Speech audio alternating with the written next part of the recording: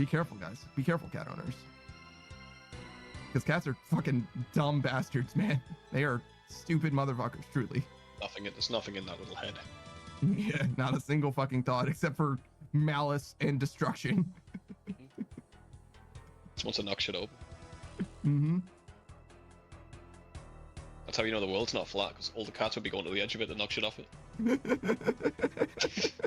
I've never used a deodorant. I don't think deodorant spray is sufficient, to be honest. I think that's cologne, but worse. It's worse cologne, to be honest.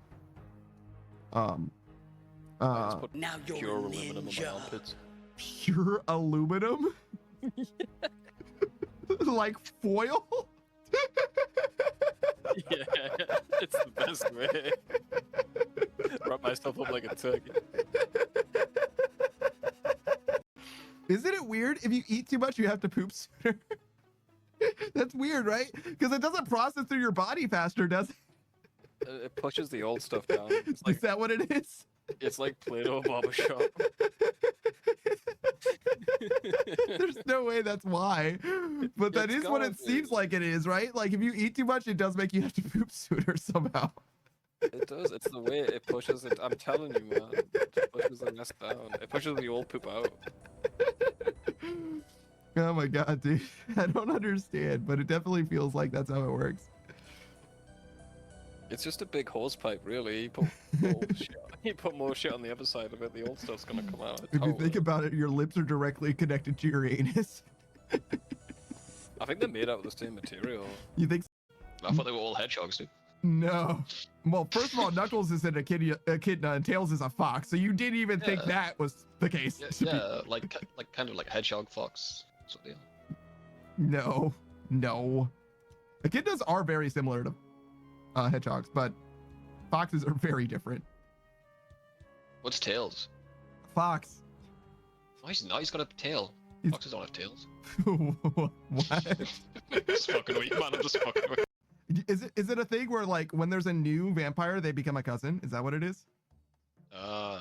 Because they're like related brothers to you, and but they're not brothers. like, you know what I mean? Like they're related to you, but you can still fuck. That's why they're cousins. Panda, where did you? What, you thought that in your brain, then you said it out loud. I thought about it fully, laughed, and then decided to say it anyway. Savage is dumb in some ways, but not in the ways that matter. He is dumb in some ways, but not in the ways that matter. Go ahead and underestimate him. You'll fuck around and find out. Alright, I'm not John Wick, dude. It's okay. It's okay. Okay, you're right. You're not John Wick because John Wick has to. I still have my dog. Yeah. So Ow. it's just spawn point. You can't fly away from Iron Fist. Iron Fist Wait, can you can fly. make floors? Yeah, you can change the angle. So if I do this at someone's spawn point, Yeah, okay. They can just Toss shoot through it. nah, but I can just toss grenades into it. They just jumped off. I don't think so, shooting bro. me. I don't think that's a realistic circumstance, bro. Nah, man, nah. If I get to this spawn, I can do it. Yeah, okay, man. All right, I'm up. Nah, get the fuck away. There's something really, really fucked up about respawning in exactly the Okay. same What the place you just fuck? killed me. I didn't even die. Together to victory. I did not get to try an ult. They're really playing Tourbillon. Oh my shit. Yay, we did it! We assembled! We did. We assembled. Well done, Avengers. Well done assembling Avengers. Hey! Oh! What should we So- do? What should we do? Let's make a Schindler's List claymation. They probably like that. Like fucking shut up. Dude, stop. Stop making I shit would- you've already made. I would watch. Yeah, I'd watch it too. I'd watch it. I would watch the Schindler's List claymation. I haven't seen Schindler's List yet, but I would Wow. watch. I would watch the claymation. Don't watch that one first. No, I would. I really, truly would. I would watch both, but I would watch the claymation first. Because that's pretty fucking funny. I'm gonna be honest. That's one of the funniest things I've heard you say.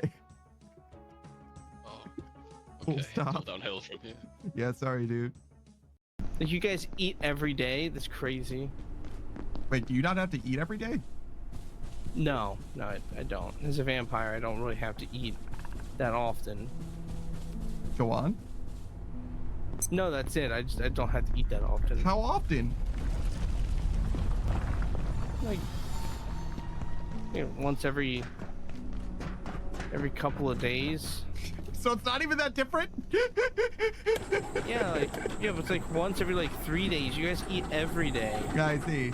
Yeah, but we don't have to. Dude's flexing on us like, yeah, nah, I can't believe this shit. Like, brother, it's really not that different. So you're saying you couldn't eat a third as much every day? I like this conversation anyway. I feel like being attacked. Okay, left, down. Yep. Left. Just like that, perfect. Oh, what, did you find loot? Nope. Unless I'm the loot. You are loot. Your treasure. I said it. I'm the one who said it. I don't like it. I'm gonna be honest. I don't like I it. give you a compliment. Yeah, and no. You deny me. Yeah, no, that's on Yes. me. That's on me. I admit it. You probably shouldn't go from Call of Duty to Crisis, right? Like, it's a little too similar. You know what I mean? It's like, come on now. Especially since Call of Duty is probably like arguably better, at least. I don't know. Bug says no game is better than Crisis 3. It's literally. JK. Instantly JK. I love the idea. I love the idea of Bug like, oh, Crisis 3, it's a fun game. It's not ultra fun, but it is fun. But there is no game better than it.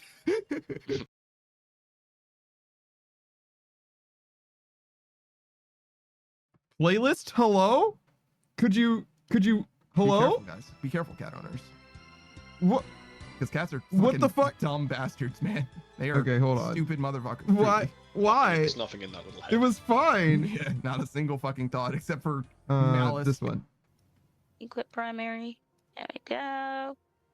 And drop that broken screwdriver. I don't need that. There we go. How is she always in danger, but she always has time to loot? I can't loot when I'm in danger. I literally have no idea. She's the only person I've ever met who can loot all the time, no matter what. I have absolutely no idea how she's able to do this shit. I think it's just called ADHD. Well, see, it would be ADHD if she tried, but she's able to get items somehow. Like, I literally don't understand. Bro, she's just a god. Yeah, actually, a fucking gamer somehow. I I mean, have no honestly, fucking though, clue. she can do some fucking amazing shit when she wants to. Hmm. I've seen her drive a car across the entire map by accident before. Somehow. Yeah. And she's like, oh, there you guys are. Point are you no longer underweight? It's like, oh my fucking god, there's so many dudes! 75. 75.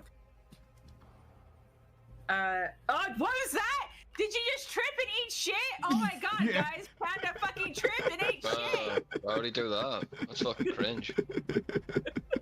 Let's all criticize him. You even injured yourself? Wow, Panda, what's up with that? Again, Panda? Again? Yeah, how's it feel? Huh? Yeah, what a little bitch, dude. Let's push him down. Let's push him over. You're so bad. Fucking nerd. What is this? This is a warehouse? Look, Has I'm here to garages. help you. No, it's fine. I'd rather die. Oh, okay. Yeah, don't trip on the way, fucking idiot. Shiro says, Frosty, that's me. I'm Mr. Snowman. Where I thought that's where we were going. How many times? How many... Jesus, Right of the church, Jesse. The road, Jesse. Jesus fucking Christ. Oh, walk up the road, he said? Yes! She's trying her best. This road, Chuzzy. This road. Right here. This road. Follow this road, Chuzzy. Jesus fucking Christ. Oh, the road? No one mentioned the road. I fucking can't. I'm gonna wake up my fucking dog.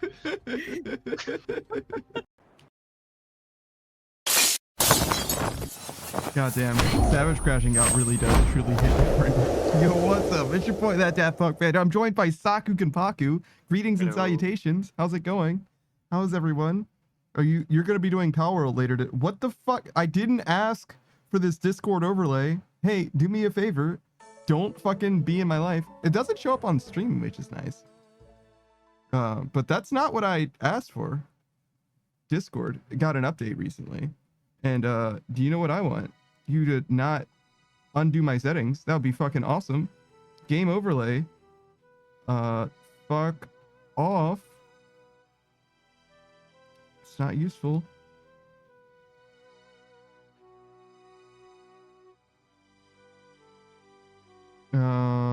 I think that's all I need to do. I think it's good. Okay, good. It's just distracting is what it is. Oh, I got ruined boots. Nice. Let me do a shout out for you real quick since you're here. Paku. Oh god. I almost misspelled your name, but it's fine. Saku Kenpaku, variety streamer, Runescape player, nearly a maxer. Sue is literally right underneath of me right now. You think you're better than me, Sue, because you have a DDS? I could get a DDS. Hold on. What about a DDP? Yeah. Yeah, you think your DDS is special? I don't know what that means. Is that me? Are you talking about me? All right. No, the DDP is the weak poison DDS. Ah, I see. It's DD poisoned. Yeah, gotcha, Yeah. That is not nearly as good. Saku plays a variety of games as I didn't get my fucking rank. That's fine. He plays a variety of games, particularly Disgaea at the moment, which is a tactical RPG. Like a top-down, like Fire Emblem-y. Final Fantasy Tactics is actually much closer type of game. Very much a fun, low-stakes, light-hearted narrative, and very anime-inspired as well, if not literally anime itself. And he's also playing Satisfactory with us every Sunday, and then on that same Sunday he plays Pokemon with his good friend Kitsune. It's his first time playing Pokemon. Let me get the wait, hold on, we need to finish doing our dailies because we don't have a rake. I set myself up for dailies except for rake because I am full. I will also want to teleport to a bank after. Yep, this is good. Beatrice says, was that suffering? I heard a little bit, but we're mostly there. We're mostly good now. Is there anything else that we want to say about Saku? So I said that he was a late game iron, probably. And he's going to max probably about a month from now. Ideally, look forward to it on 420. If things work out, that'll be the day that the Chosen One becomes his greatest, ascends to his greatest state. Something like that, at least. Beatrice, he's a frog and smelly. That's neither of those things are true, I presume. If you're frog. No, I just had the shower. You See? can't say that anymore. See? God damn it, Beatrice. This is why your words can't be trusted. And he's gonna play Power World later today with Beatrice, actually, and Chuzzy and Blight Empire, right? You guys are all playing together on Tuesdays. That is correct. Which is today. Today is a Tuesday. It's the most Tuesday of them all so far, I think. Next week. Tuesday-est. Yes, and I think next week will be even more Tuesday than this day. I think the present Tuesday is the most Tuesday. So next Tuesday doesn't exist yet, but when it does, wait, a DFS? There's no way that guy's a PKer. Right? No way. No way. If I get attacked by a DFS guy, like you know what I mean? Like, sure. He fucking got me at that point. Why would you even, there was that guy with a crystal shield too, which is like, why would you be PKing with a crystal shield? Surely you're an anti-PKer and you're just gearing up so that you can be, it's like a little baby Din's bulwark basically.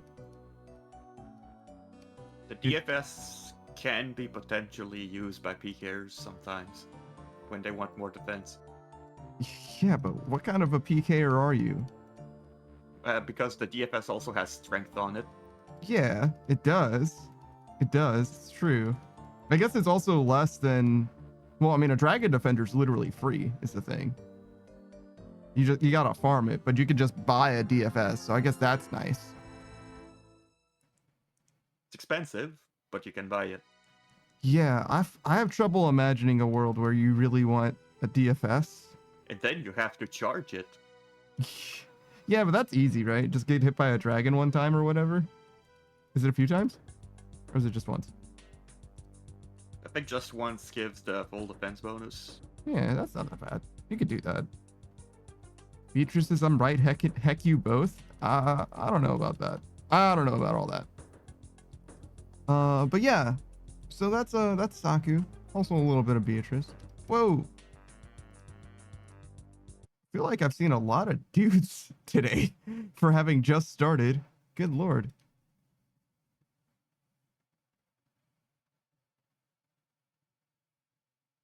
All right. I mean, you can PK in literally anything. I just have a lot of trouble imagining that the guy that shows up, you know, wearing nothing but monk robes is going to be a real threat to me. Shout out to that guy who tried to kill me and failed. I think I nearly killed a PKer once by kicking him in the dick repeatedly, in fact. Like, he at least had to eat the full. Went out of range. Yeah, which is like, damn, bro. Scared of defeat. Yeah. Oh wow, a free ride. There's a couple of dudes here. A pair of fools, huh? Interesting.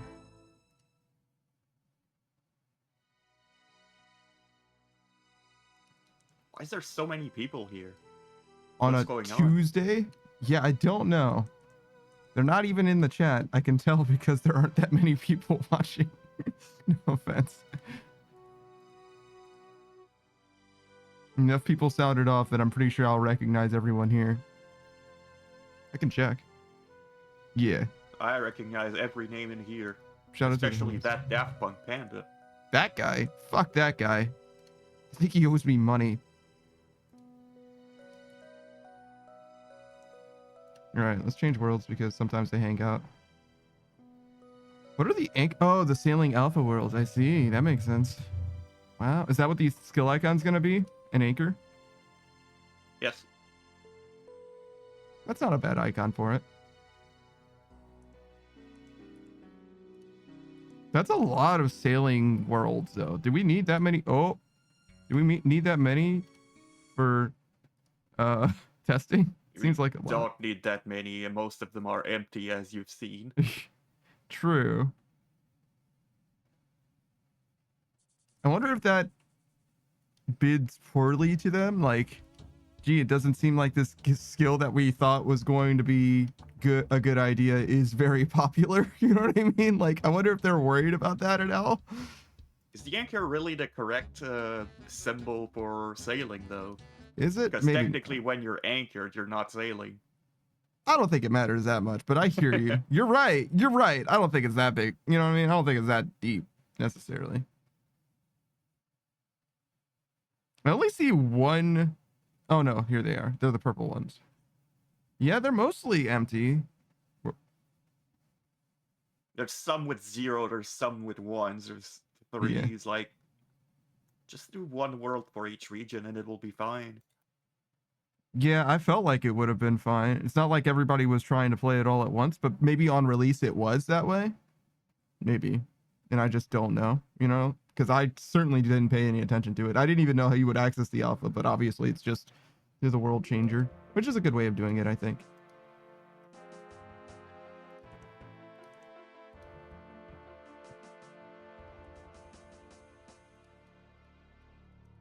And I do appreciate them for having an alpha, and I hope that they do that for a lot of new content generally, because a lot of content is released with some kind of big problem or has problems or needs to be immediately rebalanced or whatever. So I think having an alpha, while you should be doing internal testing, obviously you can't test for literally everything. There are some exploits you're never going to find, right? As like a dev.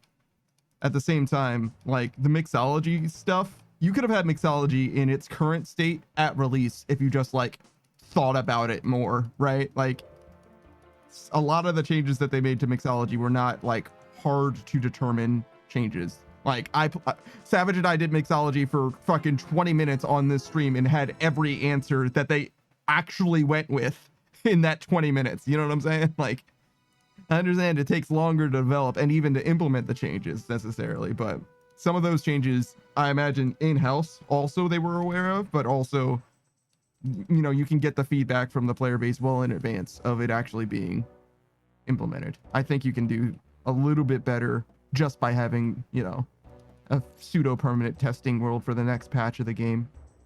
Obviously, that does like affect the market in some ways, but I don't think that's necessarily an issue. I think it's okay for there to be open insider knowledge if you want to look at it that way. I think it's fine. And plus, I don't really do the economy stuff. I'm not a mercher anyway, so I don't really care. It doesn't affect me in any way.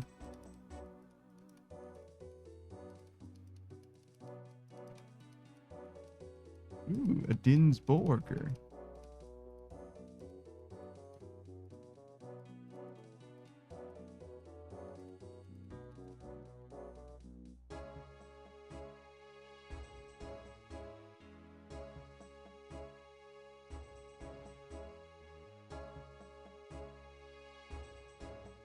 They said, "What up, boys?" And I'll respond as soon as I run out of bones.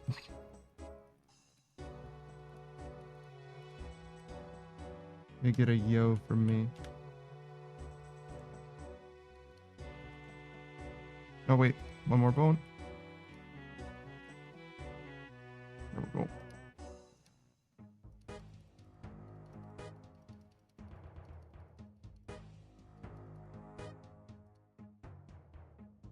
Okay, let's do some more shoutouts.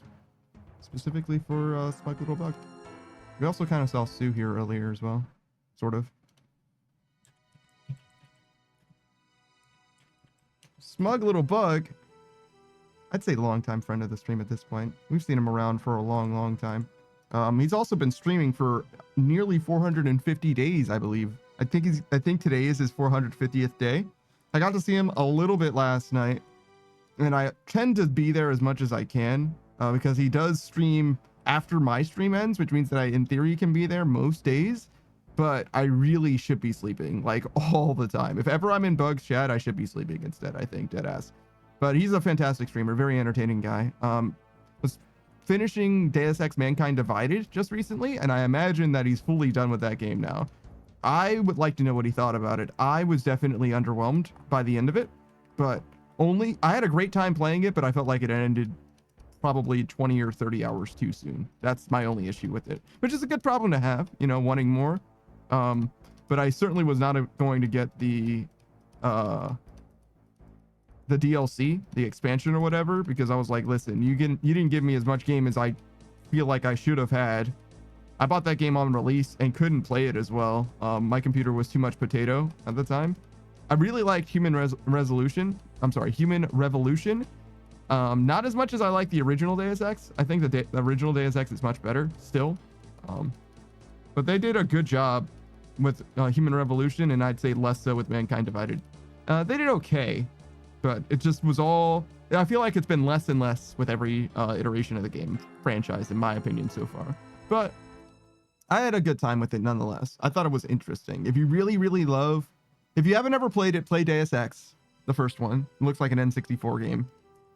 And I do highly recommend that. It's like one of the like pillars of gaming, in my opinion.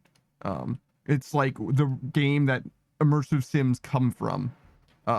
It's like System Shock 2, Deus Ex, and Half-Life. Those three games are like where that whole genre comes from. Though Half-Life I don't think really is an immersive sim, but it's like the physics engine makes it kind of feel sort of like that ultimately. But yeah, I definitely recommend. Whoa, what is this guy doing?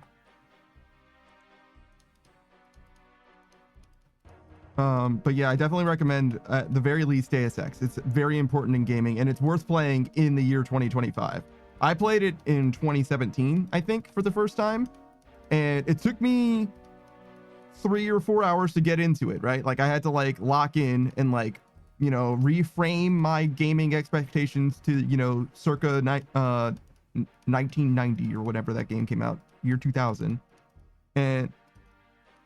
But as soon as I did, and I like realized what the game had to offer, like what things I could do and how the game, like what kind of gameplay experiences you can actually have, like really truly the point of an immersive sim is that you can solve problems the way that you want to solve them, right? Like it's like the Skyrim mentality of like you could do whatever you want, but like in Skyrim you could do whatever you want as long as it involves killing bandits, because that's like mostly what you're going to be doing is killing bandits and the occasional dragon and shit like that. There's like a million caves for you to explore and items for you to get, but like there isn't actually that much variety of things to do in Human Revolution, or I'm sorry, in the original Deus Ex. It's much more, there's much more options generally as far as like engaging with people, talking to people who have stories and plot lines and sub stories and things that are missable and ways that you could solve quests with like people dying or not dying and preloading the area with fucking landmines to kill the boss if you want to do that. Like there's a bunch of shit that you can do just the way that you want to do it. There's a bunch of characters that in theory are bosses later. Or by hacking the turrets. Yes, hacking turrets so that they attack, you know, the enemies instead of attacking you. All those kinds of things, they like come from Deus Ex. Like, and sometimes you don't even have to hack the turrets. You can find the password and login lying around. Yes, all of that. I highly recommend the first Deus Ex. And if you just can't play a game that old, Human Revolution is pretty good too. And if you absolutely love Human Revolution, it is worth playing Mankind Divided, especially if you can get it discounted. But I wouldn't get the DLC unless you play through the whole game and love it enough to get the DLC after. I wouldn't buy the DLC in advance.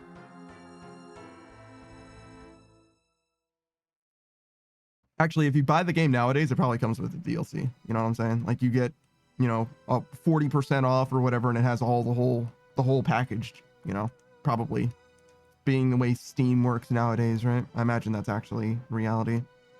But yeah, a little bit of a disappointment for me. I was supposed to be talking about Smug Little Bug, but instead I just talked about Deus Ex for a while.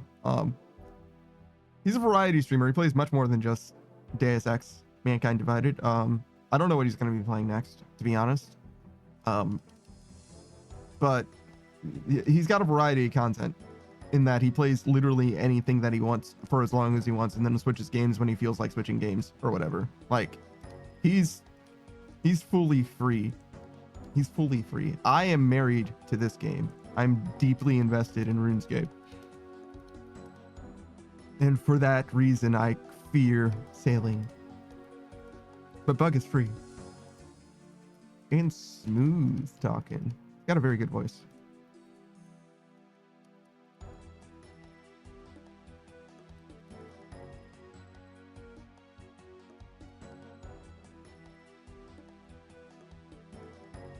So Saki, you speak English and French, right? Yeah. Why do you stream in English?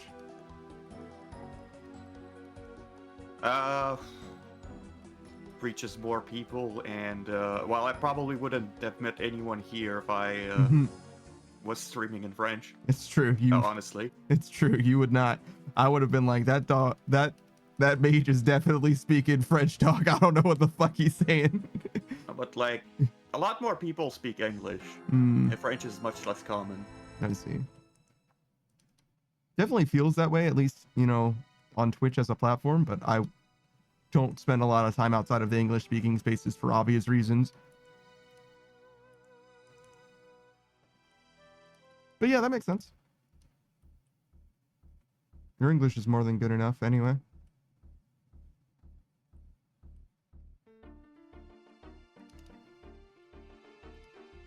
Shit, better than mine sometimes. Shout out to forgetting words when you only speak one language. Just like fully like, I don't know how to say this word anymore. Shout out to forgetting words in your native language when you speak another language. Well, I mean, at least you have another language to use. Yeah.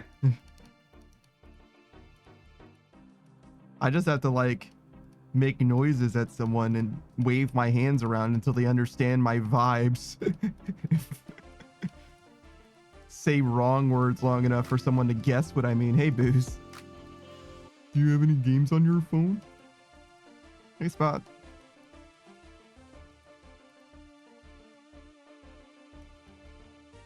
That's a lot of Spot pictures coming in. Coming in hot.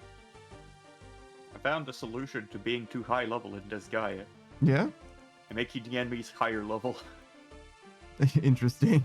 Like stacking them up? No, you can pass bills to make enemies have a higher base level. Hmm. Okay.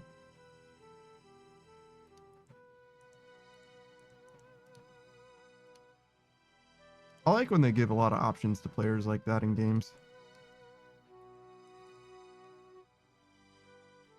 Oh, did I not post this? Whoops. I'm literally just looking directly at it.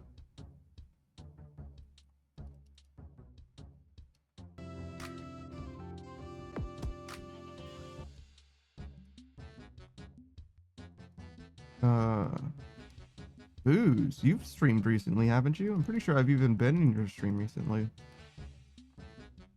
That's all it takes. What's your name? Boozemont. Boozemont16. What's the 16 in your name for? Did we talk about that before? I feel like we have, but I don't remember, so remind me. He's a RuneScape streamer, strictly RuneScape. Mostly just does high-level content as well. He lives in TOA. That's his favorite home, his favorite place. Watch him get a shadow because he's due. He's actually dry. Not necessarily a shadow, but a purple. But you might as well get a shadow. You know, if you're going to get a purple in TOA, you might as well get a shadow. He cruises right at 405s-ish. And you can watch him mostly just do TOA, but every now and then he has an interest in doing other things, but I don't think he's ever streamed, you know, his Cox runs or his TOB runs. Who's his birthday? It's on the 16th of March. Yeah, I thought it was a birthday thing, but the 16 doesn't tell me enough unless it was 1/6, right? But I got you. I thought it sounded familiar. Now, actually, I could have guessed as well because I knew your birthday was in March and then it had just recently passed. Wow, get a load of this old guy having birthdays. You know, most of us only get one of those a year. At this point, you're being a little greedy, right?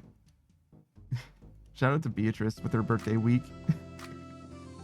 Some people have like birthday months too. Who says I'm old as fuck at this point? What do you think old is?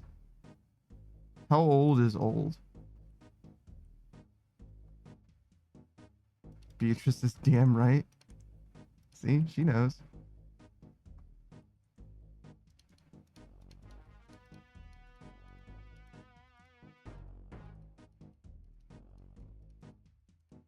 No, I should put the rate on screen.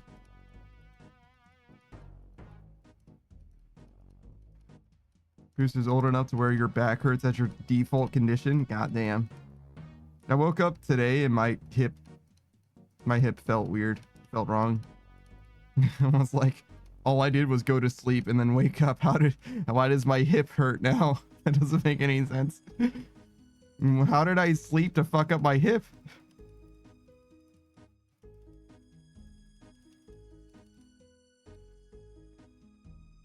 All right. Let's tweak this music a little bit.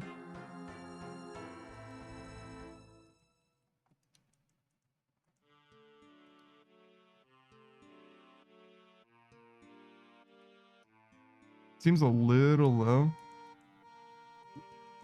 Yeah. What are we at? That's not that low. Just dial it up a little bit. .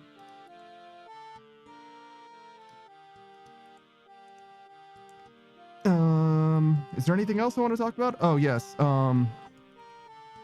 Booze and I get along because we have a similar sensibility. We like, we trade barbs and jabs. That's how we get along. But he's a high-level PVMer in particular. He knows very much about like the end game state of things, particularly with regards to PVM. So if you have any questions about any raids or whatever, I would run it past him probably as far as people that I know the best or whatever. He happens to know stuff pretty well. Yeah, Booze is my guy for that.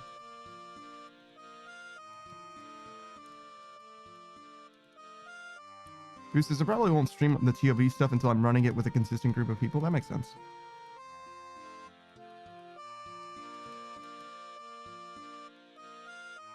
Are you usually in voice chat for TOB?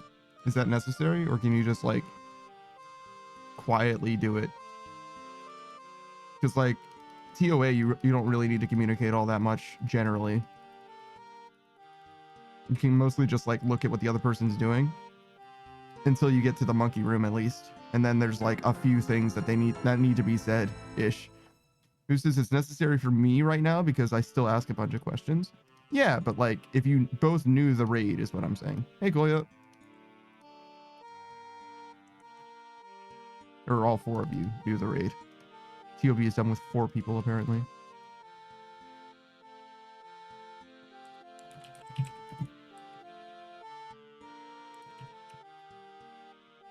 Kolya is another streamer, newer to Runescape, a bit of a newer streamer in general. Particularly loves rhythm games. And is a bit of a drummer. The VA in Kolya's name stands for voice actor, which is another aspirational thing. Kolya's got a lot of aspirations as it happens. He's trying to make a lot of moves. Speaks English and German. Mostly streams in English from my experience watching, but you know, as an English speaker, of course, Kolya is going to speak to me in English as well.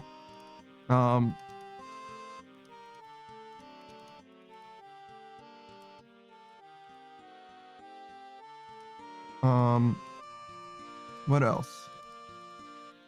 Maybe Dragon Slayer 2 is not a good way of describing that. Locator orb.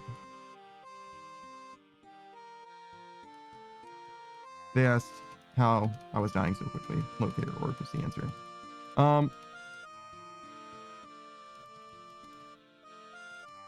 But yeah, Kolya, yeah, it is noticeably slower. The rock cake is not very good. Also, dying with a Din's Bulwark is kind of funny to me, but it makes sense, I guess. It is a safe item, right? So it's fine.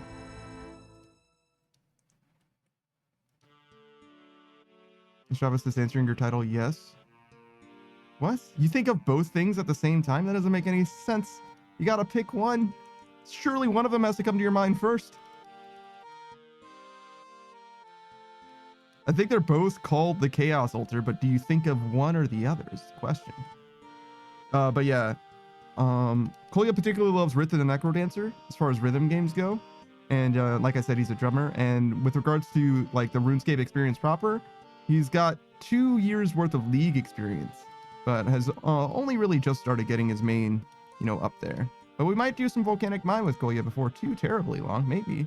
You kind of want to have a decent amount of prayer as well. But, you know, one step at a time. And if you don't have the mining gear, then it's easier to get your prayer bonus up as well.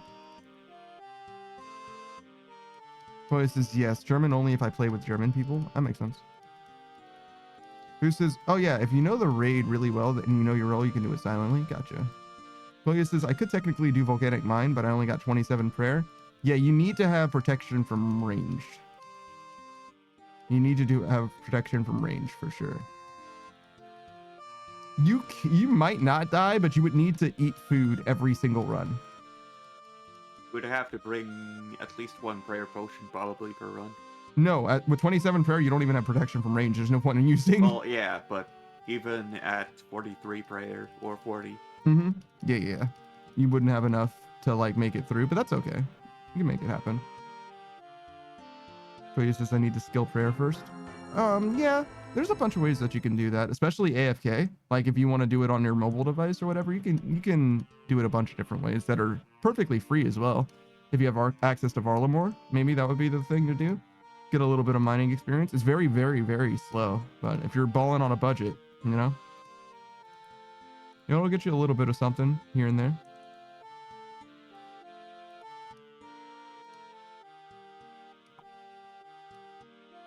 Hey, Modern Age Sage. What's up, dude?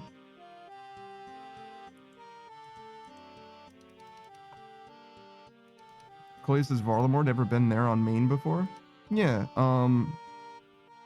you kind of want to go there. There's a bunch of good shit there, to be honest. But yeah, there's specifically a prayer training method that's relatively low intensity that you could very easily do on mobile. What you would say, right, Saku? Yeah. I've never done it before, but I know that you have done it a lot, and I think it's literally just mining a bunch, right? You can mine calcified rocks. And that's in... It is 41 mining, and you get blessed bone shards, which you can then turn into prayer experience. Right. And that's in Cantorum. Is that what it's called? Cantorum? Yep. The place where the Moon's Apparel dungeon is. Seuss needs to start the Moon's Apparel? Yeah, but that doesn't... Like, once you get access to Varlamore, you can just, like, do that quest, right? 48 Slayer. Really? You need that much Slayer to do Moon's Apparel? Holy shit.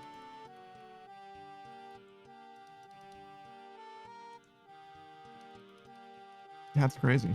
Obviously, I had access to that content on release because I had already got my stats to, like, 70 by then or whatever. Please, says never mind then. 48 Slayers to start.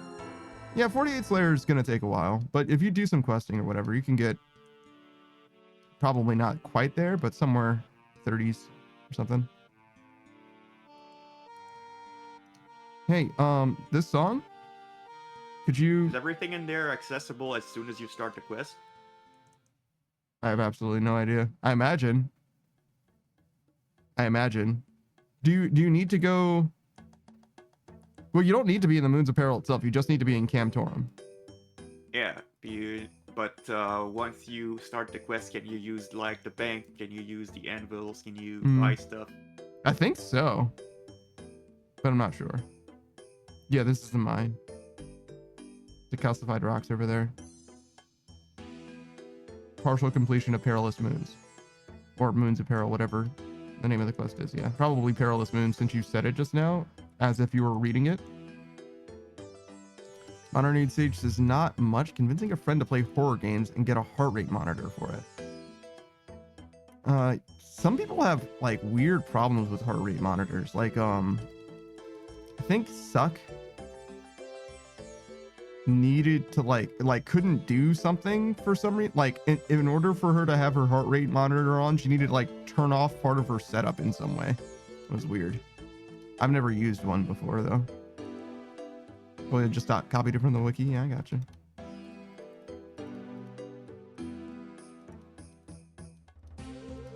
Yeah, I forgot about the prayer part of it. And also, I didn't even know that there was a Slayer requirement. Obviously, when you get to a certain point in the game, there's just like nothing that you can't do as far as like skills required or whatever. So you just forget about requirements. Like for quests, I think they cap around like 70-ish for requirements. Like you can just do anything if you have 70 everywhere.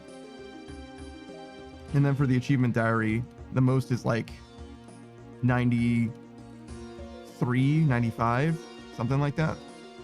You need 95 Slayer, but you can boost for it. 93 unboosted, I guess.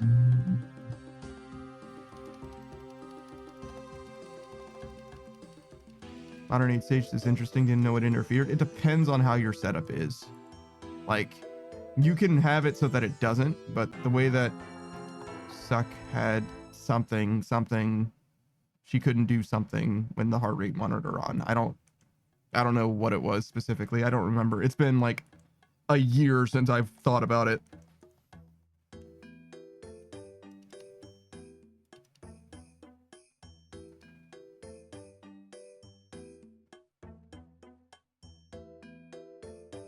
I don't know if I would use a heart rate monitor. That shit would give me anxiety, I think.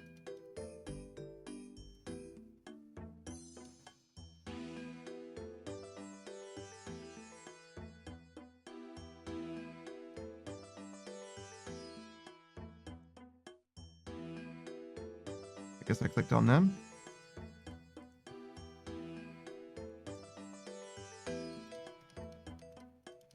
Underneath says Alfredo sauce with some chicken ramen and a grilled chicken would have been a really good idea right about now. That's a lot of chicken. I imagine that you mean like grilled chicken in addition to the chicken flavored ramen, which chicken flavored ramen is basically just like ramen noodles with like chicken bouillon, right? And maybe some MSG on top.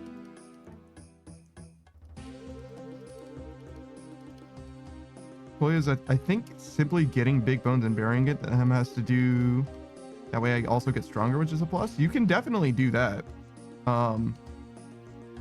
You're a member, so maybe you have a better option than just getting big bones. I'm not sure. Big bones though, very easy. You can just go to like swamp in Lumbridge killing giant frogs.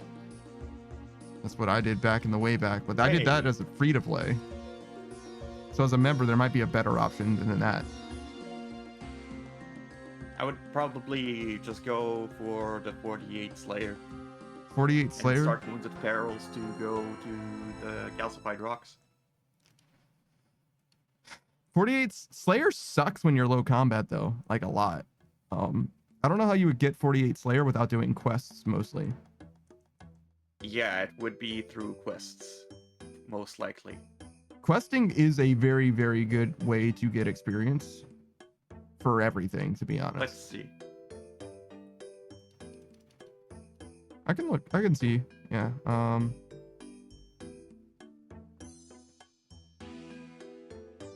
I guess I missed your name. 1 second.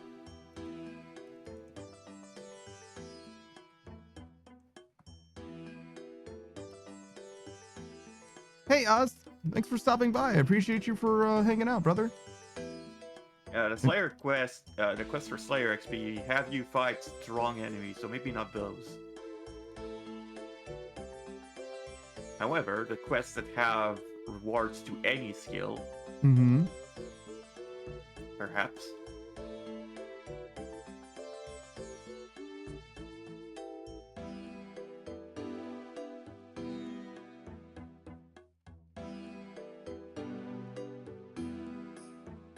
You can do the giant frogs thing on your phone too. You probably wouldn't have any problem killing giant frogs and burying the bones as well.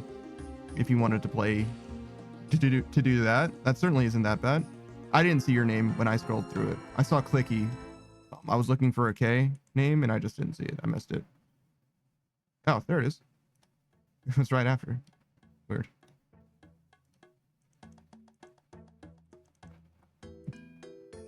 Yeah, you have stats now. Congratulations. All right, so we're talking about 34 defense, 36 hit points, 16 Slayer, 53 mining.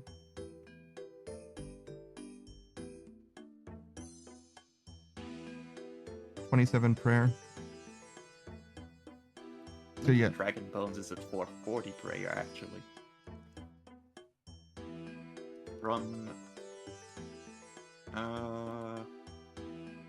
27.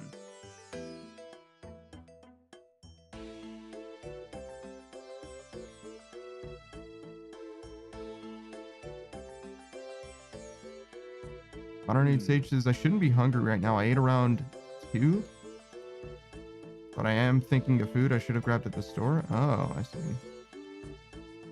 Yeah, I sort of ate before stream. I had some leftover brownies from yesterday that I ate, but I haven't eaten a proper meal. I will someday, sometime soon. By that I mean like after stream. I had a banana, 3 tangerines. Tangerines, clementines, and oranges are all basically the same to me. I don't know. Oranges are the biggest ones, but tangerines and clementines, I have literally no idea what the difference between them is. Like, I have no way of, like, unless it said it on the fucking label, I have no way of knowing. Toya says it would be 2,679 big bones. It's not too bad to get to 43. You could save some if you came here too. Like, literally just did the thing that I'm doing. but obviously it would cost you what, 5,000 gold or something like that. Not even, probably 2,500 gold in burning amulets. They're 3,000 gold each, apparently. Every 28 of those bones, every 27 of those bones would cost you. If you're willing to invest into it, with 80 dragon bones, you can go chip them at the, you could do the bone shard thing. And then get to 40 prayer in about 80 dragon bones. 80 dragon bones is not bad. But basically it would be the Varlamore prayer training method. Yeah, they would still need bones. access to Varlamore, but they could just do that as soon as they go to Varlamore, right? You don't need anything else? You don't need to go to Camtor. And if you want to go to the full 43...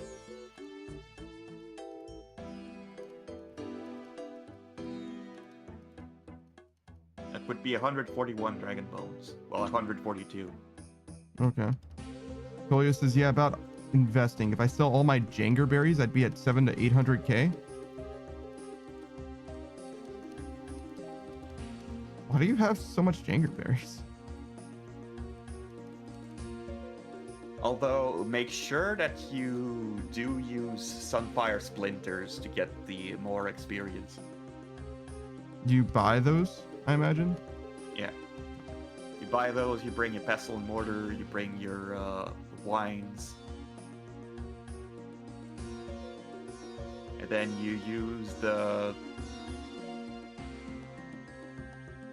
I think you just use the splinters on the wines directly. That makes sense. Is it on the wine, or, like in the vessel, or the wine in your inventory? On the wine in your inventory, and then you bless the wine. I see. So yeah, that's not terrible. It would also, obviously, we're talking 140 of them. You could have that prayer done in like a day or whatever. It wouldn't take very long at all. I don't know how much you're afraid of the wilderness, obviously, because the wilderness, same thing applies. Probably be even less bones, I would imagine. Well, I think that... Yeah, wilderness would be even less bones, but... You'd have to be here. The Varlamore is less dealing with other people. Yeah.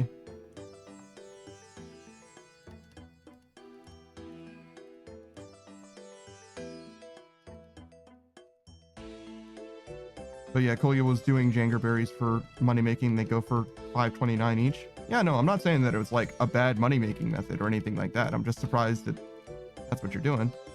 I honestly don't mind it though. Farming was one of my best money makers for my entire gameplay experience, and it's the reason why my farming level is so high. Like, being able to just farm every fucking plot and every 40 minutes or whatever it is, getting, you know, an inventory of whatever herb plus whatever I was doing for allotments while that was profitable, which is all the way through to snape grass, and sometimes snape grass is also profitable. It just depends. Oh, it says I did that on stream today, mostly the berries. Oh, okay. Yeah, I saw that you were live. I wasn't able to be there, obviously. I was busy, but did see that you were live earlier. Underneath Sage says, I can't think of Clementine without thinking of the Telltale Walking Dead series anymore. I don't know. I mean, I imagine that's like the little girl character. I have no idea. I don't have any affinity for, I'm not familiar with. I know that it's a game that people like, but other than that, I don't know anything about it.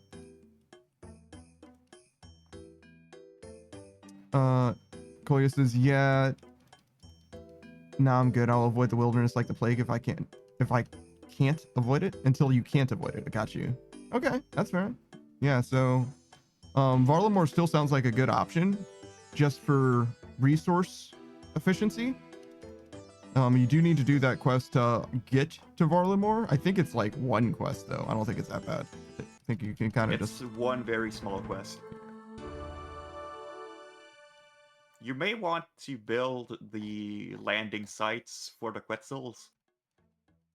Yeah, I don't know how much you need them, except for the one at the top of the mountain, right?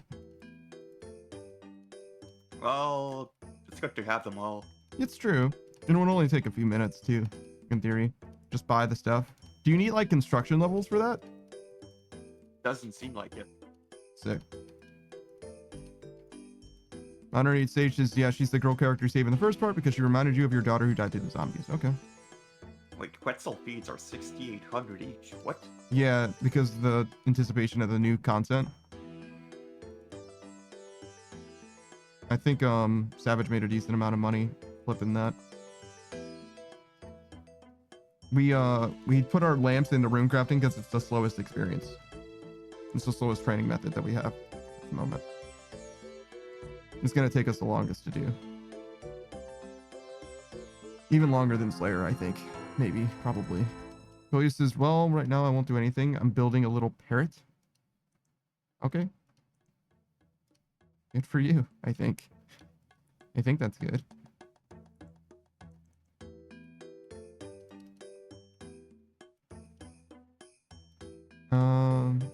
Let's do some more shoutouts.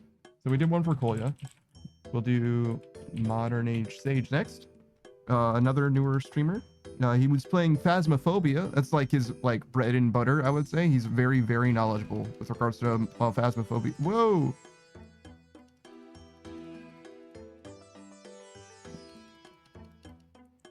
That's unfortunate.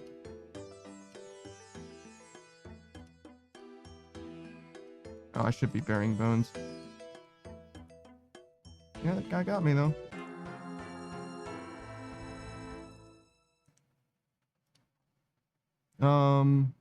Dude's peeking in a Maxscape.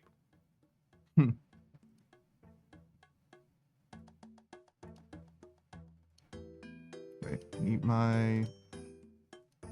Is there anything else I want to say about Modern Age Sage? Pretty chill guy. Pretty knowledgeable about Phasmo in particular.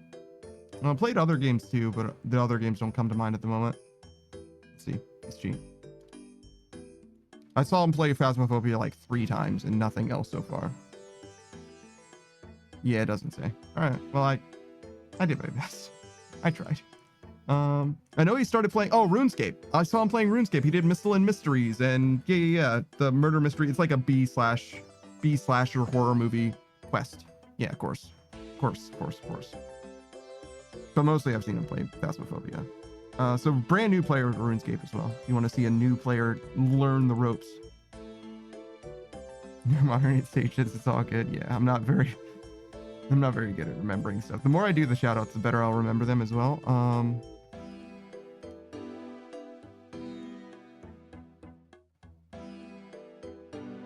Is this the world that I'm in? Clearly not.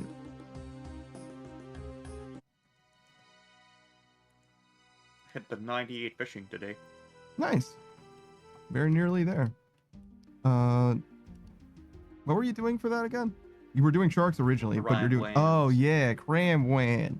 Whoa, Black Betty. Cramwan. Yeah. We did the whole figuring and stuff. And by we, I mean mostly you did the math and figured it out. I was just there while you were figuring. Oh no, I just did the reading the wiki because they do mention training methods. Yeah. I mean, that's figuring. That counts as figuring.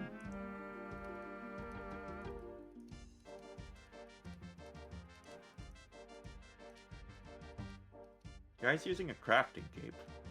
You must teleport on respawn because it's the closest bank.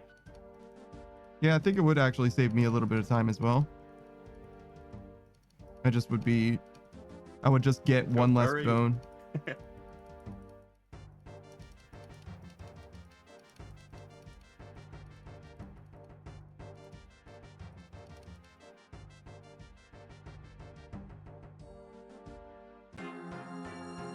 Got my locator orb, but that's okay.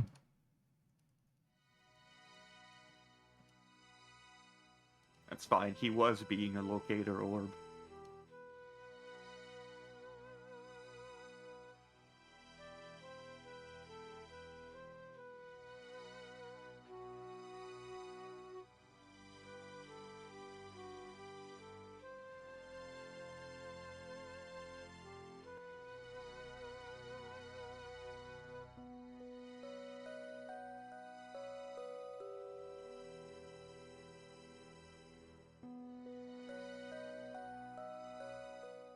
almost able to enter the end game worlds. Yeah. We've got a decent gap still. We're not going to be getting, that's not going to happen anytime soon, I would say, but yeah, one day we're going to get there for sure. For too terribly long, I imagine as well, but it kind of depends on what skills we do, because obviously the faster skills will speed that along quite nicely. We're going to do some skills that are kind of fast pretty soon, I think, but we're definitely not going to do, what the fuck is this status debuff? What the fuck did I just get hit by? Void Waker and shit, Jesus. The dude switches between Void Waker and DDS. What? I've gotten killed by like literally I haven't gotten killed by the same person twice. This is the most active it's ever been in the wilderness for me, I think. Like far and away. Like I've gotten killed a decent amount in the wilderness doing this. Like in the past, like historically, but even in recent memory, usually it's just like the same two guys that have been killing me. And now, like, it's literally a different person every single time. That's actually crazy to me. Oh yeah, I should go do Tears of Gothics. Yeah, I was thinking about Tears of Gothics too. I don't know if my thing reset yet.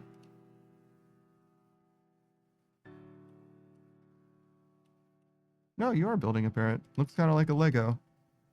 Oh, the reset's not today for me.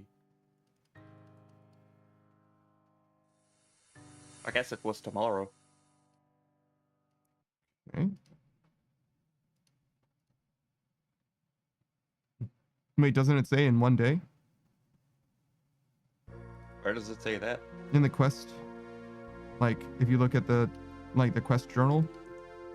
You know what I'm saying? So, like, if you go to your quest menu and click on Tears of Gothics, it'll say, I can talk. Yeah.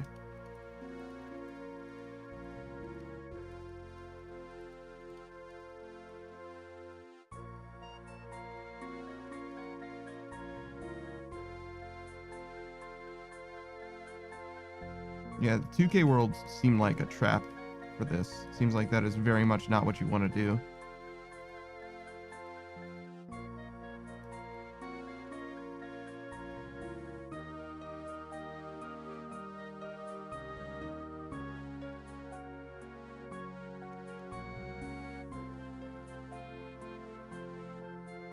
Yo, I got over 1,000 marks of grace. Nice. That's way more than I think I could need ever in my life. Koya says it's a knockoff nanoblock. So, look, can I? Hello? How many times do I have to click on this fucking Wine of Zamorak? My brother in Christ. But maybe I just missed 3 times. I think I clicked on it 3 times total though, and it only worked the last time. But I'm definitely like, bruh, what is happening? I'll do the more graceful outfit because it has a collection log associated with it. Mm-hmm. Don't they all? They don't all do.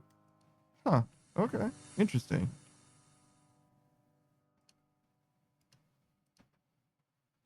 I just assumed that they all had a collection log component. I know, obviously, well, Sepulchre only kind of does, right? Like, you need a die, I guess. You but need you don't a die, but you don't need the entire set. Yeah. As for graceful recolors directly, well, there's 3 sets of graceful that are in collection log. You have the Brimhaven Agility Arena Blue. You have the basic no color graceful. Mm-hmm. And you have the Worm Agility. Really? Graceful. Okay, so just those 3. I'd say that those 3 are the most common too. And then after that, probably Sepulchre would be my guess. possibly. The Brimhaven is more accessible now. Mm-hmm. How do you figure? Because as you do it, you get XP now. Oh, yeah, it's true. Yeah, you're talking about the buff where they give you experience separate from the rewards, basically, before you had to pick. Yep. I think what happened just now is that I recovered 1 HP as I clicked on the wine. And that's probably what happened last time as well.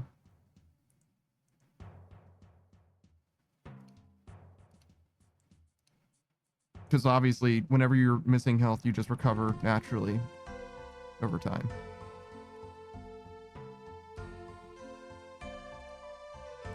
Okay, so we've got another shout out that we want to do.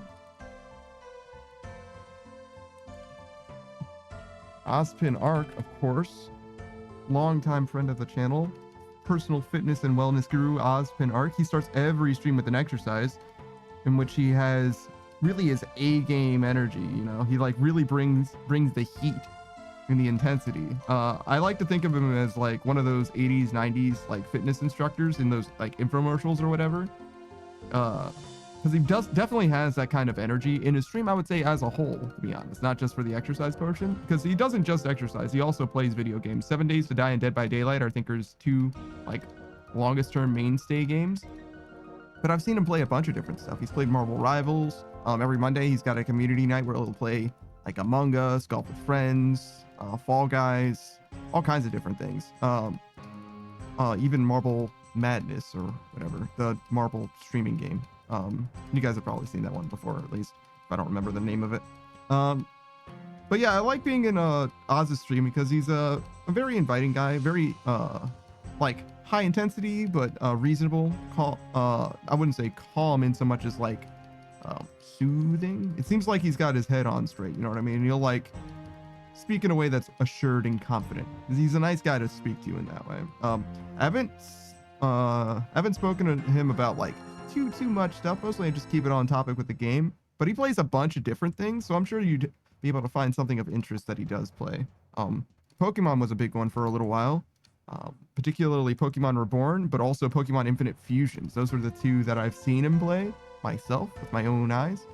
Pokemon Reborn in particular being like, I don't want to say it's like one of my favorites or anything like that, but I definitely have history with that game in particular, and I would like to finish it myself at some point. It's a very, very hard game, especially for a fan game. Most fan games, most Pokemon games in general, are like notoriously very, very easy, and fan games tend to be in line with that. But there are some games like Drayano's hacks, ROM hacks, that end up being a lot harder.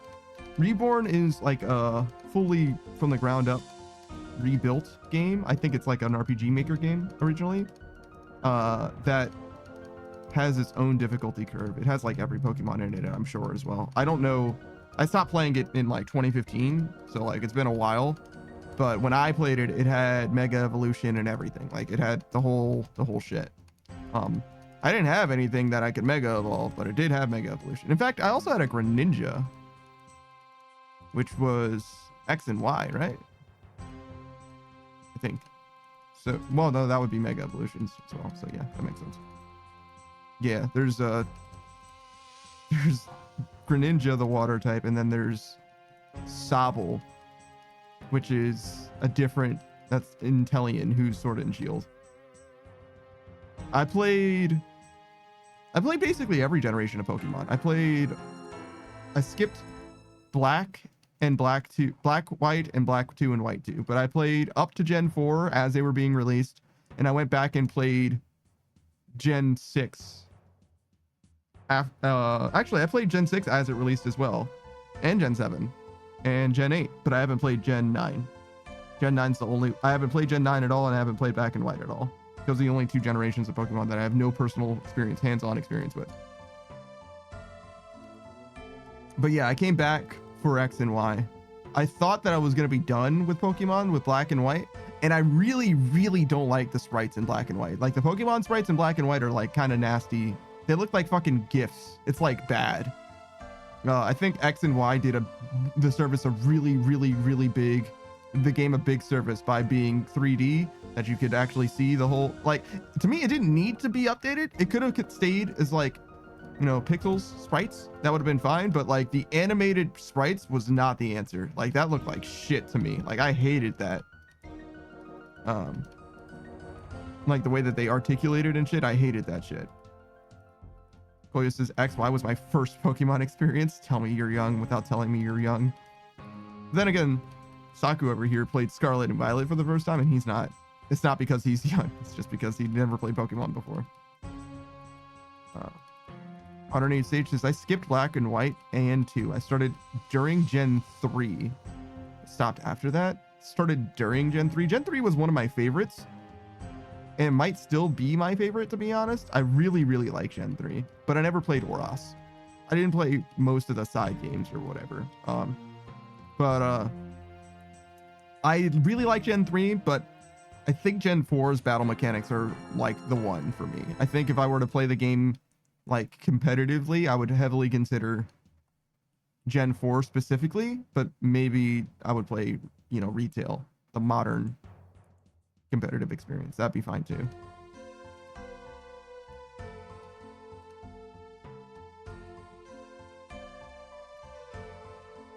Oh, and also, when I did the math last time for the ground ones, I miscalculated. I forgot to check the angler's outfit. The what of it? The angler's outfit.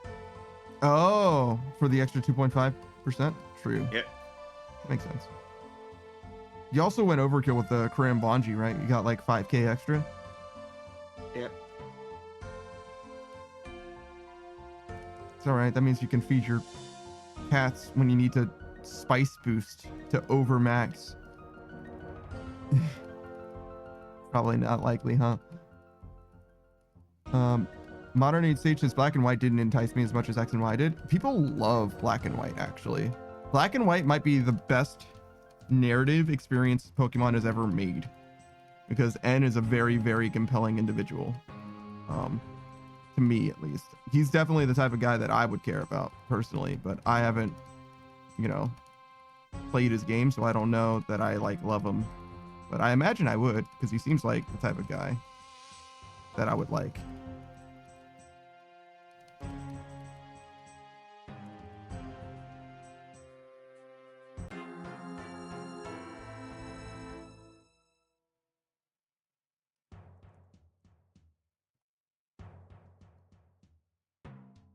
Boy says, no, it's not my age that's the case. I actually never came into contact with a franchise before. You understand how hard it is to believe that, right? Like, it is like the biggest media property in existence. Like, it's possible, surely. Yeah, if you don't have, you know, the internet or whatever. But if you like, because it's not even like an English speaking thing. Pokemon is like that bitch. Pokemon is like the biggest franchise, period. Like bigger than Marvel, bigger than DC, probably bigger than those two combined, I think even. It's just like massive. It's like truly, truly massive.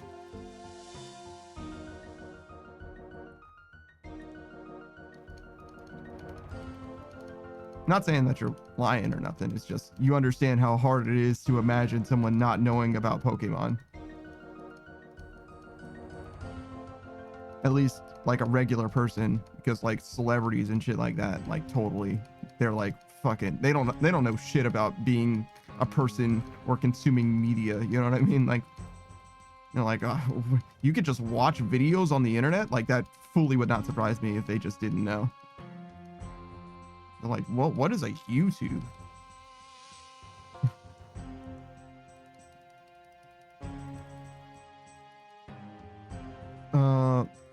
Modern Age Sage says Black and White didn't entice me as much as X and Y did. I love Gen 3. That's why I was hyped when ORAS came out. Gen 4 was great, honestly. I feel like I fell off a bit during Black and White because when I tried getting back into it, I was just confused.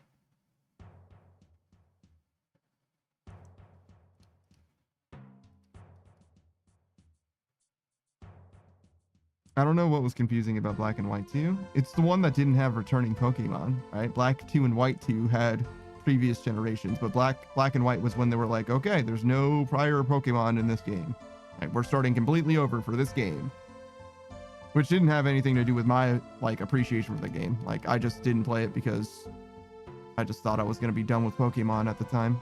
I was wrong. I was very wrong. I very much enjoyed X and Y. In fact, I played X and Y more than I played most other Pokemon games.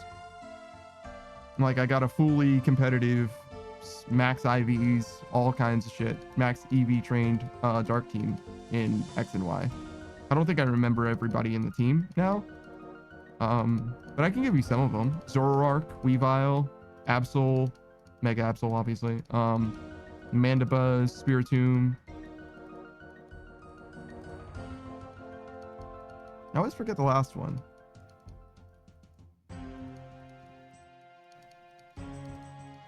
I'm not sure who the last one would have been. But they were all dark types. I don't think it was Honchkrow.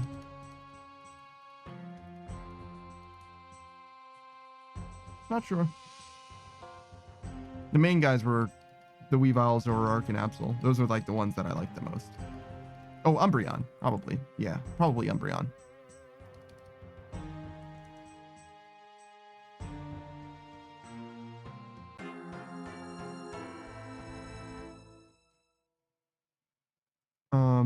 Modern Age Stage this XY was great for beginners and returning users, at least to me.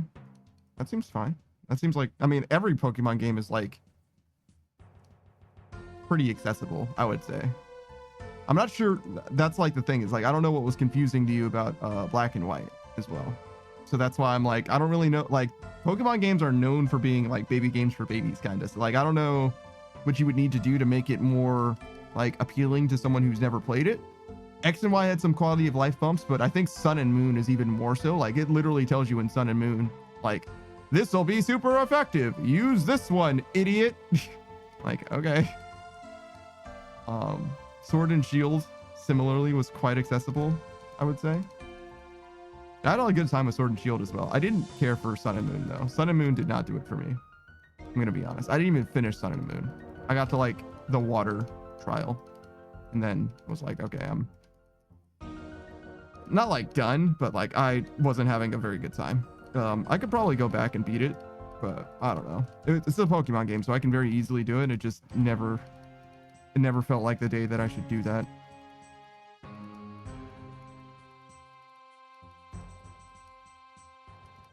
Modern Stage says it might have been confused because I didn't play Black and White. I skipped up 2 and tried it and was just lost and unmotivated.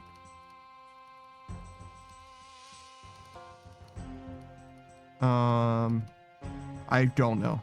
I don't know. I don't think that it's that different, to be honest, but I wouldn't know. I haven't played those 2 games, so I don't know what to tell you. Koya says, my TV never ran Pokemon. No one on my school grounds traded cards or talked about it. I learned about Pokemon through a Let's Player when he picked up X and Y when it released, and I watched him for Zelda Let's Plays. Yo, yeah, I'm not saying I don't like, you know what I mean? I'm not saying you're a liar. You knew about Pokemon. How dare you say this to me in my chat? I'm just saying, like, knowing from me to you, right? If I were in your position where you are now, I think you would be like, yeah, it is kind of crazy that I didn't know about Pokemon considering how big a franchise it is. Like, it's like probably an order of magnitude, if not more famous than Zelda is, right? And you know about Zelda, like how did you not know about Nintendo's like biggest property, like their biggest. Like I understand Mario's the mascot or whatever, but like he doesn't have Pokemon money, you know what I mean? Like it's just not the same. It's just not the same. And it's obviously not technically a Nintendo thing. It's the Pokemon Company and Game Freak, and there's like a weird, it's like it might as well be a first party developer, but it's like technically not or whatever. It's a little weird. Koya says, yeah, it's a surprise that it went by me. I know about it because my parents sat me in front of A Link to the Past when I was a toddler. Yeah, no, I get that, right? Like we all have like our first introduction to stuff, but like being that you're in the video gaming space and have access to the internet, or even if you weren't in the video gaming space. Oh.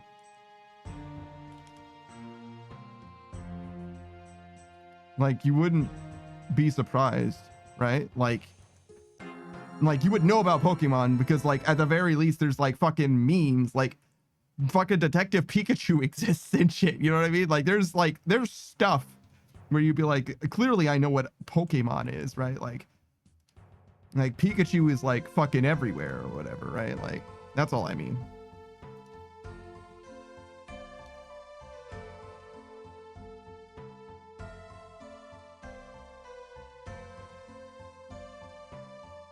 Oh yeah, we can try high risk rolls. Go back to them.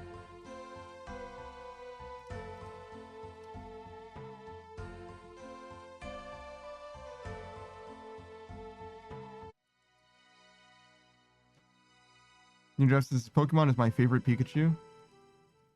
Makes sense.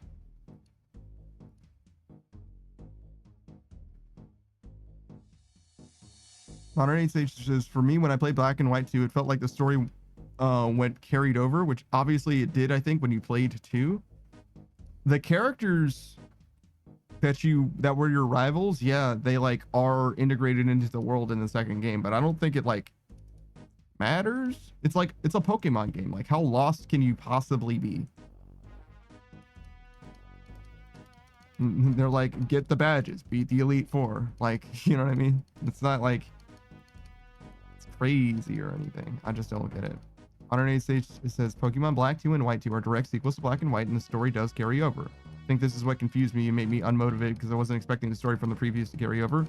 It is literally the first Pokemon game to have 2 in the title, so like, or mainline series, I guess. Pokemon Stadium 2 existed, to be fair, but I don't know what to tell you. That's unfortunate, I guess. Polio says, LOL, back when X and Y released, I literally only consumed specific YouTubers for Zelda and otherwise never went into the World Wide Web and music. 2013, I see.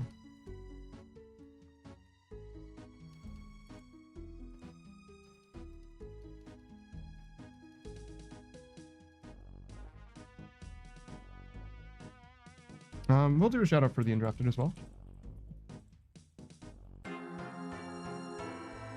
Pickle Cam, one of the 2 hosts of the Undrafted podcast, youtube.com/@theundraftedpodcast. Him and Juan will talk about whatever, whenever they want. Whatever they want. And very likely they're going to have some guests on before too long. Aside from the podcast that he does, he's also a Twitch streamer, as you might have guessed, being that he's here literally right now. He plays Abiotic Factor with us every Sunday. This will be the last Sunday, I imagine, that we play Abiotic Factor. The Pickle Pack will remain strong as we move on to other games, I imagine. Savage wants Stardew Valley to be the next one, particularly. That's the one he's rooting for. But I haven't heard what everybody else feels about that quite yet. Other than Abiotic Factor, he plays a lot of different games. So for solo games, he just played Fallout 2 again, which I imagine means that he just beat Fallout 2 again, to be honest. Because I know the last time he played Fallout 1, he played it and beat it literally in the same stream, just fully beat that game. But he does collab a decent amount with the one and only Quest AL TV, good friend of his, fellow member of the Great Brief stream team.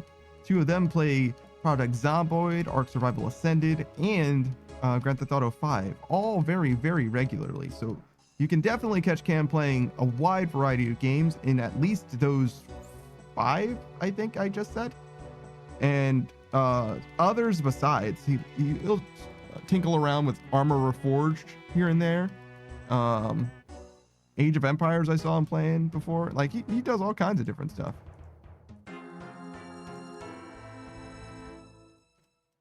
Cam says, nah, I got the restoration patch for Fallout 2, so it adds a lot more content the developers weren't able to put in, so I'm still very early game. Oh, okay. Well, I hope you have a fantastic time with the restored content, then. Fans of those games definitely do go hard with, like, patching stuff in, at least in the Bethesda era. I obviously don't know the pre-Bethesda era very well. Says, oh, I'd vibe a lot with Stardew. I love Stardew a lot. Stardew Valley is one of my very favorite games of all time. one of my very favorite games of all time. I played Stardew Valley, I think, for 250 hours so far, and like 100 of it was solo, like just me playing the game like near release, just playing the game and enjoying it. Like, I fucking love Stardew Valley, and it's just gotten better. It's just gotten better and better as time has gone on. Modern Age Sage is 2013. I still didn't catch them all, and I still didn't catch them all in each game, Sag. Modern Age Sage is, wait, didn't X and Y come out in 2016? Oh, it came out in 2013 instead. I see. I don't like do the Pokédex shit. I've never been that guy. Like, more power to you if you do, you know what I mean? Like, feel free. And honestly, having a complete collection of Pokemon games would be kind of sick. I do kind of like vibe with that. Like, they're all playable and stuff, you know? That would be kind of sick, but I'm not like about to invest, you know? I don't really care like that much about it.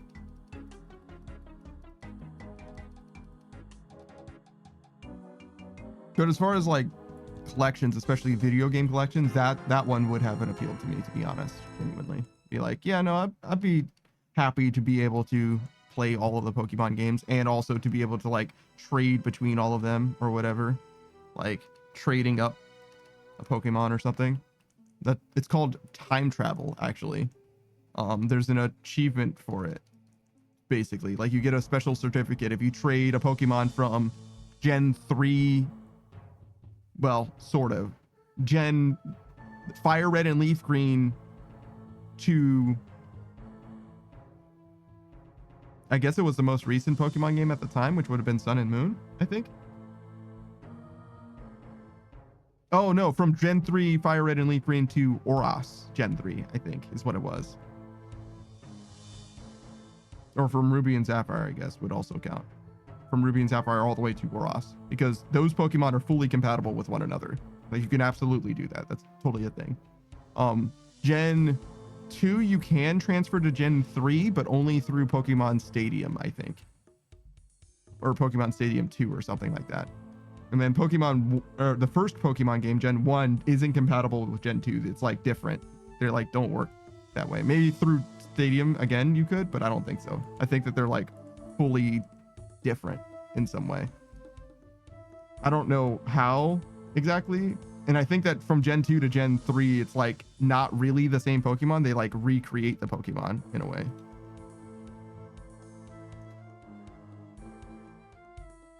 Let's do this.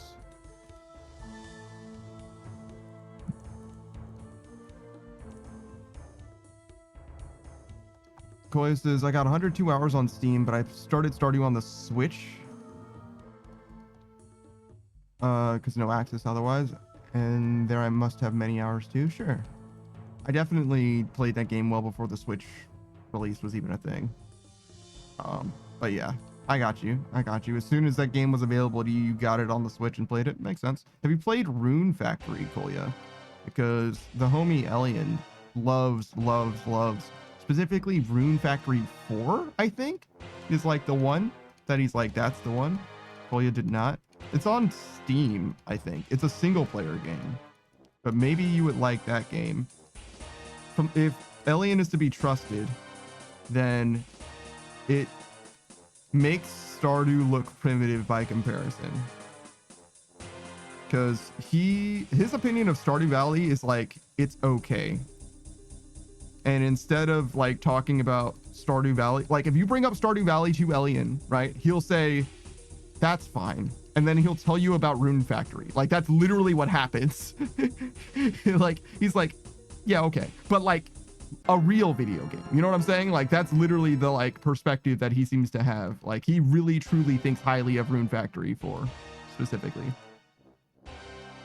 And I'm curious. I considered playing it. I probably will play it, in fact, just to see if I can like knock out. It's kind of a long game, I can knock it out. It's a single player game as well, but if I can knock it out over the course of like a week, you know, 2 years from now when I'm done with RuneScape, that'd be pretty good. I'd like to have my own strong opinion about the game. I'm imagining that I have a strong opinion about it to begin with, I suppose.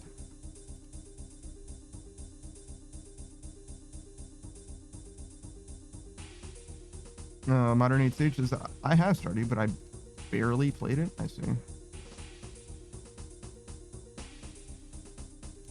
Modern 8 Stages. I'm only doing the Pokédex thing because I do want a complete collection, at least from X and Y. But I also want to catch them all in each game, and I have it completed. So when I go to the next game, it's easier to get them all. Yeah. So a living dex basically. Modern 8 Stages, they turn them into badges now that the Pokemon can wear. Yeah, I think Gen 3 is when they came up with the link cable. I don't think that's true because you had an ability to trade Pokemon from the very beginning. That was the whole reason why there's exclusive Pokemon. It doesn't make sense for them to make exclusive Pokemon before or without there being trading. So no, that can't be right. That can't be right. Fact check that.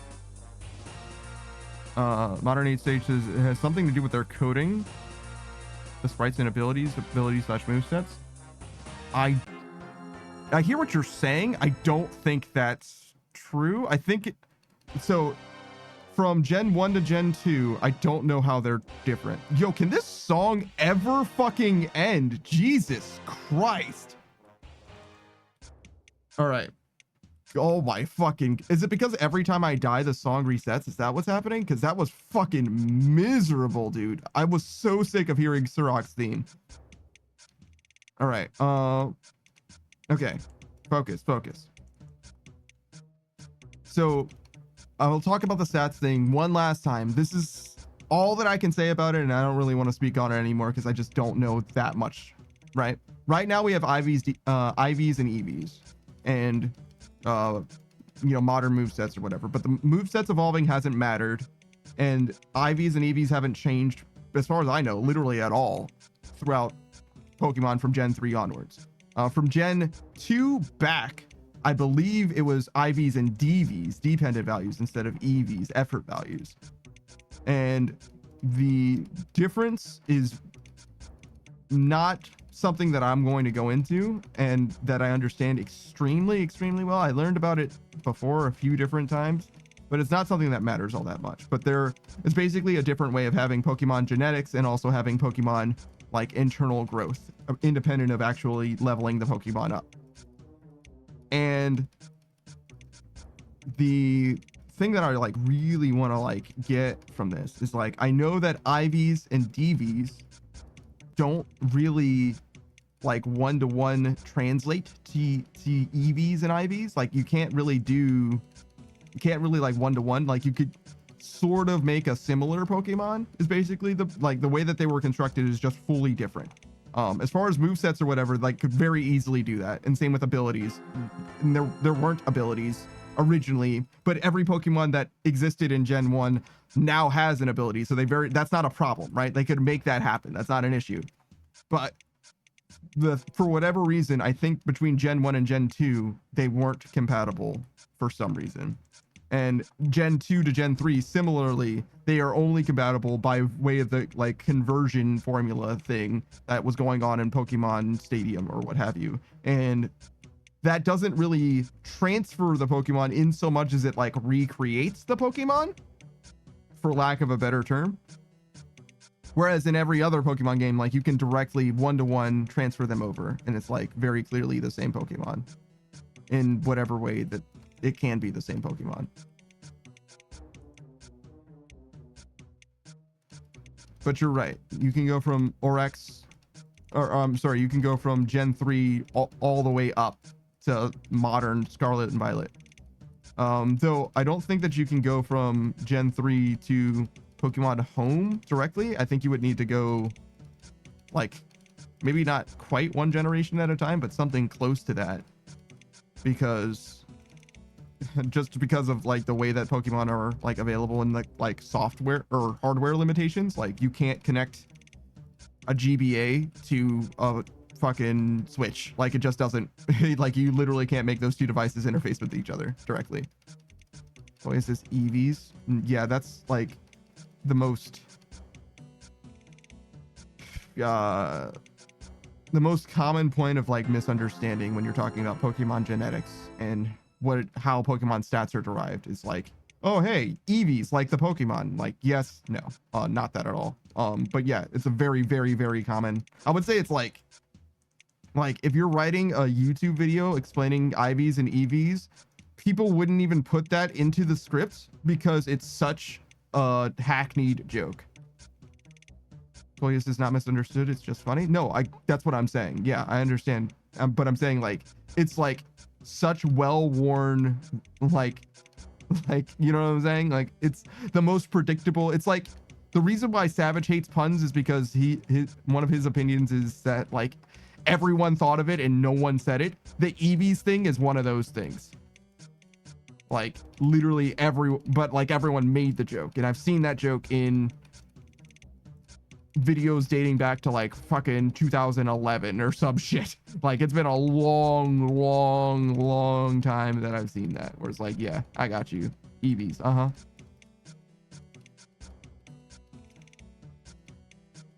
Boy, says there are a few rune factories, which I told you, 4. Rune Factory 4, I've been saying it the whole time.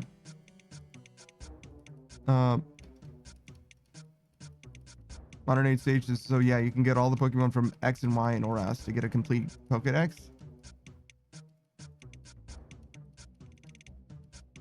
I don't really know what you mean by that, because you can get a complete Pokedex from those 2 games, probably, yeah. I think that the remake OSRS has everything that X and Y is missing, I think. But like, obviously, you can't get a true living Pokedex without playing the more recent games, right? So, I don't really. Modern Age Stage says it is not officially possible to trade between Gen 2 and Gen 3 games. So maybe it's between Gen 1 and Gen 2 that you can use Pokemon Stadium. That makes more sense, because as I remember, it was the first Pokemon Stadium, and the Pokemon Stadium, Pokemon Stadium 1 is obviously like a Gen 1 game, right? So it doesn't make sense for it to be the thing that gets you from Gen 2 to Gen 3. And I do know that Gen 3 was the like lower limit of like transferring Pokemon as well. But I knew that there was like a wacky weirdo way to get from Gen 1 to a different generation. So that's probably what it is I was thinking of the right Pokemon game in Pokemon Stadium, and you can go from Gen 1 to Gen 2, but only through Pokemon Stadium. That would make sense. That jives with everything else that I was thinking, and even some of what I was saying. Goyas says, I love puns and dad jokes. You said it, but my mind didn't keep it. That's fine. So yeah, Rune Factory 4. Modern Age Stage says, but you were right about the Gen 1, so Gen 2 can't be traded back if they are not coded into Gen 1, and if they have a move that wasn't found in Gen 1. Really? It just stops you from trading it back? It should just remove the move, but whatever. Modern Age Stage says, yeah, exactly. X and Y is missing some, and so is OSRS. So you have to combine the games just to have to finish the national decks for both games. That makes sense. That makes sense. I don't really, yeah, like I said, I don't really care about the living deck situation. That's like a lot of work, to be honest. Modern Age stages now, they either become a glitch Pokemon or the move becomes glitched. Yeah, no, I get it, but like, just simply don't program your game that way. I mean, it's Gen 1. They barely programmed that game at all. So I guess I shouldn't be that upset. How you doing, Saku? Doing all right. I went away for a little bit. I see. Welcome back. You're gonna be starting up soon, right? Yep. Okay. I thought so.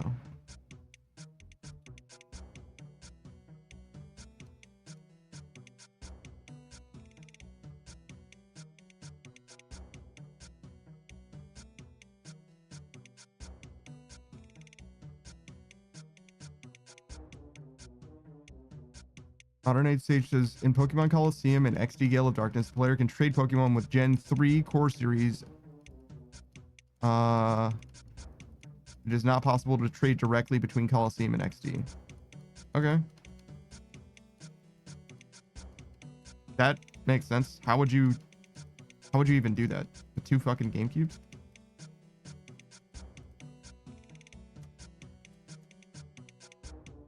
Como haces eso?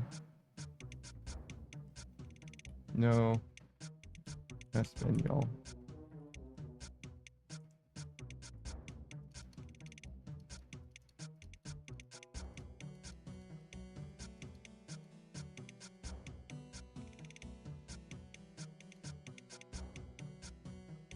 He's like, how? Como haces eso? What is that? Haces isn't it? Or isn't is. Haces is probably like. Hacer is like must. I think it's a must sort of a situation. I don't know what eso is though. Yeah, my Spanish is not good enough. I don't know what that guy was fucking saying.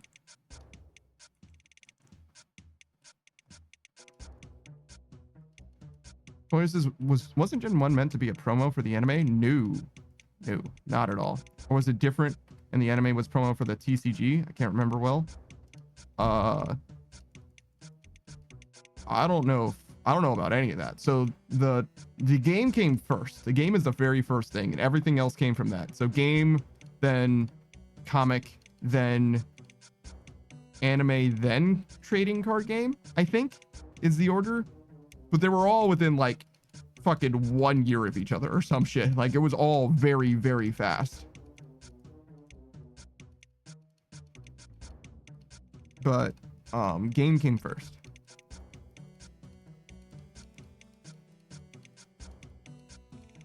Modern Age says more promo for the manga they never expected to take off.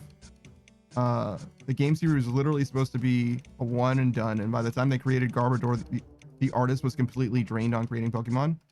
Modern Age Stage wasn't the manga originally first. You heard what I said. Check the internet, brother. It's at your fingertips. Unless you want me to do it, I can do it for you. But like, I'm pretty sure game first. Pretty sure. It would make sense if the manga came first because the sensibilities of the manga are very, very different from the games. There's like fucking gore in the fucking Pokemon manga. It's actually crazy. And like an Arbok gets cut vertically in half by a Charmeleon. Like shit is wild. But there's also been many different Pokemon manga is the other thing. Or there's only the one mainline game series. Playas is gore? Oh yes. Oh yes. You want to see the inside of an Arbok? We've seen it.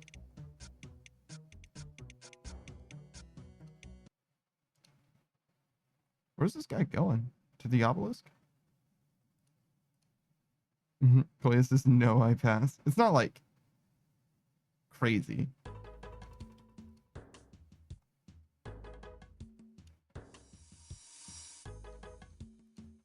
Modern Age Sage says the manga is dark, puts Ash to shame. I don't think being dark means that it's good. Thus putting something to shame, to be honest. I don't think that's how it works. I don't think the darkness indicates quality in any way.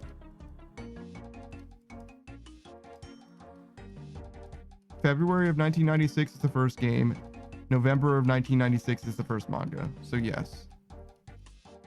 Thank you for fact checking that. So yes, the manga came after.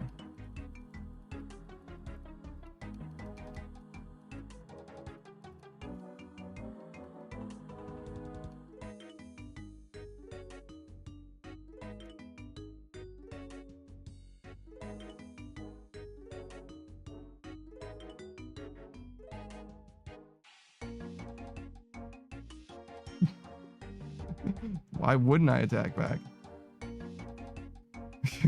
Fuck. This dude's trying to take my buddy. He's like, why would you attack back? And I'm like, because fuck you and I hope you take damage. Eat food, idiot.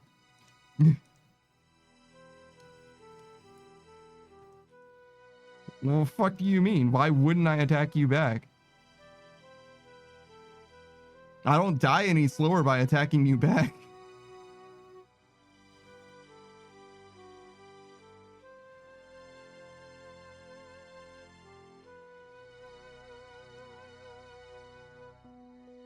Koyos is graphic, but not actual gore. What do you mean? What is actual gore? What do you mean by that? Like there isn't literal Arbok flesh, right? But it is a drawing of Arbok getting cut in half. blood splatter? Yeah, there's a blood splatter.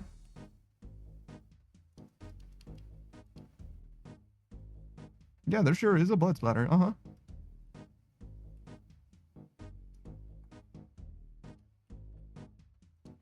It's way more than you would think Pokemon would do.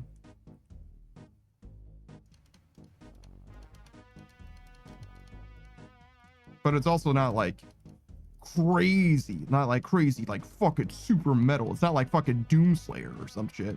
But it's definitely more than you've ever seen from Pokemon. If you're not familiar with Pokemon being associated with gore in any way, it's definitely more than that for sure.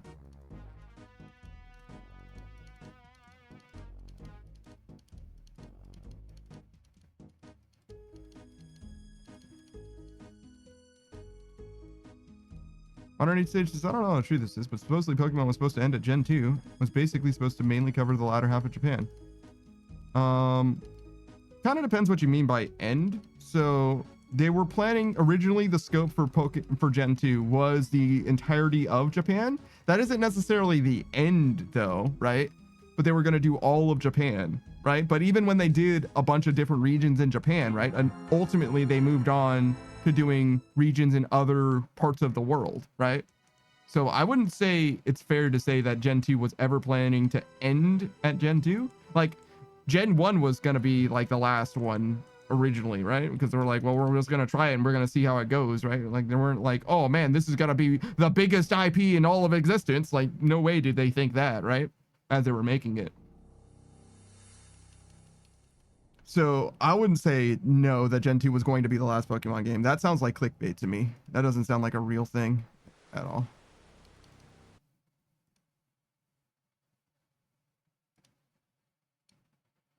Boy says, well, in other news, I got my little birdie done soon. That is nice. So like, I don't really know, like, does it, like the one case of somebody's saying like this is going to be the last one and they like intend it to be the last one is like Final Fantasy. That's like demonstrably, yeah, they were like, this is going to be the last fantasy game that they make, therefore Final Fantasy, and it ended up being huge for Square, in fact saving the whole company basically, though it is much less saving them nowadays. Shout out to Square, constantly underperforming by their own metrics at all, every turn, literally every fucking turn. So I don't really know. I don't know of an instance where like a game is like very provably was going to be the last, but they decided to go on after. For movies, there's a bunch of examples of that, right? Like the platform was going to be the one and done, obviously, but they decided to make a platform 2 because Netflix just has so much money, just hates things being creative. Underneath stage says the CEO of Pokemon thinks that they can go another 50 years of Pokemon. I don't see any reason why Pokemon would stop, to be honest. I like fully don't see any I think it would be good for them to make, how do I want to describe this? To make the games, to start making the games sooner and have like a bigger team working on the games like in parallel, like a Call of Duty situation. Because I think that the production cycle is too short for them to release games that at the fullest capacity of what they could do. Like if you look at Breath of the Wild or Tears of the Kingdom and you look at Scarlet and Violet, I think that Pokemon noticeably comes up short. And I think that's mostly because of a time problem rather than a talent problem or like a funding problem. Because they have money, right? It's definitely not a money thing. It's just a matter of what they're short on. And I can't imagine that they're short on talent either, because they pretty much should have the pick of the litter, right? It's a Pokemon game. It's not exceptionally difficult to like create conceptually, right? Like the stats for Pokemon, like what goes into making the Pokemon combat system, like Saku and I independently could go and program, I'm sure. Like it's not that different. It's not that difficult. He would need to know maybe more than he does know, but like randomization is across 16 roles. He probably doesn't know how EVs and IVs work, but they're basically are just like soft stats that you one time can attribute to things. IVs are just RNG at the start, 1 to 31 or 0 to 31, whatever.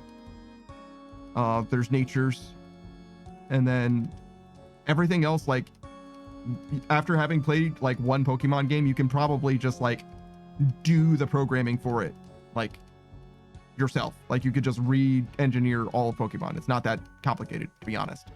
But as far as like developing a, you know, AAA game, there's a lot more that goes into it, obviously, with multiplayer and everything else, right? Like a million different things, right?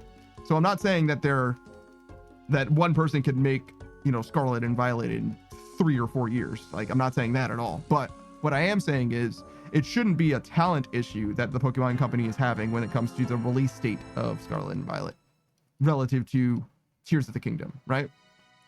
I imagine it's got to be a time thing more than anything else. And if not a funding thing, but it really shouldn't be a funding thing because Pokemon makes way too much money. Way too much money. They need to get their shit together if it's a funding thing. Modern Age Stages Sharknado. Speaking of movies, a new Final Destination is coming out. Really? After this long? I feel like it's been a long time since Final Destination has been a thing. I think there were like 4 Final Destinations before, and they came out like year over year back in like 2010. So it's probably been like 10 years since there's been a Final Destination movie. Something like that. Seems right to me. Final Destination 6 is the newest one. So there were 5 before, I imagine. Polio says, yeah, they should definitely work longer on the games and not be afraid to push the release date back. I imagine that they can't push the release date back because now it's such a huge multimedia thing that the Pokemon release has to do with like when the anime season's gonna start, which has its own like scripting and voice acting and animation and like maybe the like merchandise, you know what I mean? Like I imagine you can't just delay a Pokemon game. Like you just can't do it, right? Like there's too much going on generally. But that and you can't make more time either, but you can get more people working on a different game, right? You can't have, that's another thing, is like you can't have just more people working on the same game, right? Like imagine trying to build a skyscraper, right? And you're like, oh, well, I need it to be done sooner. Let me just hire more people. It's like, well, only so many people can work in the skyscraper on the skyscraper. They can't make the 20th floor while they're making the first floor. You can't do it, right? Like it just doesn't work. And similarly, right, if you want to talk about like resources, right, if you want to talk about like the money thing, right, you can't make the skyscraper faster by providing them with more materials, right? Like you can't just say, oh, well, here's all the materials you need for the skyscraper, here you go, day one, right? That's gonna slow them down if anything, because now they got to work around the shit that they can't fucking use yet. And similarly, getting them more than what they need material wise is not going to make them any faster either, right? Like the only thing that you can do is like start a different building with a different team, in my opinion, in order to like allow for, it doesn't make the buildings faster, right? But what it does is it lets you spread out the load, right? So that you have both games being made in parallel of one another. And if you offset them by 3 years or 5 years in the case of video games, right, then you'll have them every 5 years or whatever, however frequently they release Pokemon games, right? 3 years. And that would be more than sufficient, I imagine, to, you know, meet the standards of their, you know, quarterlies or what have you, right? And it would also give them twice as long to work on the game, which is exactly what Call of Duty did. But only Call of Duty does that, as far as I'm aware. Like literally just Call of Duty. No other major franchise actually has different teams working on it in parallel, different entries in parallel with one another, which is like completely ridiculous because Madden has exactly the same problem, except Madden also comes across as extremely fucking lazy. Like Pokemon is like literally the same game every year, true, but like they at least make a token effort to change some shit. Like it feels like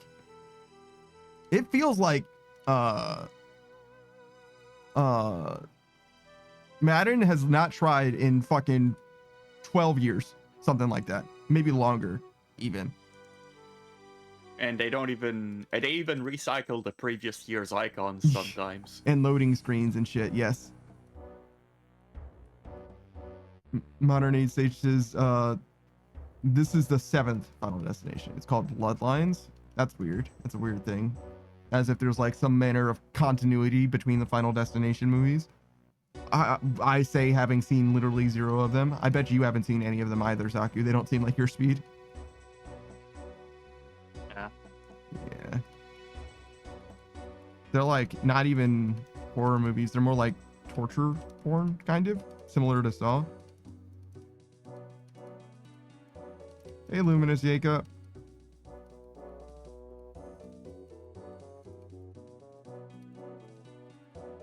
Really? You're attacking me? Aren't you getting stabbed right now?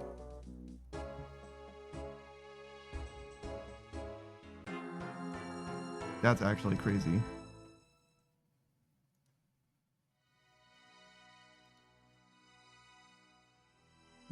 Modern Age Sage says is a continuity. Wait, wow, where's my English? Yeah, no, I got you. You're good. You're saying there is a continuity between them. Sure.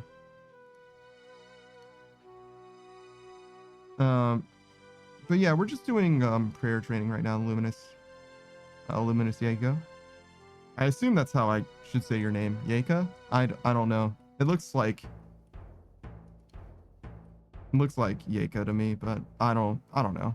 I'm stupid. I'm a dumb American. You can't expect me to do anything well. Modern Age Sage says most sport games are the same. If you talk about sports games meaning like EA, right? Then yeah, I definitely agree. But I don't know if I would go so far as to say that like sports games are actually that bad. Generally, they're very different. Switch to normal bones for 3 minutes. Bruh. You're telling me to buy normal bones?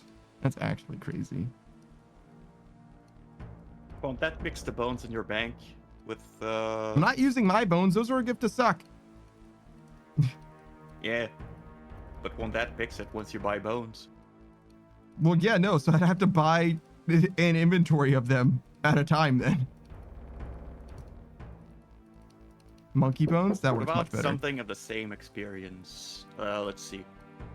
What about wolf bones instead? Savage said monkey bones. We can do monkey bones. Oh, monkey bones, yeah. 3 minutes. So that's probably like 3 inventories, maybe?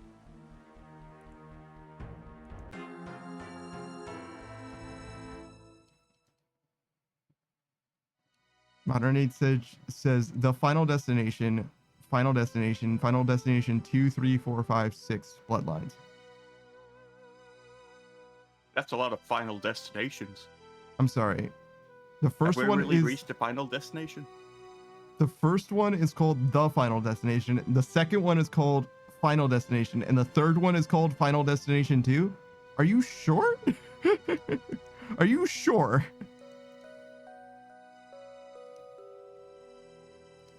Because that doesn't seem right, but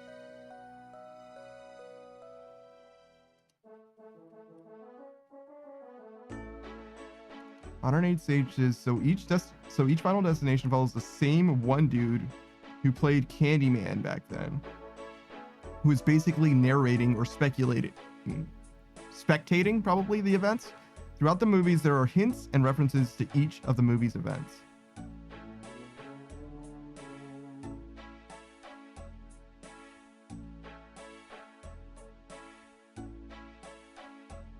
Well, the Final Destination and Final Destination are not the same movie. Yeah. Which means that Final Destination 2 is the third movie if you gave them to me in the order, right? Which I'm gonna go ahead and prepare. All right, I'll see you later, Zaku. Enjoy Power World. Yeah, bye. Enjoy your monkey bones prayer. Yeah, no shit. Savage says, what about 3D? I imagine 3 is 3D. I think he just abbreviated the name.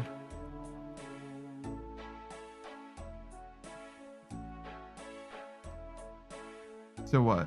We'll go with 27 times 3? 81, I think.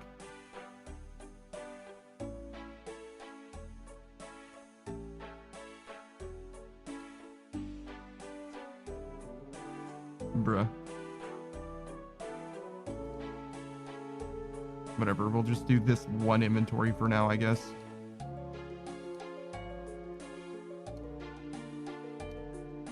No, sorry, we're gonna hit you with an ad break as well.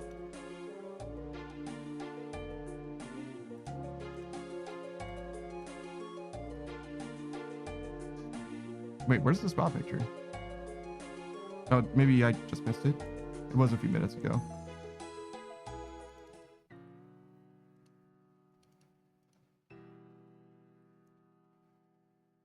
Modern Age Sage says, so Final Destination was originally the first one, but the Final Destination tells the story, tells the first set of people to deal with the issue that is suspected that Tony Todd is playing. And I gave them to you in a timeline order chronologically, but not release date.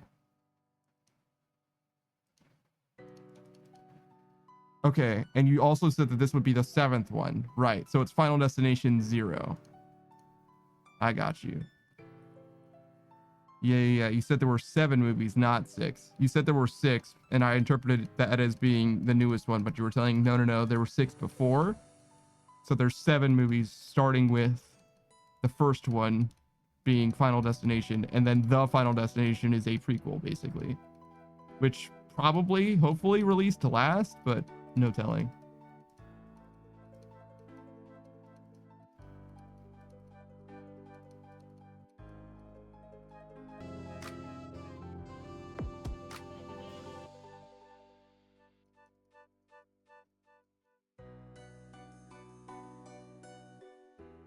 Savage says, just want you to converse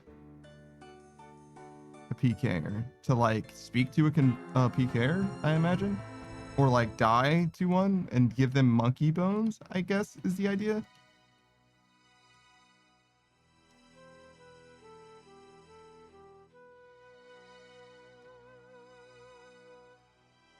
I mostly haven't seen them. They've been more active more today than any other day, but... Confused, got you.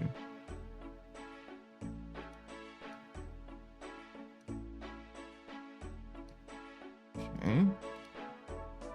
That's a surprising amount of money.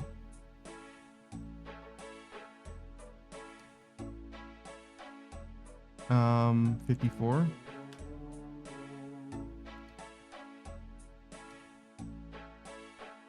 Brother.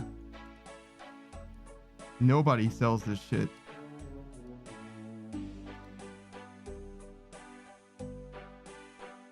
All right, we're just gonna do the last 27 because it's already been 3 minutes at this point.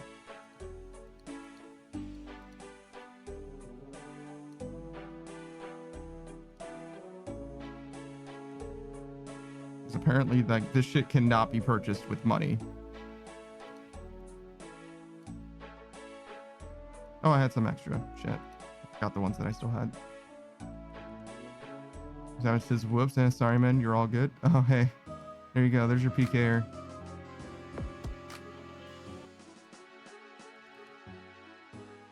Apparently he's AFK, so he didn't even see me.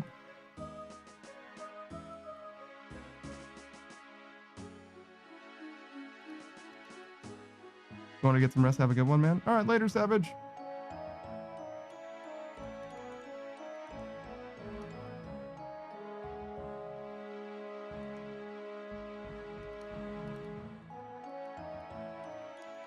Modern Age Sage says, I believe it released last. The Final Destination was the last one. Because I remember The Final Destination being like, oh, it's a prequel to all of the series? Interesting.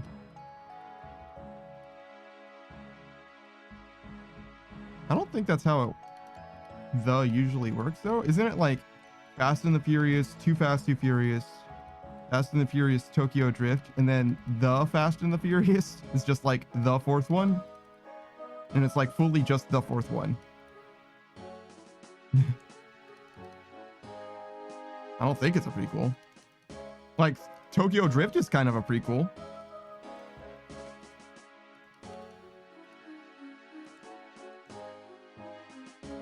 Modern Age Sage says, oh, actually, in order of release, it's Final Destination 2, 3, The Final Destination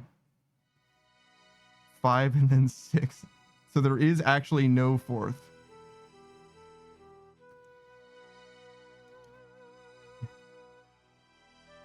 Okay, so there are 6 Final Destination movies with this new one releasing, Bloodlines.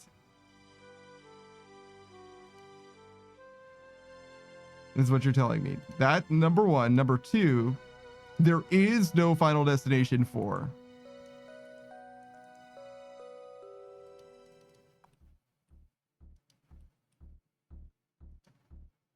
That guy's still kind of there. Weird.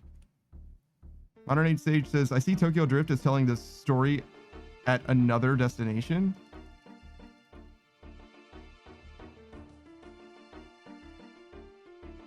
Yeah, Bloodlines should not be 6, I agree. But neither should 5 be 5.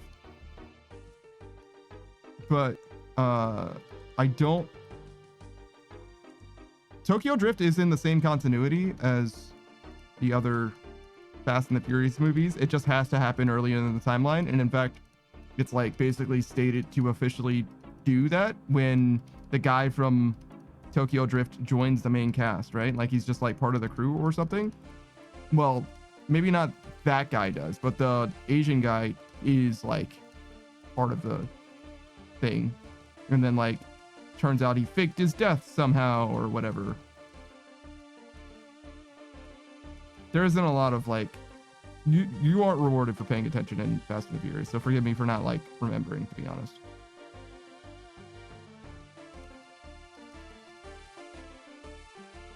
Modern Age Sage says, right, I agree with that too. Did we meet the white boy before or after Tokyo Drift? After. I don't know who you mean by the white boy, but if you're talking about the main character in Tokyo Drift, we meet him for the first time in Tokyo Drift, and I think we see him again after. I think. I know for a fact that we see the Asian guy who is like, he dies in Tokyo Drift, right? That guy is in another Fast and the Furious movie later. And I think it's unclear to me now. I think 2 things happen. I think he fakes his death, and that's why he's in a later movie. And also, you see him before he dies as well in a later movie. I think both things happen somehow. Like, you see him earlier in the timeline, and also you see him after he would have died. I think both things happen.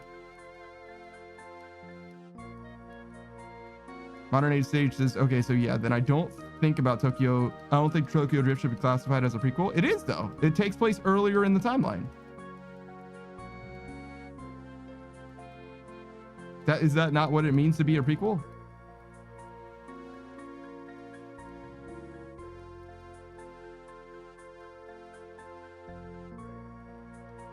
Or maybe I'm thinking about it the wrong way around. Maybe the rest of the franchise is a prequel to Tokyo Drift. That's also a way to look at it, I suppose.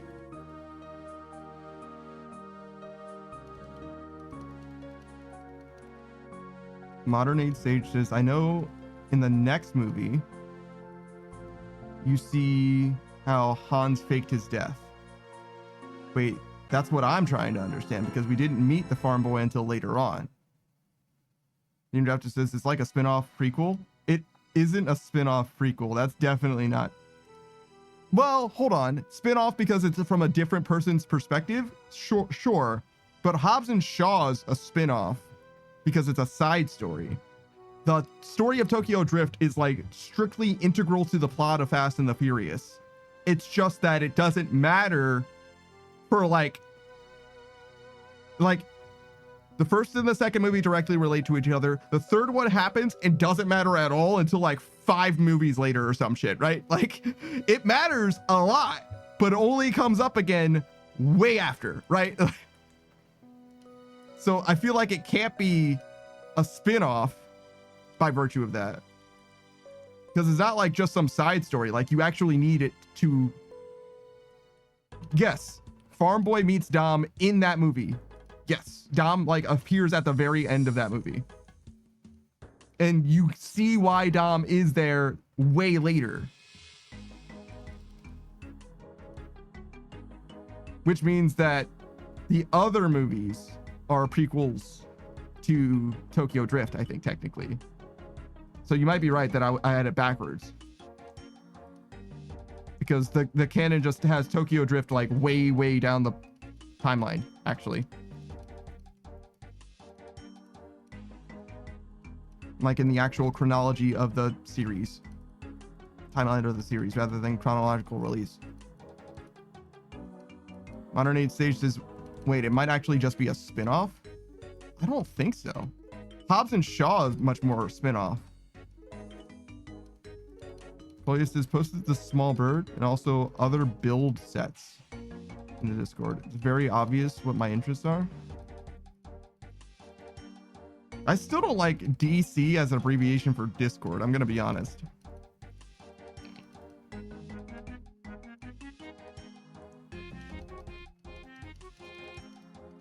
Underneath stages, yeah, because like Tokyo Drift came out during which part of the series? It was like the third movie. Tokyo Drift is the third movie, yes. Modern Age Stage says I call it Discord. Yeah, I would probably, well, disc for Discord. I probably would just write Discord. Or in the case of what Kolya is saying, I would have just said in general, and it would have been implied that I was talking about the Discord. People do it. It's not like that's a you thing, Kolya. Like, a lot of people do abbreviate Discord to DC. I just don't like it as a... First of all, it's a weird abbreviation. I feel really weird about my Discord only being, like, I go live and my Discord pops off. It's like, nobody says anything when I'm not live. But as soon as I'm live, it's like, oh, let's talk about stuff. I feel really weird about that. I feel like mostly I just want to be involved in the conversation is what it is. But like I fully am never able to like chip in the conversation when I am live, obviously. It feels very weird to be live and like people to be saying things when I'm live. It feels very weird.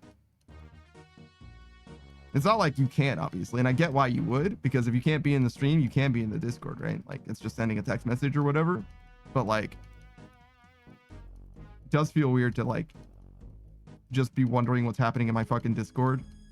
And not even wondering, because I can look at it. I see it literally right now, but Kolya and also Jay have been posting things in different channels, and I just can't go to every channel. I can't just have it be open.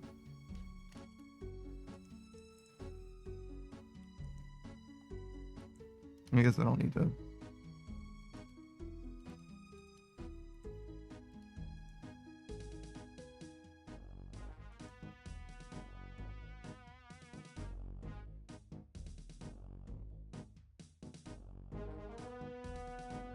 Text for this guy. Kolya says, for me, it feels weird to just randomly go here, look, out of context.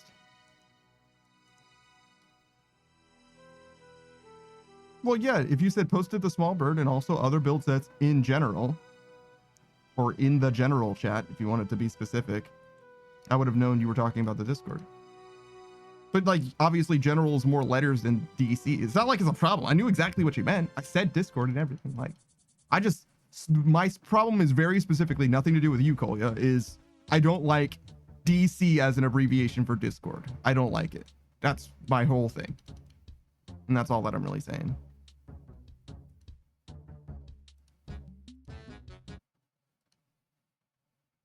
It's not like I like feel terribly strongly about it or anything. I just don't like it. I think it's a little silly. Kolya says, I mean, out of stream, I don't know how to normally start a conversation in Discord.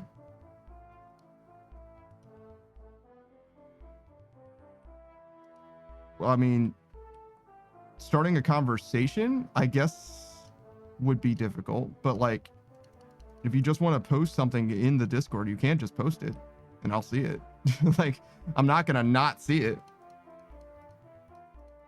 That's another thing. Like, you don't have to in my Discord, you don't have to tag me at all. I'm going to see it. I've seen every single thing ever posted in my Discord, every single thing, and I haven't responded to all of it because sometimes the conversation is like well and truly past by the time I actually get around to looking at it or whatever. But I see everything. So if you want to see something, you don't even have to tag me. You can just post it in there and I will see it. And if you want to ask me a question specifically about it, you can ask me a question and I will respond to it as well. I used to have an AMA channel on the Discord, but it wasn't really used. So I just retired it eventually. I was like, whatever, this is stupid.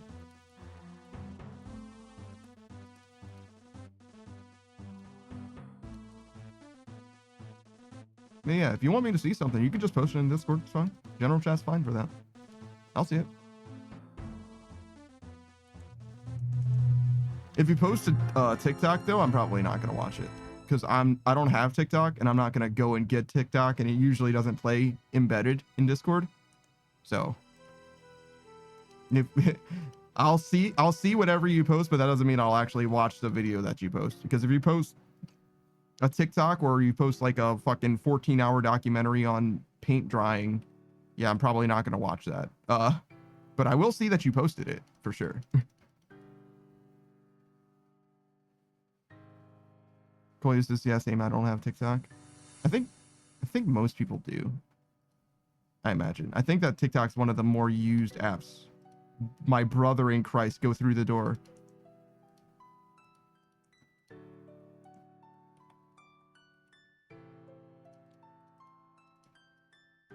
Underneath stage says so. Hans. I think that's the Asian guy, but I'm not sure. Was revealed in Fast 9 to actually be alive, and that's when Mr. Nobody told them how his death was faked using Shaw's attack on Hans as cover. So that's 6 installments later. I don't know if I've ever seen the 9th movie, because I think the 9th movie is just after Hobbs and Shaw takes place. And Hobbs and Shaw is just after Fast 8. Which is when we stopped watching the Fast and the Furious movies. We got to like the 8th one. And then the people who were hosting the Fast and the Furious movies just stopped hosting them in our weekly movie night. They were like, should we do Hobbs and Shaw next, or should we go back to Hobbs and Shaw at the end? And then instead of making a decision, they just never hosted any more movies. Yeah, I get you. You're saying that's when he was revealed after Tokyo Drift? Yeah, sure. I remember him being alive at some point, but I didn't know if he was alive earlier or if he was alive after. But it seems to me then what you're saying is Tokyo Drift is thus probably synchronous even, because there isn't anything that happened. No, because doesn't you say he first appeared in 9? No, you said he was revealed in 9 to be alive. I feel like he shows up before then and does something that was earlier before Tokyo Drift. Like he just shows up and is like part of the cast and there's like no question or whatever. And Dom is revealed to have known him. Like in Tokyo Drift, he shows up because he has a lot of respect for Hans or whatever, right? And in one of the Fast and the Furious movies after Tokyo Drift, I'm not sure, but I thought it was like, yeah, this is the thing that he did with Hans earlier, right? And you see that, and then in 9, it's revealed that he's alive after all. So I think it is both, but I'm not sure still. But I will reiterate that because I do think, thinking about it more, that does still seem right to me, actually. But it's been a long time.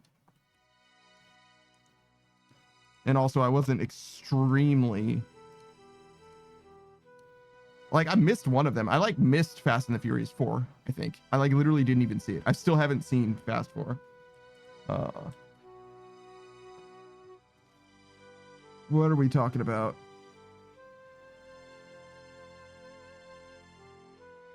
We stopped at Fast 7, Furious 7. We saw a bunch of stuff after, just never Fast 8. That's the one that we haven't seen. And Furious 7 was all the way back.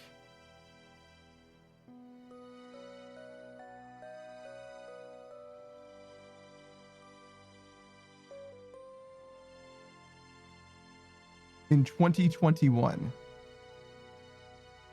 So yeah, I don't remember it that well.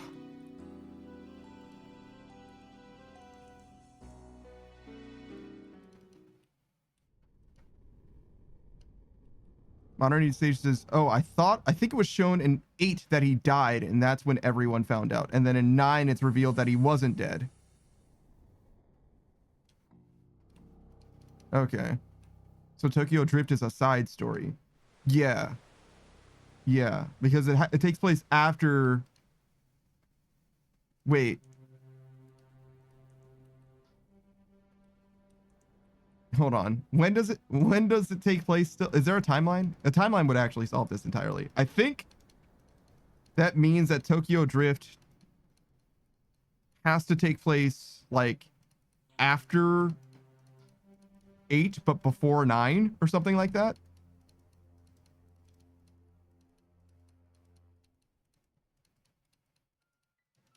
Polio says, wow, I put 1,007 Jenga berries for sale, 12 were bought so far. Yeah, you have to wait until a person actually buys it, right? So if the price is in a slump, it's going to take longer.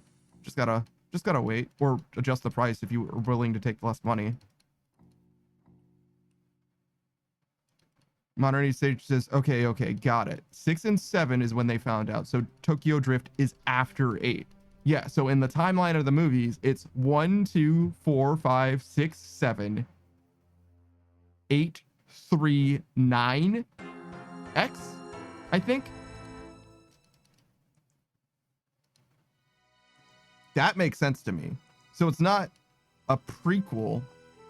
It just takes place way later in the franchise. Boys, does I adjust the price? Yeah, sure. Sometimes just waiting is the thing. Honestly, waiting is the way to get more money. As long as the price, bounces up, you will get more money, right? It just depends on if you're willing to wait for it, because sometimes you need the money now, for example. Modern Age Stage says, nope, I'm wrong. My bad. 3 takes place in between 6 and 7. That would make sense as to why I'm even aware of it. I believe 6 is when Shaw was trying to kill them all. That also makes sense because, like I said, we saw 7 and then didn't know if we were going to watch Hobbs and Shaw.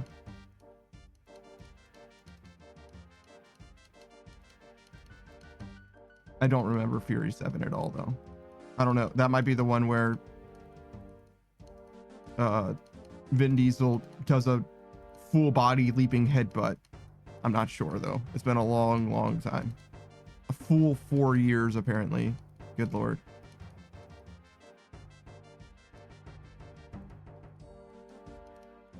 Toya says, I mean, 529 was what everything else said. That doesn't mean anything, though. If you're looking at the wiki is notoriously outdated when it comes to its prices. And also the GE itself doesn't really know what the price truly is either. Really, you want to look at the real-time tracker that the wiki will give you access to, and that'll show you what it's like right now as well as what it has been like historically, and you can see if it's rising or falling, which will give you a decent idea.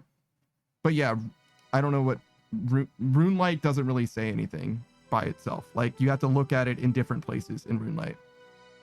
But yeah, that's my point. Also, it could be that the thing that you're selling, you are selling at the right rate, but they sell, way low volume or whatever, or they just crash or something like that as well. Sometimes, like, it's a real economy. You know what I'm saying, Kolya? Like, you're not guaranteed to just sell things anytime.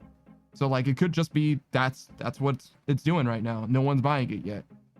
Either wait or adjust the price, because even if you adjust the price, it's not guaranteed to like sell. Like, you just saw me struggle to buy monkey bones, like 200 gold above asking price, just because nobody happened to be selling them at a reasonable price at the time. Like, I might have created myself a nice bump in the price of monkey bones just because that thing isn't actually very commonly traded. Which isn't a real bump, right? Because the demand that I had for monkey bones is a transient one. It's not a permanent increase in demand, right? So if the GE tracker noted my price, my purchase, it would have a huge bump in it that didn't actually represent an increase in demand in literally any way. I just happen to want those monkey bones more than I had sense.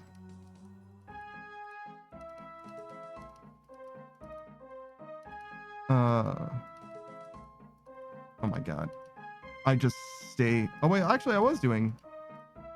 Now that I saw it, I was getting prayer experience. I thought I was constantly restoring my prayer, and I kind of was as well, but I was actually getting experience as well, so it wasn't the worst thing.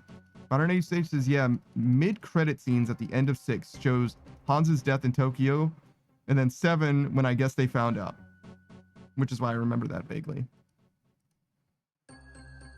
That makes sense. That makes sense.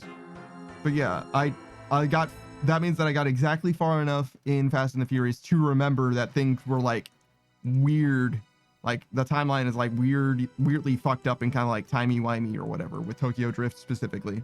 So yeah, it is kind of like a side story. It's like fully, so I would say it's a side story more than it is a spin-off, because it's fully necessary to understand what's going on, right? Like if you didn't know that, then you're like, what the fuck is going on? Hey, Booze again. What's up, dude? I'm surprised how well those dances work as emotes. I think it's because of how strong the coloration is. Like it's very easy to see my shoes and the jacket and stuff. Like the gross body movement works really well. You can do a lot with a GIF, I think. An animated emote. Polio says update, big frogs in Lumberj Swamp do not drop big bones. I don't know if I said big frogs or giant frogs, but you get what I'm saying. There's frogs in Lumberj Swamp that drop the bones that are the ones that you want. But those bones are also more expensive now than they've ever been before. Because Royal Titans. Though the price might have dropped now, to be honest. I don't know. Giants get big. I got you.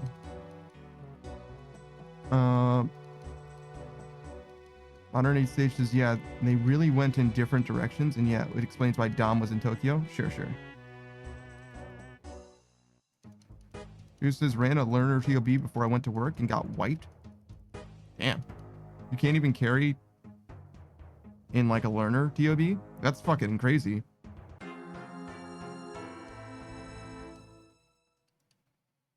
I guess the margin is obviously narrower for TOB proper rather than entry, but like, damn, still crazy. Who says it's learner but on normal mode? Yeah, no, I got it.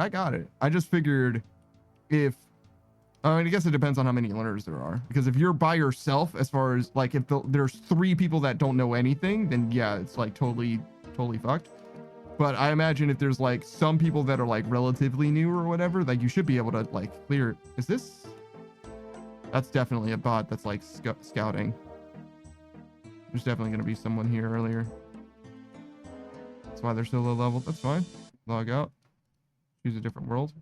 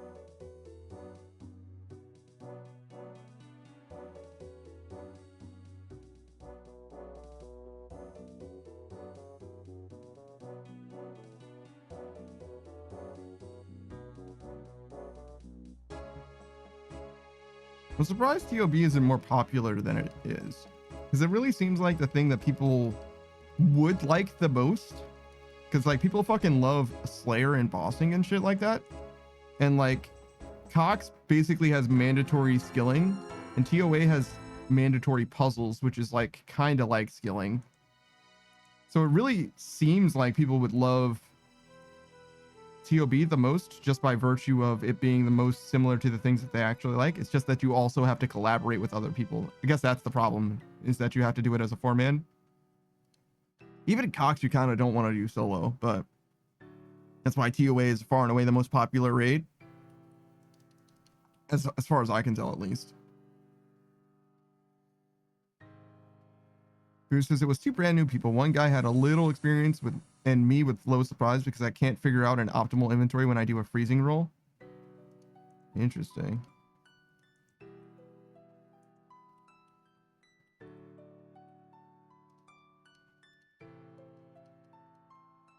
Are you trying to learn all the rolls instead of just one of them?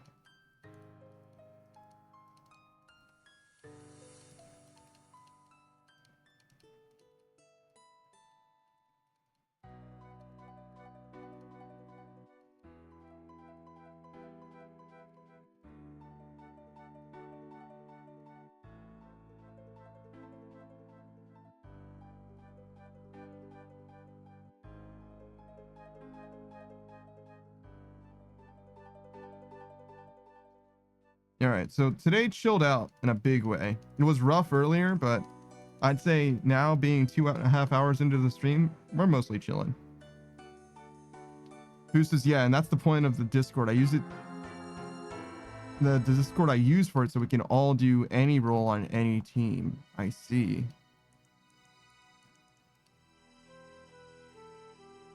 So you're really trying to just like bulk out your experience. You want to be able to do anything needed in TOB. I mean, that's good.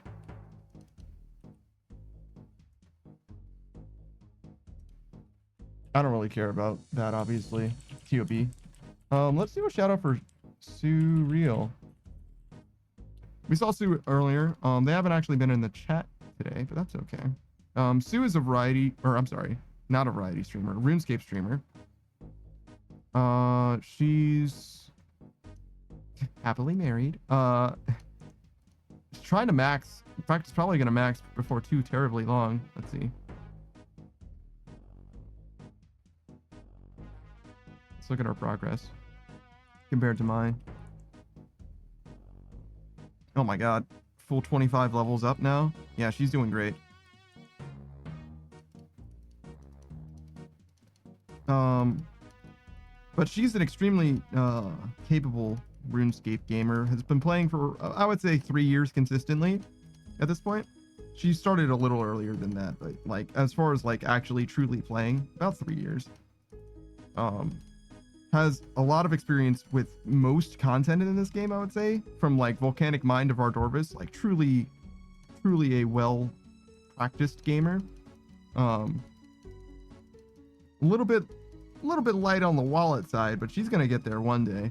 It's just a matter of her, like, she has the ability to get any kind of drop, to be honest. She doesn't really do like a ton of raids. Like, she's done raids before, but she doesn't do like a ton of them, and that's kind of the problem, right?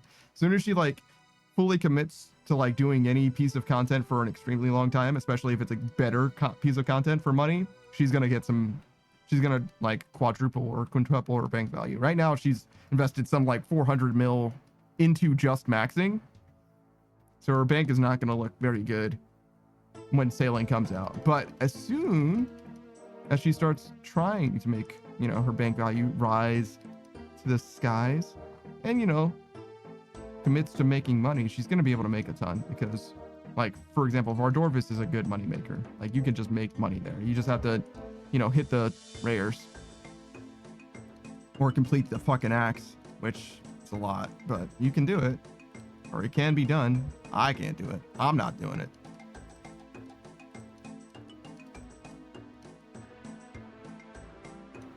That was a bad place for my mouse to be. I literally moved it to the same fucking place somehow. I love that. Who says, yeah, I got the 2 easy ones figured out, but the freezing is hard when I want to bring Void and Torva.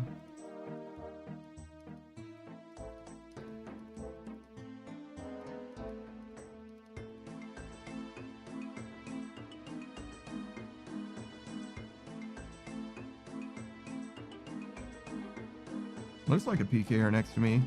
He didn't attack at all. I imagine he's just looking for PKers.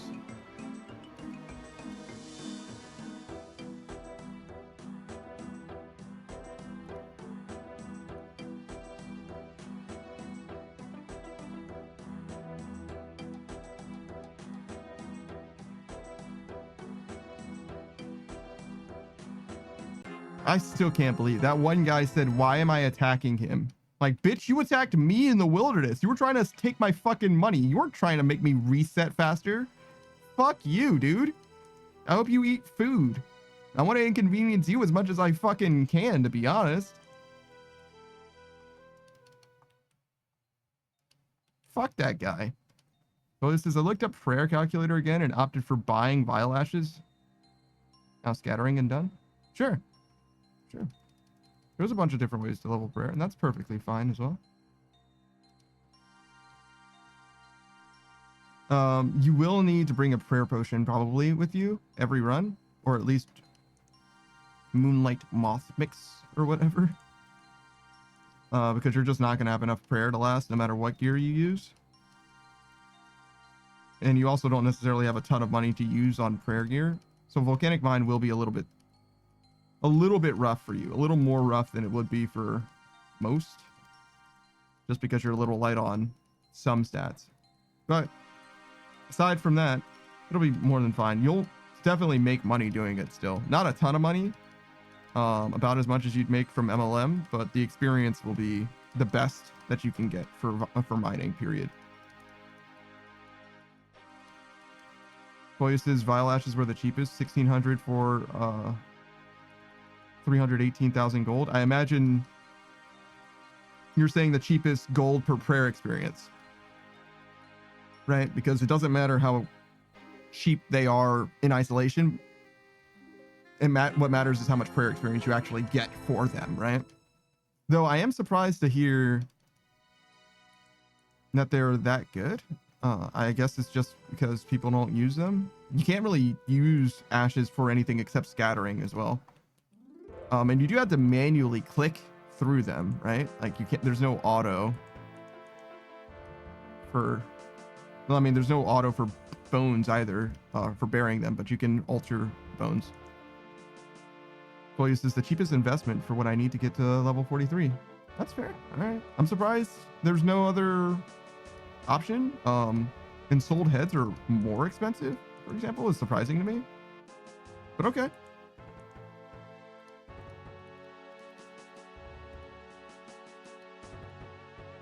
$1,600, you could get that done in a day. It will take you about a day probably, but you can definitely get it done.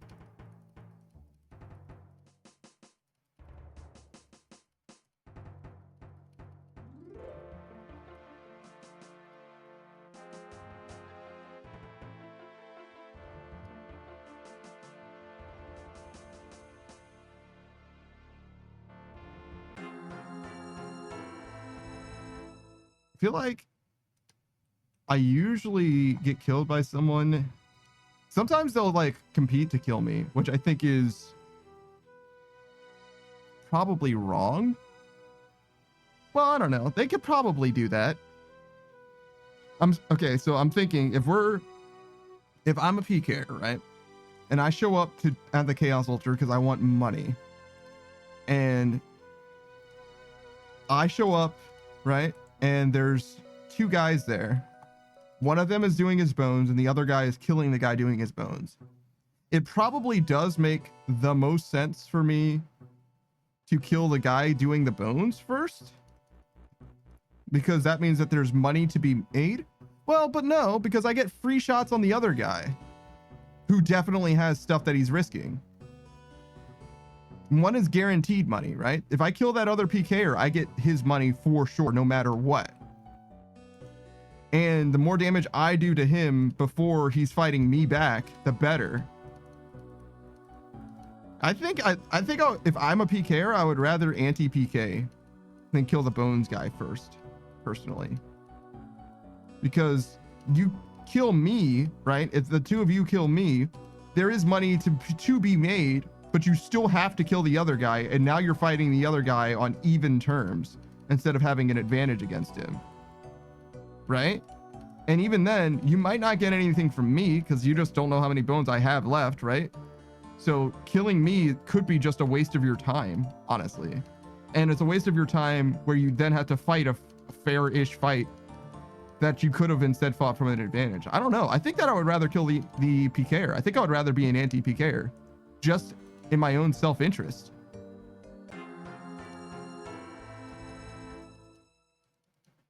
That's interesting. I never really considered that, but it does seem like PKers become anti-PKers just in their own interests. Right? Is there any reason why they wouldn't kill another PKer? Unless you're a group of two, right? Like if you're a duo, right? Like if he's your friend, sure. But if you just independently encounter another PKer, because that guy's skulled up, right? He's only got one safe item. You're gonna get something from him.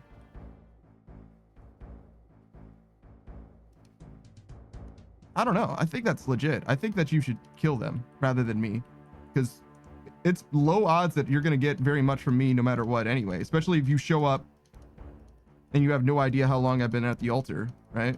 There's just no way for you to know.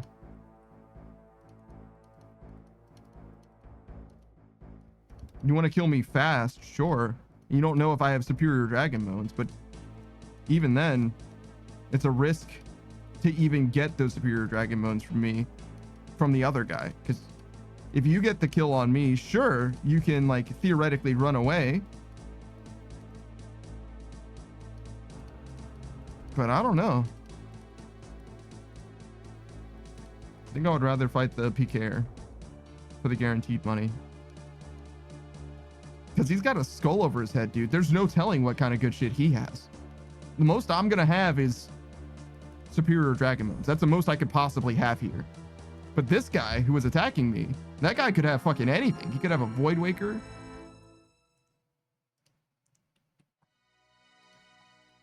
Polius says, can't see your inventory of what others have with Rune Knight. No, you cannot see inside of someone's inventory ever. You can see what they're wearing. No shit.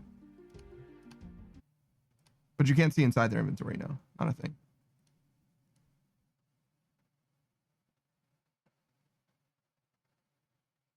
Joyce says I mixed it up. Yeah, no, you're good. And even when you look at someone's equipment like this, you still can't see their ring slot. I think you can see everything else that they have, but you can't see their ring slot.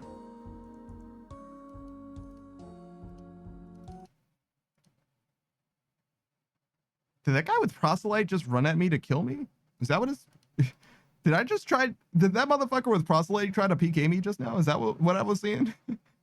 That's crazy. All right. Proselyte, huh? Sure. Proselyte's like the cheapest prayer gear in the game. Not exactly. It's like the cheapest prayer gear that has decent defensive stats. Yeah, it's the best budget prayer gear, I would say. You might even use proselyte when we do volcanic mine. You'd have to do another quest, yet another quest for it. It's the Falador Black Knight quest, though it might not be that bad, and proselyte is very good stats wise. It might be worth doing. I don't know how long it took me to do or what stats you need for it, but if you can get away with it, it probably would be pretty good.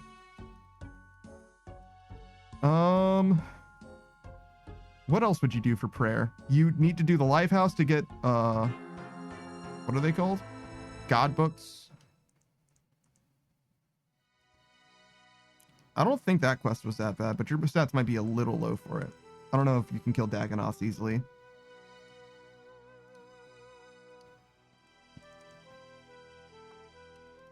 What else? The Lifehouse? The Lighthouse. You have to go to a lighthouse. I don't think it's a Lifehouse. I think that's just a different thing. Is there more that I can think of for prayer? Probably. Oh.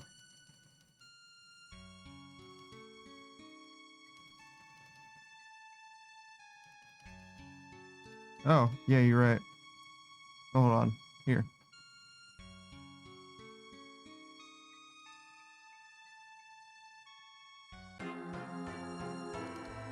There we go.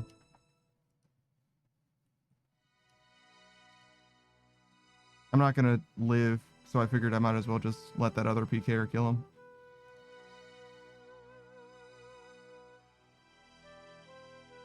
The PKer attacked me instead of the guy who had a weapon, which is wrong again, as far as I can tell. But I'm just, you know, thinking out loud best I can. But I didn't have that much money anyway.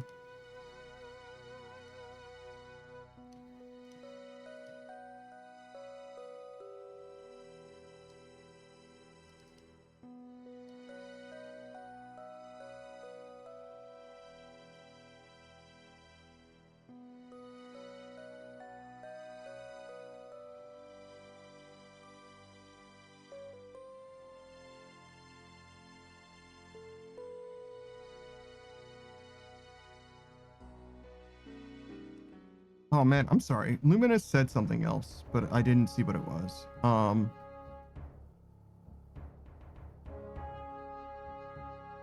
Luminous said, when I hear Chaos Altar, I hear possible free bones and express delivery of despair and ultimate suffering, but not today. Today I rest. I don't know about possible free bones. I mean, theoretically, you can get free bones. It's true, but most people that I've seen who like try to PK here, like arguably use as much money or similar amounts of money at the very least as I lose just to kill me. Like on average, they're getting like maybe 20-ish K, not even really. Like, and that's when they get me. Usually they don't even fucking kill me, but like so like on average they get fucking like a few hundred gold or some shit, because usually I don't even die here. But of the times when I do die and lose money, it's probably on average like 20K, and they'll be using bolts that are worth like 4K a piece. Like I've literally got some things from PKers that I like literally just picked up because it was worth me picking up, because the ammo that they're using is that fucking expensive. So like that should really put it in perspective. Like the bones, individual bones that I have, right? The bones that I'm using here, they're dragon bones. So they're not even like cheapo bones. These are the bones that you would use at the Chaos Altar, right? 29.65 each, right? These I got shot with 3,400 each. Now, how the fuck does that make sense? That you're shooting more money at me than I am bringing with me that you could theoretically possibly get. You're like, if you probably have more than 20 of these in your inventory, right? So you're literally using more money than I am risking. And that's not counting anything else that you've got. I've got nothing but these bones. This motherfucker has some kind of crossbow. Right? Like, I don't know, man. I don't know how the fuck that makes sense. It's just not a good investment. And I want to say that that's what every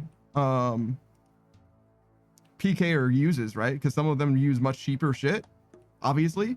And I think that makes sense to do as well. I think that that amount of gear is not a reasonable thing to bring to this place, unless you're killing somebody who's risking their Din's bulwark or some shit.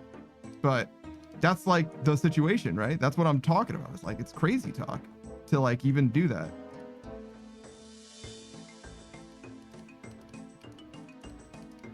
But you know, whatever. This is what they want to do. I don't like it, but feel free. I've never really liked PKing. I kind of fuck with anti-PKing though, I'm gonna be honest. I don't really feel despair from this because I get too much experience from it. I mean, this 400K an hour is not what despair is made out of. But that being said, it does feel bad to get murdered, but even then, it doesn't feel that bad when I'm risking fucking 70 something K. Not even, I'm risking like 68K, right? Because I keep 4 of them or whatever, right? Yeah, it was 80K inventory. So like, it's really not that bad. Truly, it is not.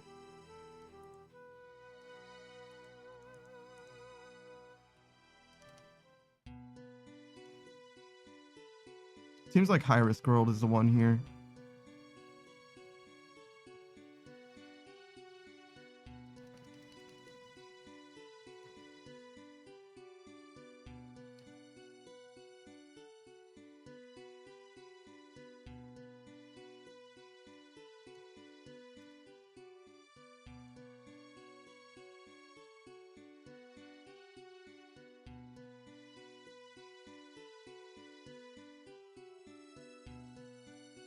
I miss South Arcade. Shout out to the homie. We did thieving together, Rogue's Castle.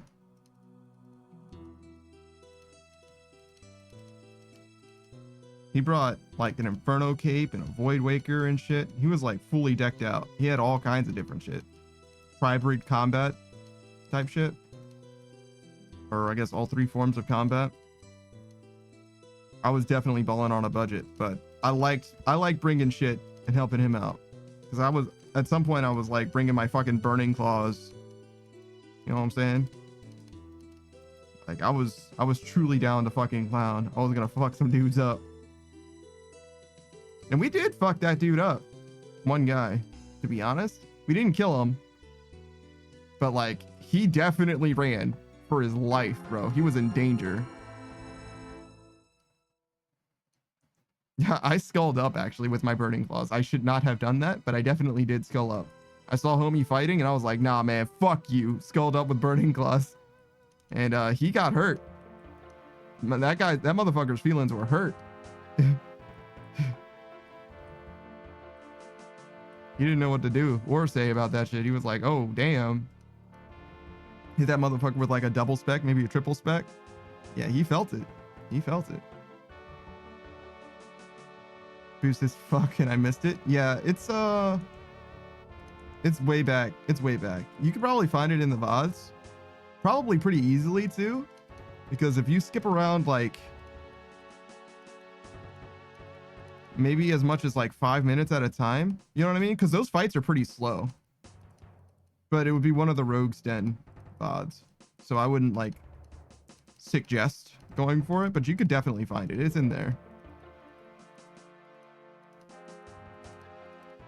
And I talk about South Arcade a decent amount too. So if you were like listening to what I was saying in the VODs, you would know if you missed it because I would talk about South Arcade. I only saw him like I was there when he maxed. Who says, oh, I thought you just meant it happened? No. Rogue's Castle was when I was doing thieving, right? It was a long time ago. No. But yeah, no, it was very exciting at the time. We did a lot of anti-PKing actually for that section of our gameplay experience. Because honestly, we were risking, well, not risking. We stood to gain a decent amount, right? I banked like every 300K-ish. And by comparison, I'm basically risking a quarter of that. Not even. I'm risking less than a quarter of that every time we do this, right? So it's kind of worth fighting over, I think. Especially being that you have nothing better to do except like have gear in your inventory. Like you have a bunch of slots that you have nothing better to do with. Boosters, yeah, those items, those times were sick for real, especially with those heavy ballista hits. Yeah. Shout out to the ballista, which the heavy ballista did me quite well. I still like that thing. I don't think I would ever get rid of it. I think I love that thing too much. I've had a lot of good times with that. Most of the gear that I have now, actually, I've had a lot of good times with. Maybe I would get rid of it just for like when we're done with RuneScape. One of the things that I've been saying is like just kind of like do a massive drop party or something. Maybe I'd be willing to throw that in there just because it is of such strong sentimental value to me. But I'm not sure. Who says it's my favorite switch in LMS? It's really good in Tormented Demons as well. I don't know how much Tormented Demons you've done, but I do melee and magic because it's the best way to kill them, actually. It's literally the best way to kill them. And if you do melee and magic, you can have just one heavy weapon instead of having different heavy weapons, and that one heavy weapon being your ballista, because he'll never pray ranged except at the very start of the fight, right? Sometimes he starts out praying ranged, and that's okay. You can just use magic in that case. Boo says I haven't done much since release and don't know the strats. It's very simple. They actually made it even easier to understand what's happening as well. So the overhead prayers actually work now, right? So like you can just look at him and see what he's praying. That's nice. And now their bodies have like a fire, like they're literally flaming. And when the flames turn off, they have no defense, right? Like you can't miss a regular attack against them.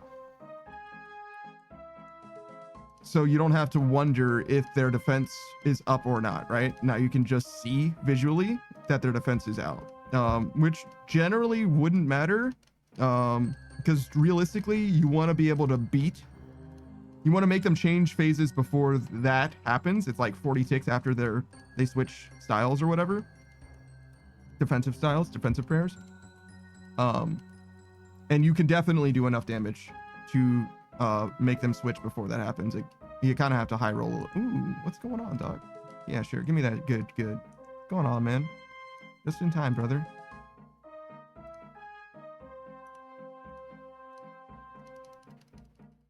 But yeah, Tormented Demons is one of the things that I, at least was, one of the most informed players in the game. Who says, are you able to manipulate their defensive prayers? Yes, but not directly. So the way that they pray is when it comes time for them to switch prayers, they will switch to the thing that damaged them last. So, and it's every 150 damage that they take, right? So when they take 150 damage, if you're paying attention, and that's not counting the in-between damage that you do with a heavy weapon, right? If you pay attention to the damage that you're doing, and you're using, for example, a thrall, your thrall can push them over the threshold. For example, a thrall using range, right? Which is a weapon that you don't even have, except for your ballista. And they would pray ranged, and you can just keep on doing magic or whatever. I think melee is theoretically the best. Like, I think melee is like the best by far, actually. If you're praying offensively, at least. Piety and super combats are really fucking good. But yeah, you can, in theory. It's a little weird to do in practice because you have to like keep track of the damage that you've dealt to him in a given phase or whatever, which isn't like impossible to do, right? Like you just say, okay, 43 plus, 27 plus, you know what I mean, until you get to 150, right? But and perhaps easier than that is doing something like a 4-way switch-ish, which is what I ended up doing. I was doing 4-way switches between magic and melee, and it was not that bad at all. It was gloves, necklace, and then 2 weapon slots. So main hand, offhand, that's what I would do. And I was wearing mage gear, arms, on my body, because the mage needed a lot more help than your melee does. Melee gear basically just adds to strength, which adds to your max hit, which is relevant, don't get it twisted, but it's just not as important as magic accuracy.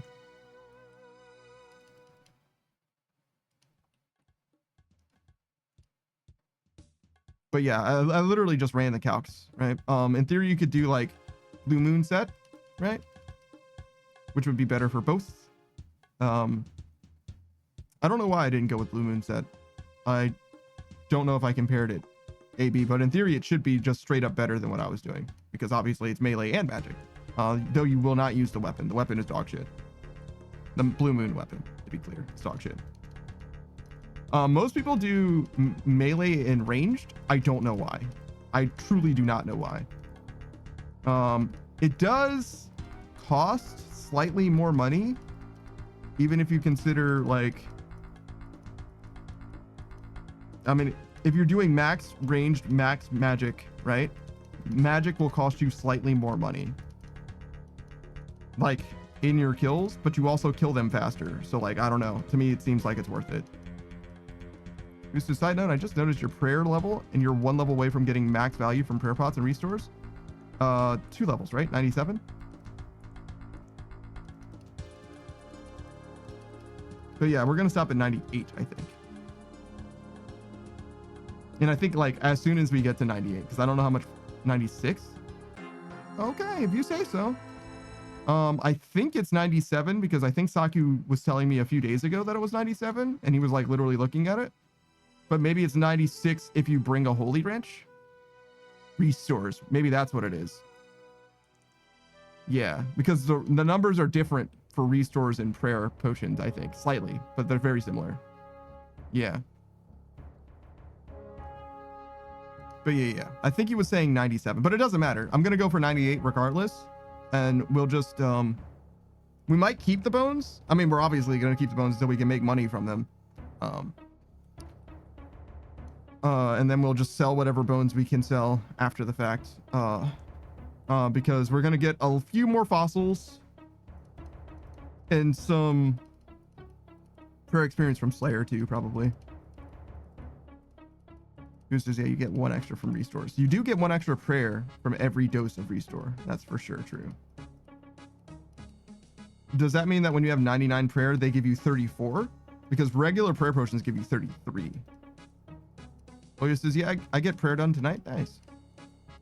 Who says, and then Panda's PVM arc begins. If you count Slayer, yes. But I'm certainly not going to be doing too many raids. I'm willing to do some, but only with you. And only really TOA, I would say. Unless you like really want, if you just want to do TOB and nothing else, I'm okay with that. But I'm not going to mix between the two, right? You have to pick one that I do. And I'm only going to do it during stream too. But if you want to do either of those or Cox, it's also fine. Pick any one of them and I'll do them. I would want the first day I'd want to do it for like a few hours, maybe 5 hours or something like that. And then after I get it down, which would probably be not like down, but you get what I'm saying, where I have like don't need reminders or anything like that, where I just need to practice. We could like maybe send 1 or 2 a day or something. Who says TOA is the easiest to pick up and Cox is second? Yeah. I don't care, right? I'm not doing it because I want to do it. I'm doing it because I'm willing to do it because you want to do it. You know what I'm saying? So if you want to, we can. I don't mind. And we can probably get some other people to join us as well, like maybe Savage and Saku. They would probably prefer Cox or TOA to TOB though, if I had to guess. But I also don't necessarily want to speak for them. But yeah, I wouldn't mind. Just a little bit though, not a ton. Like 1 full day I'm willing to do, and then like now and then after that. Who says not 99 doesn't give extra beyond? I think there is one case where it does. 99 prayer, but it's like a weirdo situation. I'm trying to think. Like the wiki was like, theoretically, if you could do this or whatever, something like that.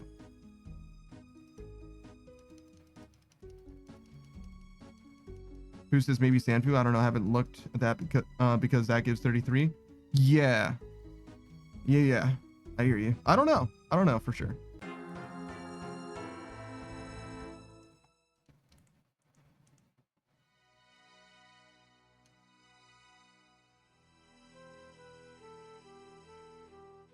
Oh, wait. This? What? Guess I fucked that up somehow.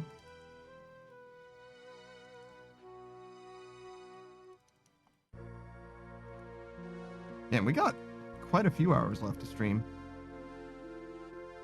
Even though we already hit 1 million, we're doing like fantastic right now. Holy shit.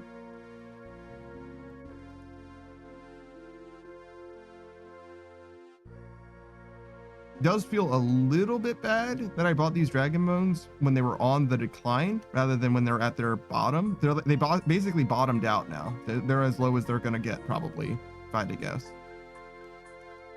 But it does mean that I spent like 500-ish extra, maybe a little less than that, per bone.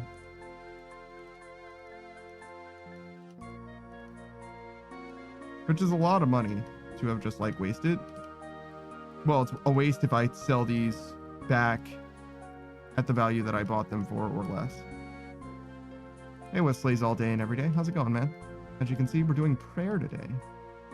Who says the last and only time I gained 1 million experience in a day was Wintertod? I've definitely gotten 1 million experience, more than 1 million experience. A few times now, to be honest.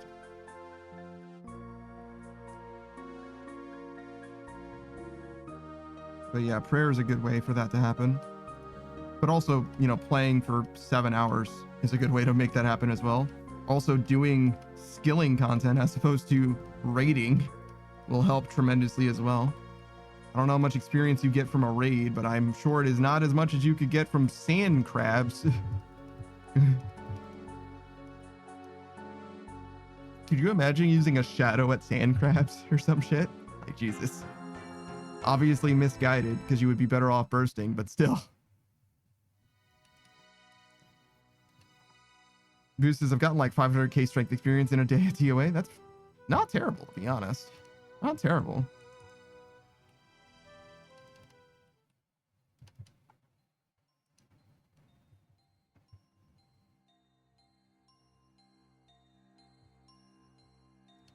That's like 6 hours though. So in 6 hours, 500k experience. So yeah, not the best. Not the best rate. I don't know what combat rates are like generally. I know that magic and range are the fastest because you can burst both of those. And that means that hit points is the next fastest by virtue of that. And defense as well. So I don't know what attack and strength look like. I think it's sulfur naguas, but whatever you get from them. Foya says 1075 of 1600 left to scatter. That is quite a lot to scatter still. So if you're playing on mobile, not the worst experience. Withdraw them and click 28 times. Withdraw them. You know what I mean? Repeat. Not the worst. That's a lot of clicks to do. That's what I mean. Foya says I'm on PC. All right. RSI is a bigger problem with mouse clicks than it is on mobile, I think, generally. Boost says, they look like the Nightmare Zone in 17 seasons of South Park watched in my case. That's funny. That's fair. 17 seasons of South Park. Jesus. Boost says, what is RSI? RSI is a state of mind. Repetitive strain injury. It's arthritis, basically.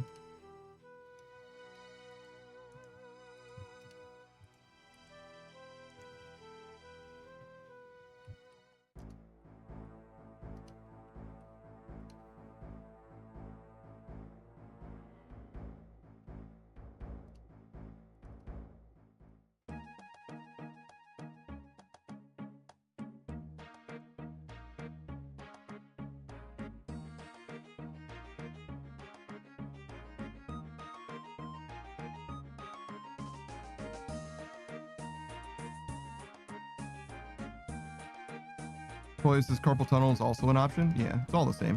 I mean, they might be different things, but they might as well be the same thing. Injuring yourself because of video game is what I'm talking about. Who says, I thought it was resist stupidity immediately. I don't even think that makes sense in context, I'm going to be honest. You don't want to get RSI. You don't want to get resist stupidity immediately. I think you should always have your stupidity resistance at max. You should aim for that at least. Right? I don't see any reason to not avoid stupidity. I think that only bad things happen when you're stupid. Well, not when you're stupid, but stupid decisions result in bad outcomes.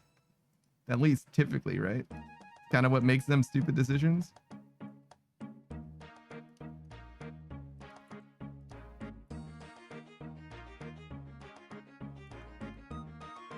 Definitely should not have my inventory covering the screen so I can fucking see. Jesus.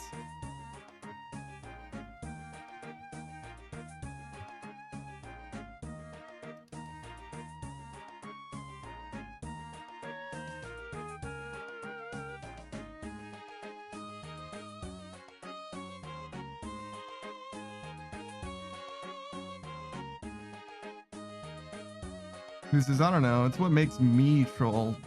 And what makes me troll mass TOA raids, and that's always fun.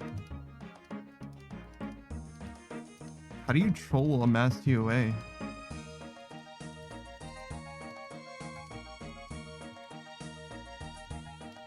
What could you do that would fuck up other people? Like, use up the water barrels in the back?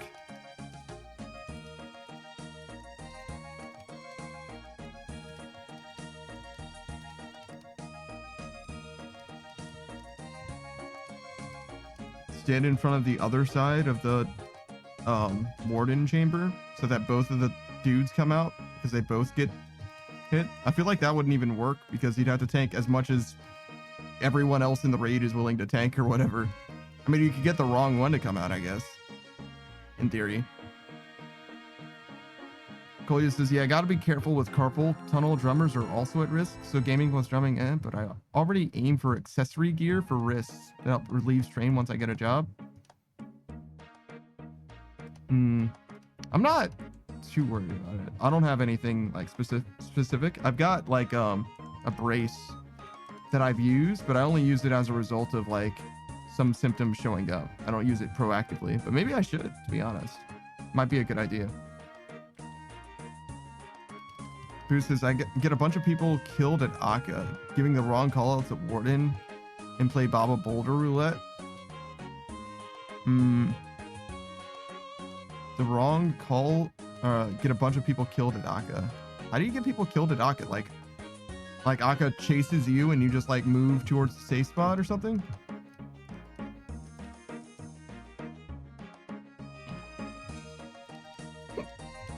I don't know how to kill someone at Akka. Oh, the black and white? That makes sense. Give the wrong call outs at Warden.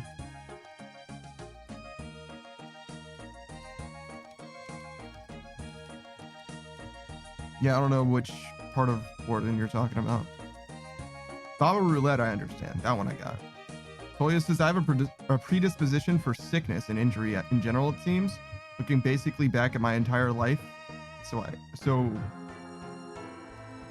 I won't push my luck? Gotcha. You said a bunch of other words, but it doesn't change the meaning or whatever. Basically, you're worried about it. That's fine.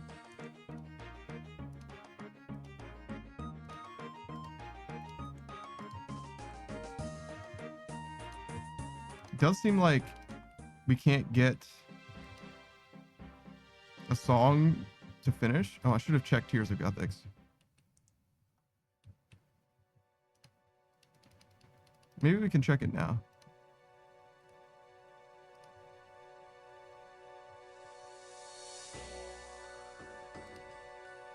Yes, we can.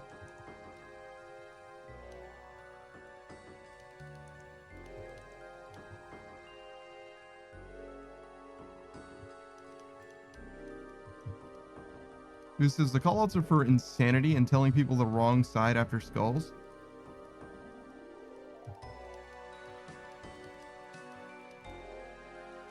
You're talking about the monkey room? Oh, the skulls that appear in the middle of P3 Warden. I get you. And they forget which side they were supposed to stand on? I see. I mean, that's kind of on them, to be honest. They should just remember that.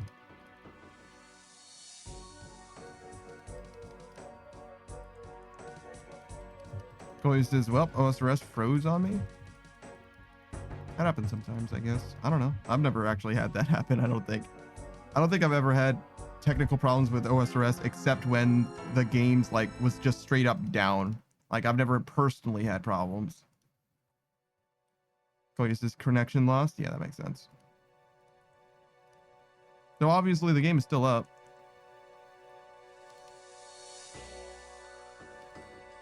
I'm doing just fine so far, at least.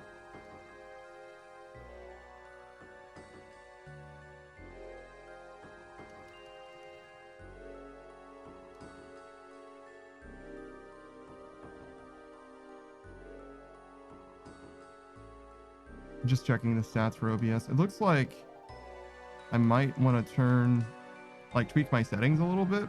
Doesn't look amazing. I don't know. Some stuff that I don't super understand. Probably should know better.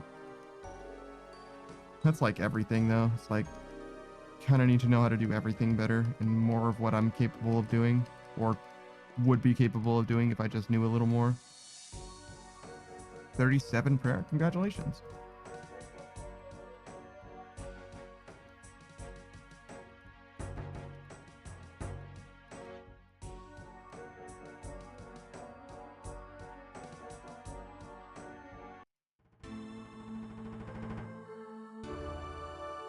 All right, it's 96 prayer. Who says I might be switching internet provider soon too? The one I'm looking to get runs fiber optic. will improve my download speed by 10 times and upload by 200 times. That'll definitely make a difference. Just a matter of if it's worth it, though.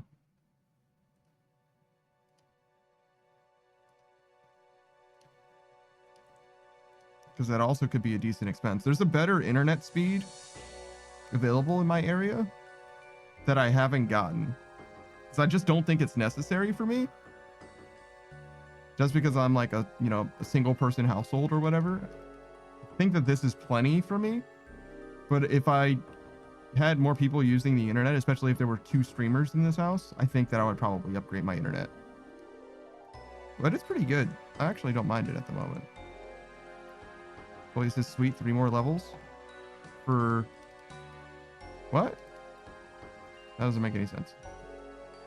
If you're at 37 prayer, you want 43 total, right? So that would be 6. Who says oh, Coleus is for me. Actually 2 more. I just need to get I'm stopping at 98. Once I get to 98, I'm done.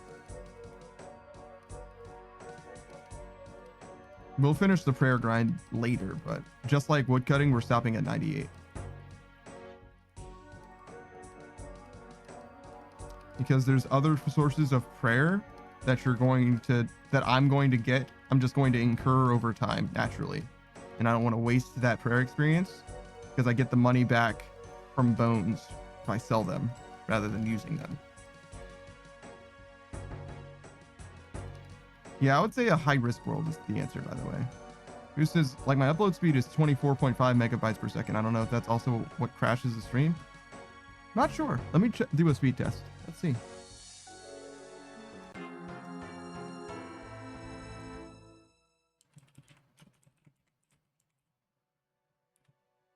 Maybe not the best time to do a speed test, being that we're, like, live. Fuck up my bandwidth or whatever.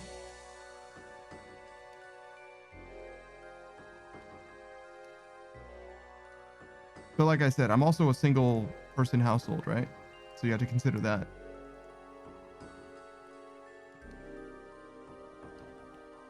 Boosters can always let me know later. No, I just did it. So we're talking 36 megabytes per second. So I'm about 50% faster than you, but not terribly faster.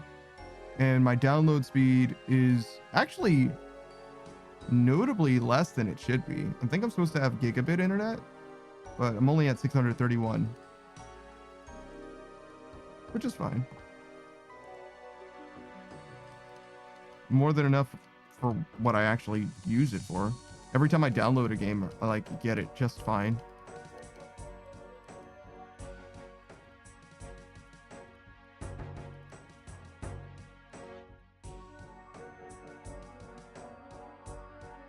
But yeah, that's what I'm looking at. Not terrible.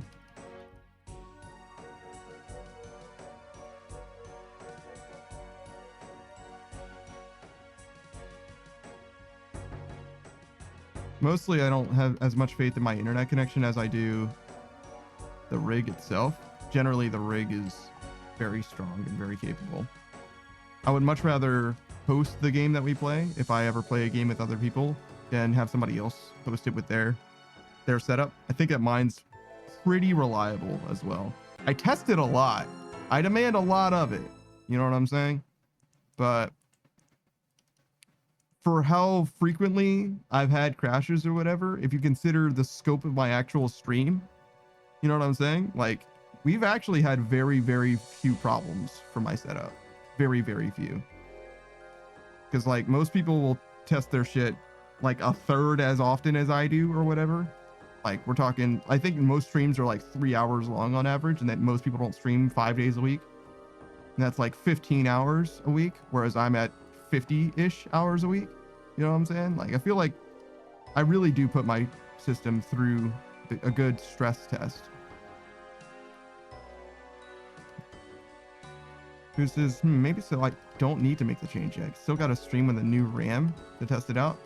Yeah, that's another thing. I should probably upgrade my RAM too. I got to double check that I have all 4, and I also need to figure out what the clock speed of my stuff is. I don't know what clock speed actually means, but I know that you want them all to be the same on your computer. But yeah, I should probably do that too. Because again, it's like a $20 upgrade, depending. It's like very, very cheap. Relative to everything else that goes into a computer, like you might as well just get all 4 of those jokers. Again, I think it was Strava was saying that some rigs don't even use all of them somehow, which is weird to me. I don't really know what that means. But assuming that they're like wired into your motherboard or whatever, that they don't just like dead end weirdly, I see no reason not to use them all. Again, just because it's so cheap. Just because it's so cheap as an upgrade. It's so easy to fix. And it's easy to do too. Like you literally just put the joker in. Usually you can't even like fuck it up. Like there's obviously, you know, an insert side versus a not insert side. And it only likes to go in the one way or whatever. Like it'll be like this way's the way, obviously not the other way. Who says use all what? Like the slots that you have on your motherboard for RAM. They'll be all next to each other. Usually there's like 4 in sequence or whatever. There's kind of no reason not to use them all, I don't think. Obviously it is an expense and you probably don't need it. Like you don't actually need it. But for, you know, the $15 a stick or whatever, like it's really not bad. Like everything else that you would do to upgrade, like the next cheapest thing is just like buying another hard drive, like an SSD or whatever. And that could be on the lower end, probably $30. On the upper end, probably like 120-ish, somewhere in there would be my guess. And like a graphics card, we're talking thousands. CPU can also be thousands. Graphics cards usually more expensive than a CPU, I think. But you get the idea, right? Boost is, oh yeah, you have to be careful of the positions of them too. I don't know what you mean by that. Oh, you have to, yeah, you have to put them in, put the sticks in the right slots. But if all the slots are filled with the same thing, then you're fine. But yeah, the way that it uses them, like RAM or whatever, is like not obvious. Like you have to check like the manufacturer or whatever. Like it'll say use this one, like this one, then this one, then this one, then that one, or whatever.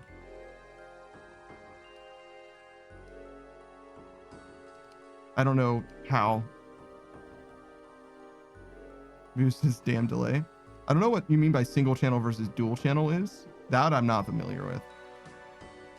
But I only know like a little bit, just a little tiny bit about, you know, PCs and tech and stuff. I'm very, very new to most of that shit.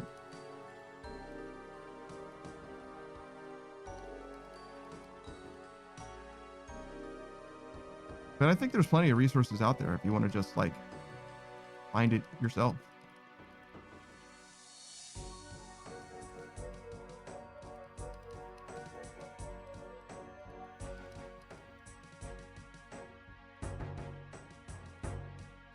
Yeah, that was a good amount of experience. Holy shit. Who says even numbers make it run in dual channel, so your processing speed is faster, as I understand it? Oh yeah. Yes. So what you're saying is like you want to have 1, 2, or 4 rather than 3. Yes. So obviously 2 is better than 1, but 4 is better than 3, and 2 might also be better than 3, I think. I don't think you want to have 3 of anything, really. And I don't know if there's a good reason that I could give you why, but I think I knew about that as well. If you're talking about like number of sticks of RAM, you want to have 4 or 2 rather than 1 or 3. But obviously 1 is fine. If you only got 1 is fine. But Who says I was told to not use 3 and I don't have a good reason for it either. Yeah, exactly. It's like 3 is a weird number. Don't do 3. And you can kind of tell as well, because it's like oftentimes when you try to buy them, you get them in pairs, which makes sense. and it's sometimes hard to get like a single one. I noticed for one of my computers, I think it was my other computer, but I'm not sure, that I had 1 stick of RAM in it. And I was like, oh, let me upgrade it. And I needed then 3 to fill it out or whatever. Maybe I'll get it for my other computer as well. Why not? And I had a lot of trouble finding specifically 3 of them, or 2 of them and then 1 of them. Like, it was weirdly difficult to find just what I needed. Who's this 3 summons the devil, I guess? I have no fucking idea. Absolutely no idea. That's for the tech wizards to know. I'm way too stupid. I'm a fucking streamer. I don't know dick about dick. You know what I'm saying? I gotta have a tech guy for that shit.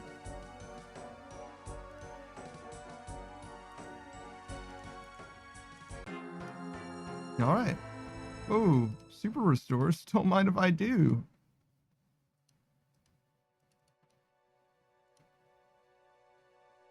Why is there a super attack here? Oh my god. Do I really pick up these fucking blighted manta rays? Probably not.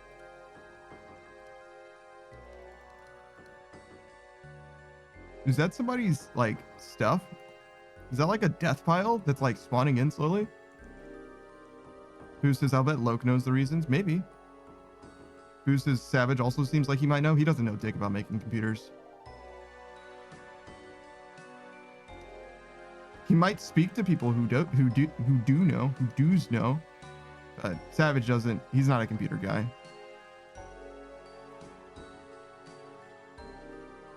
I get where you're coming from though.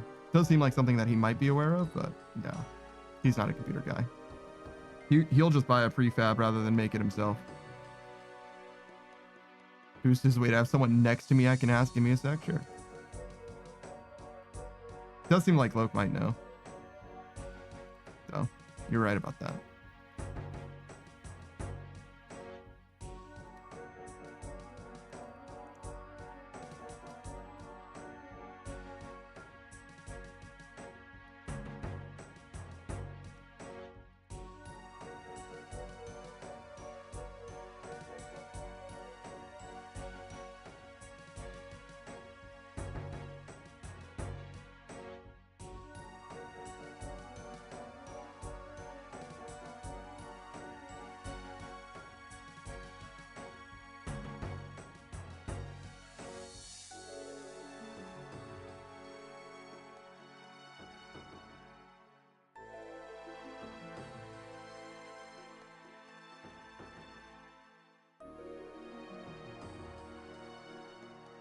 Oh my god, look at this bone go.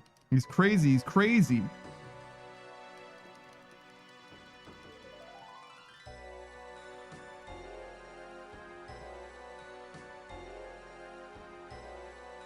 Spent like a quarter of my inventory on just that last bone, holding on for dear life.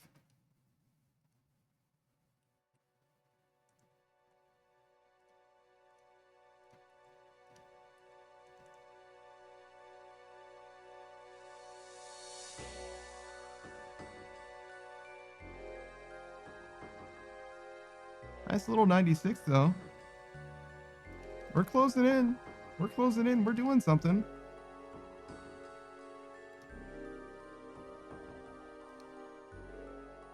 Actually, did Suck finish prayer?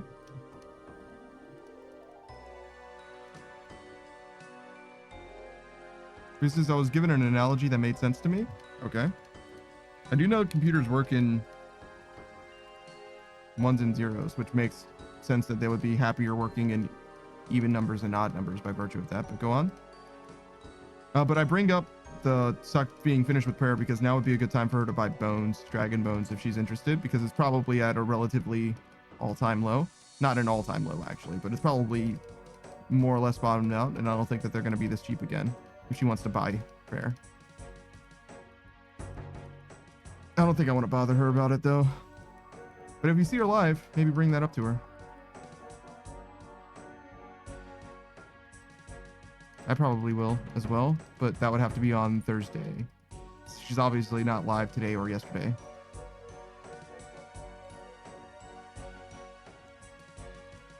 And I don't think she's done with prayer. I think that's one of the ones she has left.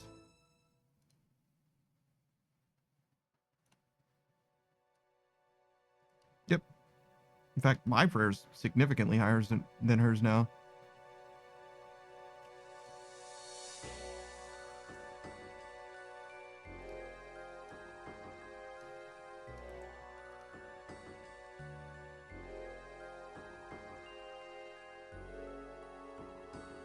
I think she intended to do ensouled heads at the time, though. Who says, so you say you have 3 people and you have 3 books. Instead of giving each person a book, first person is given all 3. First person can only read 2, yet has the last book to one of the other 2. The third has nothing to read.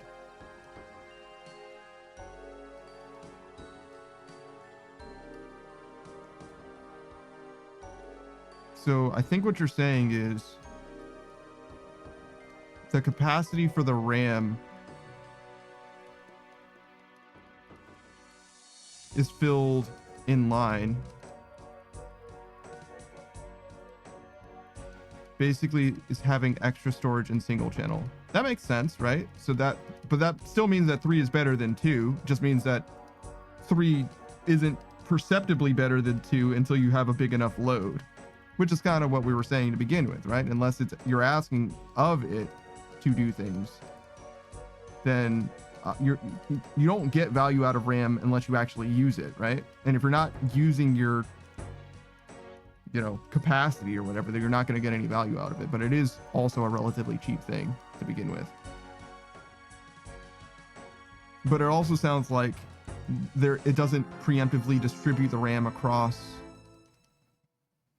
the it doesn't distribute the load, basically, which to some degree makes sense. I guess that's the difference between single channel and dual channel, because dual channel preemptively distributes, which would also mean if you're dual channel, 4 is much, much better than 3 because only one of them can probably even distribute to the next one.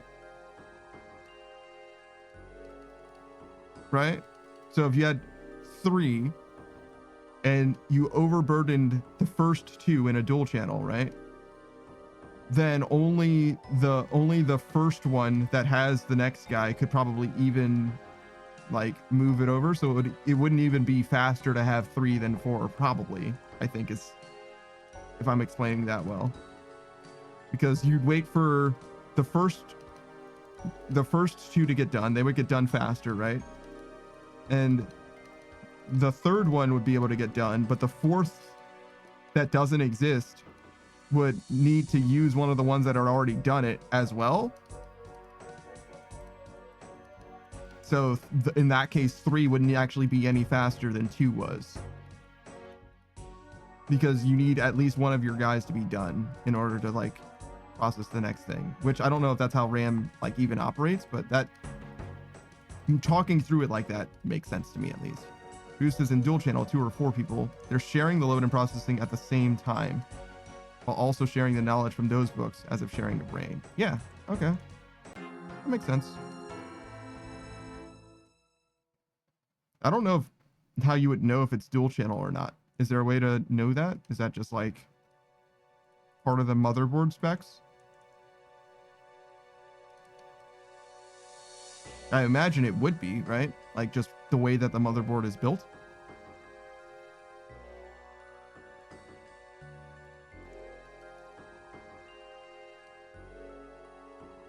Who says the positioning is important to make it run that way? When you say positioning, is it? Because if you just filled them all, wouldn't that just be the thing? I don't understand. Unless it wasn't built to be dual channel, for example, I don't see how filling them all isn't the thing. Like the RAM sticks themselves are totally, fungible. You could move them in any order and it wouldn't matter, right? Each of the RAM sticks are equally capable. So it's just a matter of filling them in the right order, right? Not like literally in the right sequence, but I'm saying like if you have less than 4, where you put those 2 matter, right? But if you have 4 slots and you fill all 4 slots, I don't see how that could matter. Boost is accounting from the right on a board with 4 slots. You are in positions 1 and 3. Yeah, that makes sense to me. But if all the slots are filled, then all the slots are filled, and it's going to do what it does, right? Like that's fine. You don't want to do position 1 and 2 though. You would want to do position 1 and 3, and then you would want to do position 2 and 4 at the same time. Right? That I get. That I did know, and I don't know why they do it that way, but that I understand at least. So if you have one stick of RAM, it goes in slot 1, whichever one that is, but it's the one that is 1. And if you have another slot or a stick of RAM, you put it in slot 3 specifically, right? And if you get any more, you want to fill both slots 2 and 4, I think, is what you and I are both saying.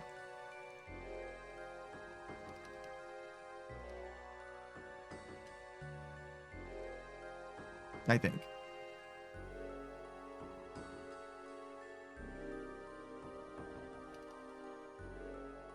But as far as what your actual problem is with streaming, I have absolutely no idea. Could be just potato PC.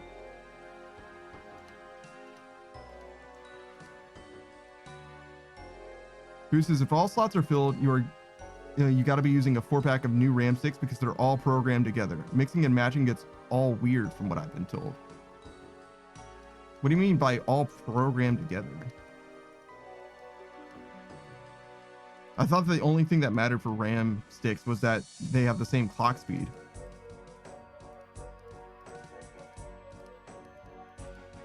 What does that even, like, it's not like they have something, I mean, maybe they do. I don't think so though. I think that they all are just like I wouldn't want to like do anything weird like mixing brands or anything like that. I would want to get the same ones, but I don't see why it needs to be in a pack of 4. Let me put it that way. Like, could I not just get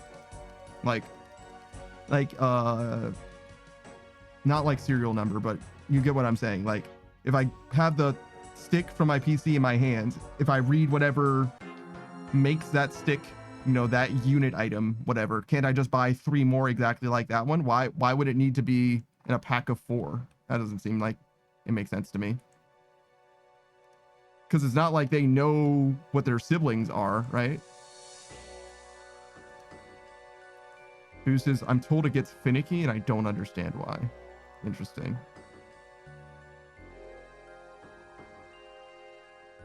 I might have to do some research on that then. It shouldn't be that way though. I understand getting things that match them. Like, you definitely need to do that, right? They need to like be the same, like have the same capacity. And really, I would even want like the same brand and all of that, right? I would want them to be like virtually indistinguishable, but I don't understand why a pack of 4 would matter specifically. Obviously, if it's a pack of 4, then they're meant to be used together, right? And to be fair, if I have one stick, right, then I might as well get a pack of 4 because you can't get a pack of 3, right? That's not a thing. So that part makes sense to some degree as well, right? But I don't know. I don't know. I am curious though what I'm looking at. I should look at that tomorrow. And by tomorrow, I mean like probably after stream today. Probably for both. Why not? Why not do it for both?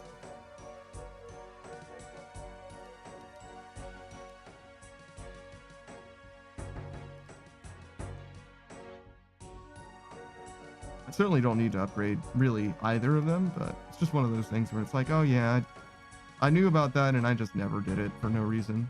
That's an easy thing to like improve in a tiny way, even if it is a tiny way.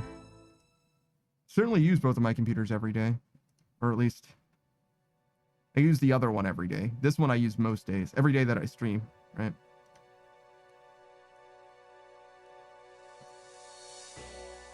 But I typically don't actually use this when I'm not streaming.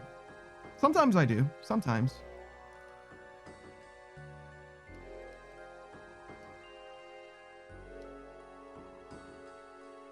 But I have very, very few reasons to like turn this computer on if I'm not streaming. Who says, I'm really hoping I don't have to change ISP though. Setting up my RGB lights were a pain and a half and I don't want to go through that again.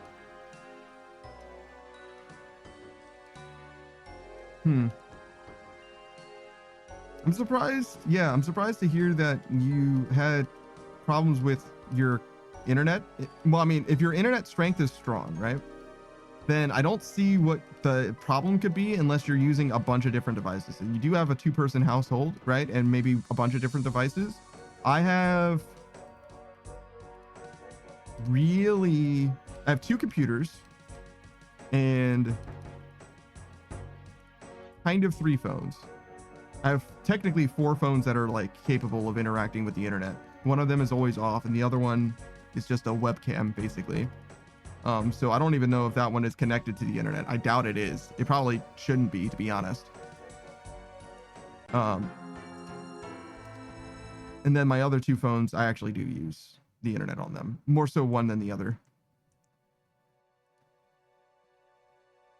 Actually, is that even true? I don't really use either of them, I guess. I watch YouTube on one of them. That's something. Who says it's 2 people and my wife primarily just uses her phone or TV to watch things? You might want to check how many devices you have on your shit. Because if it says a weird number of devices, maybe your neighbors are using your shit.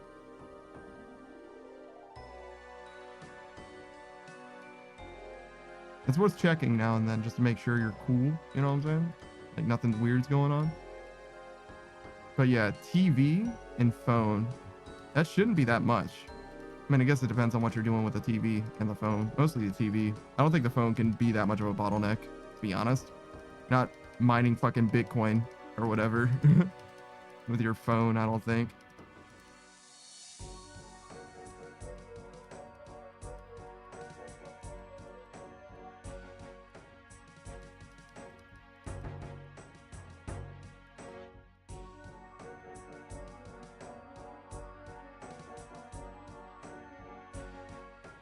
Nice.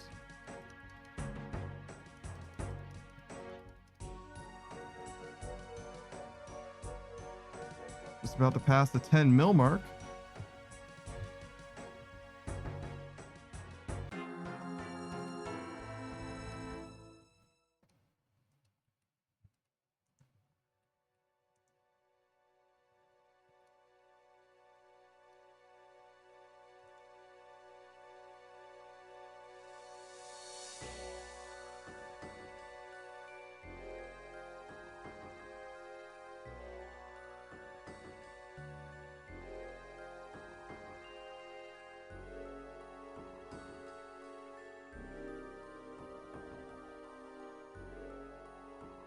Oh, I think the music keeps resetting. Yeah, I gotta change the song manually. It's kind of a problem, to be honest. Imagine that they didn't really expect you to die so consistently.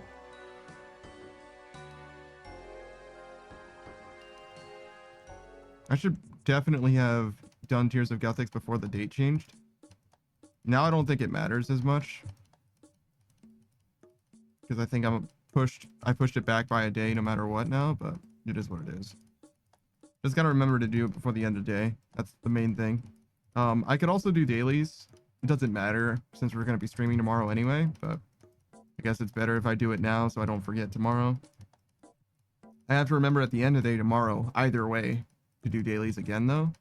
So, I don't know.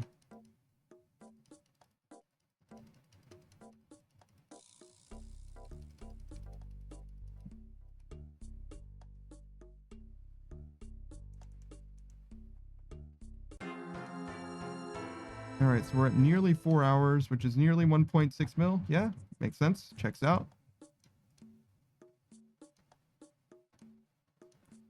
And then what?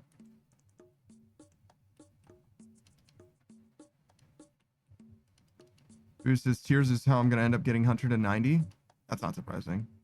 I would definitely do something more active than that because, like, Black Chin Champas is a lot of money. Did you hear the math for Black Chin Champas? Like how much money you can make from Black Chin Champas?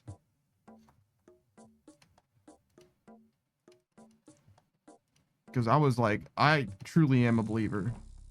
All right, so I'm at 89, right? If I go from 89 to 100 or to 99 Hunter, it's 100 mil, right? That's 100 million gold, like 99 mil. And that means that if I die 2 out of 3 times, right? 2 out of 3 times, I still make more money than I would have made from herbivore in that amount of time. And it's faster than herbivore by a good amount too.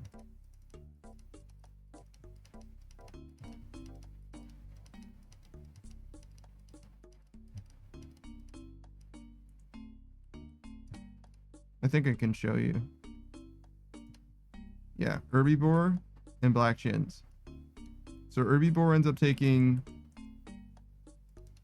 you have to add these two numbers together, the 22.6 and 29.5. So that's like 50 something hours. So black chinchompas are over 10 hours faster, and you get roughly 3 times as much money.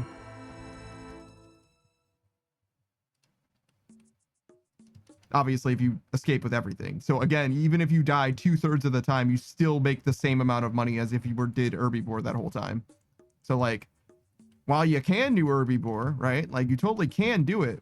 To me, there's no world that I'm doing herbivore. I would rather for sure do the wilderness thing. It's fewer clicks, and also herbivore, you're like just clicking with like one time, you know, and traveling across the world. You know what I mean? It's very, very, very, very chill. But like, for the like time and value, like the gold value, like there's no question, in my opinion. You gotta do chinchompas.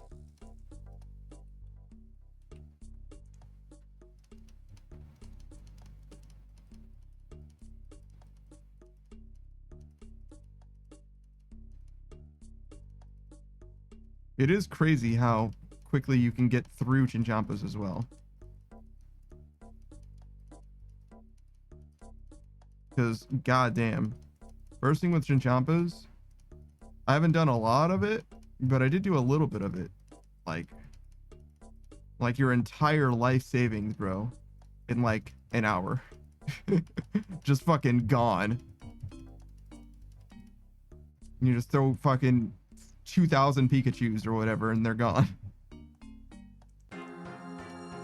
Boost is, are black chins supposed to be the best experience too? For hunter specifically, yes. You can get more experience training hunter by doing other things. For example, drift net fishing will give you more fishing and hunter experience. Like if you add the fishing experience and the hunter experience that you get from drift net fishing, you'll get more experience per hour doing drift net fishing than from doing, say, Temporos or even 3-tick barbarian fishing or whatever fishing method you're going to do, and black chinchompas, right? Drift net fishing is just better than those, just straight up. But drift net fishing is also a loss. Like you're going to lose money doing it, because in order to do it quickly, you can't get money from it. You have to instantly close the net and stuff like that. 43 prayer done. What? Nice. Well done. All right. So now if you want to do volcanic mine, we can do it. You do want to have prayer gear as well, ideally, but it's okay if you don't, right? You can just have a prayer potion or 2 or whatever it takes.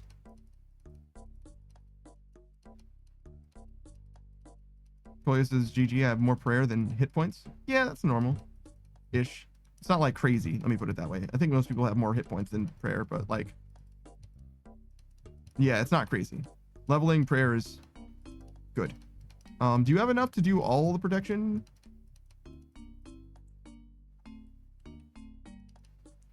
Or just protect from ranged? Did you stop at just protect from ranged?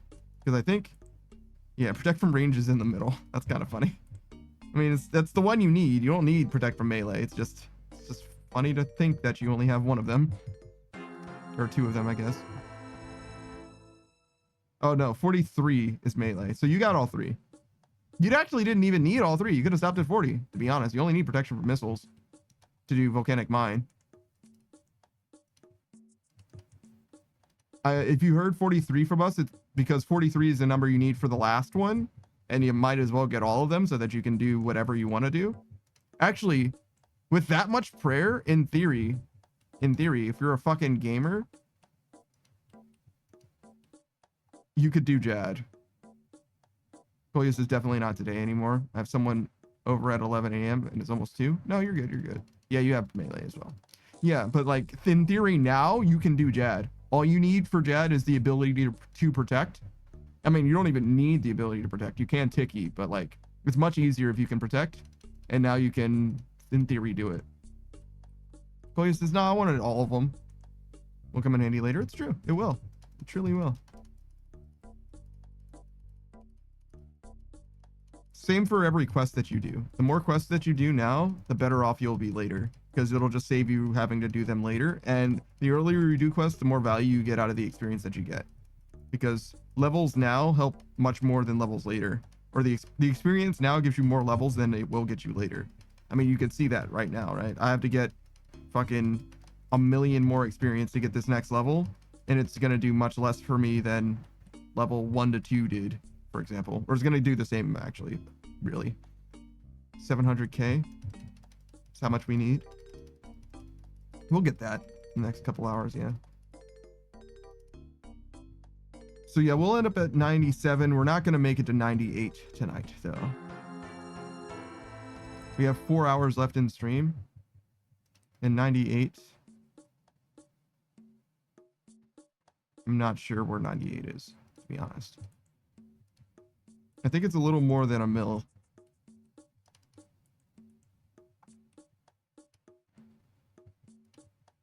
Oh wait, this will tell me. 11.8, right? So that's 1.2 mil, just about. So that's 3 hours. And we're at about 10 mil.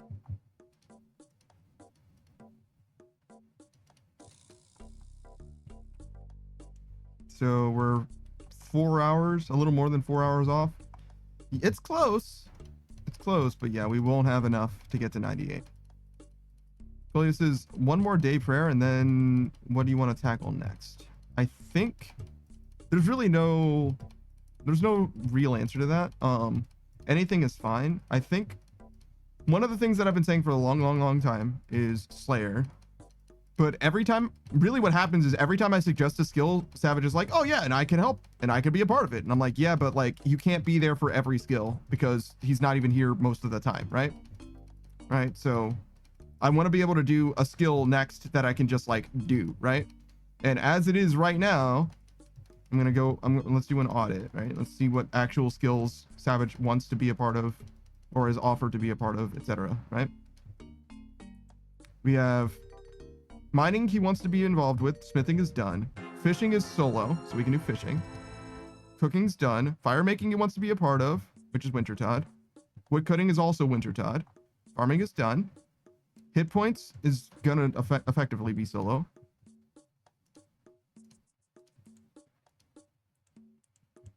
Agility is done. Herblore will have to be solo, obviously. Thieving is done. Crafting is done. Fletching is going to be solo, obviously. Slayer he wants to be a part of. Hunter he wants to be a part of. Attack, strength, and defense are all part of Slayer, basically. And those will be solo. Ranged as well. We're doing prayer now. Magic is also Slayer. Runecrafting he wants to be a part of. And construction is solo. See what I'm saying? Where it's like literally every single skill that I have to do, he like wants to be involved with. And I'm like, you're not going to be even remotely part of it.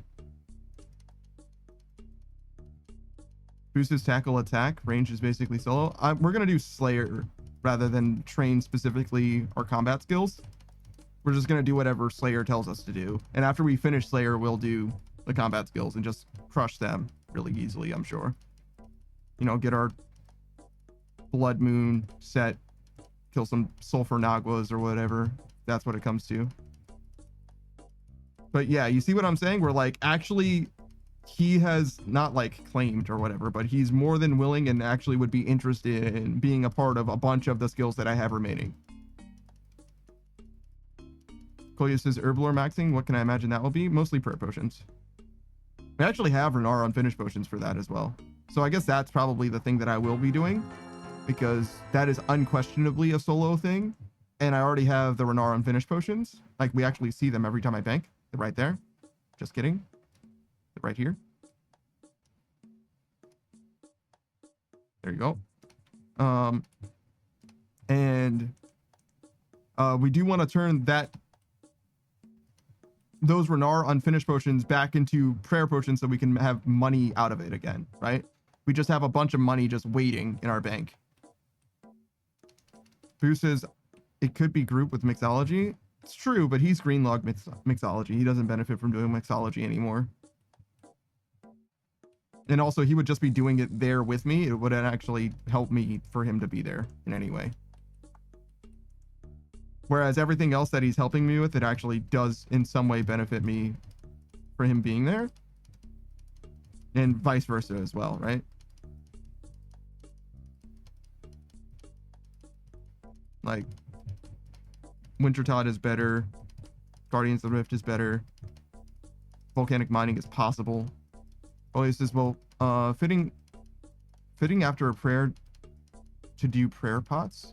I suppose so, sure.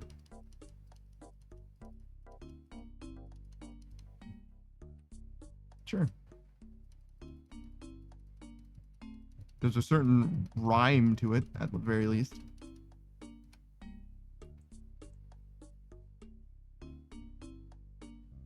Those are also some of the lowest skills that I have.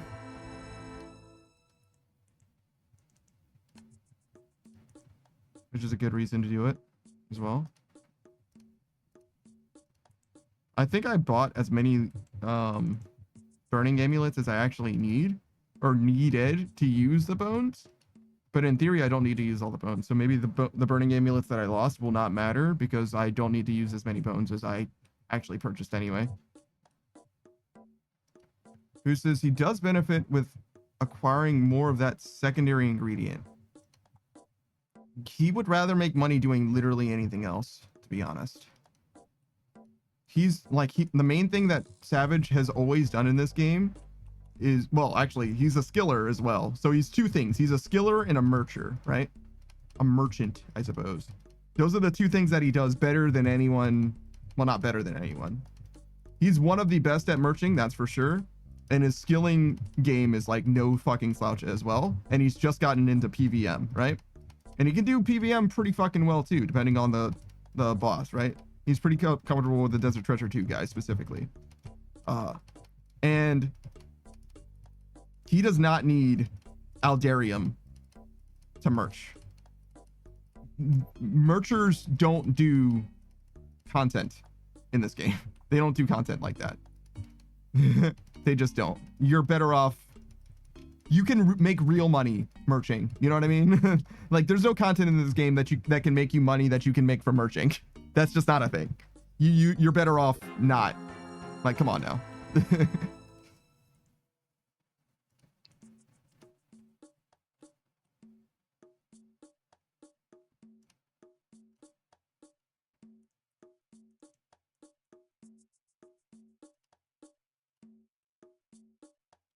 Oh, wait, hold on. Does this...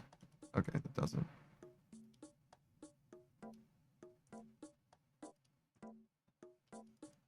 I have a foot pedal that is bound to escape, and I think I can use it. Not really for this, but maybe it will be helpful somewhere. Oh, what the fuck is this guy doing?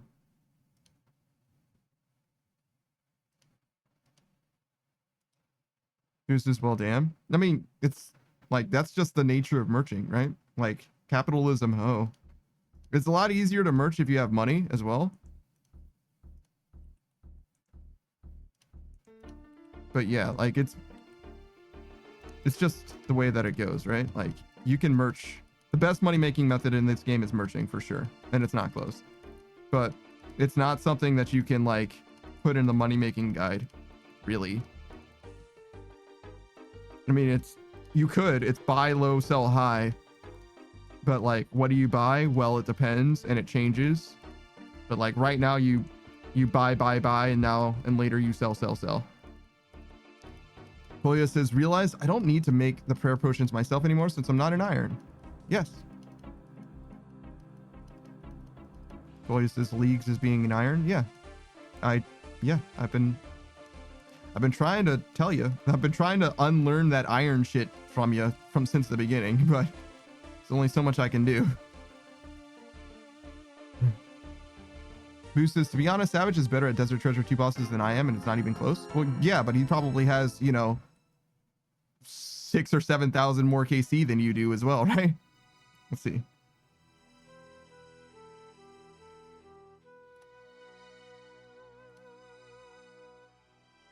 So we're talking Vardorvis 27 or 21, Leviathan 18. That's, we'll say 14k between them. The Whisperer, this one 300, and Duke Succulus 672. So we'll say 5k, right? And Booze has 47, nothing. The Whisperer, nothing. And Duke Succulus, 600. So we'll say 700. So yeah, he has not quite 10 times, but like 8 times ish. 7 times how many you do. So yeah. Yeah, it's a big difference. Big difference. You have similar Duke kills though, to be fair. That's something to be proud of, right? You've killed Duke a similar amount of times, but he got super Omega spooned on Duke, right? He got everything that he could ever want from Duke. And that's part of the reason why he stopped doing it.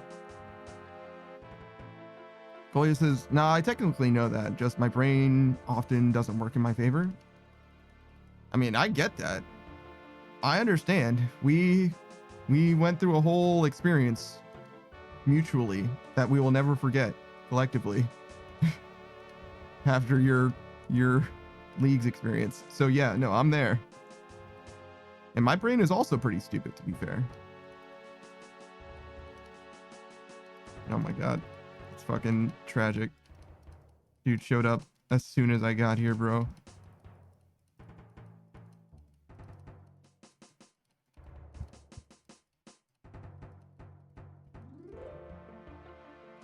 Bro, please use the bones. Please use the bones.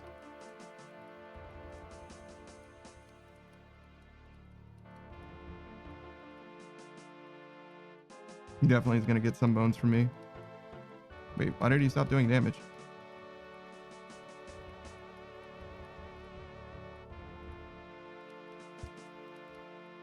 Okay, yeah, he got 4 bones from me.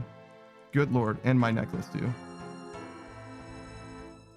I mean, I got way more than my inventory and value out of that, though. Like, I was there for fucking years, dog. Years, bro.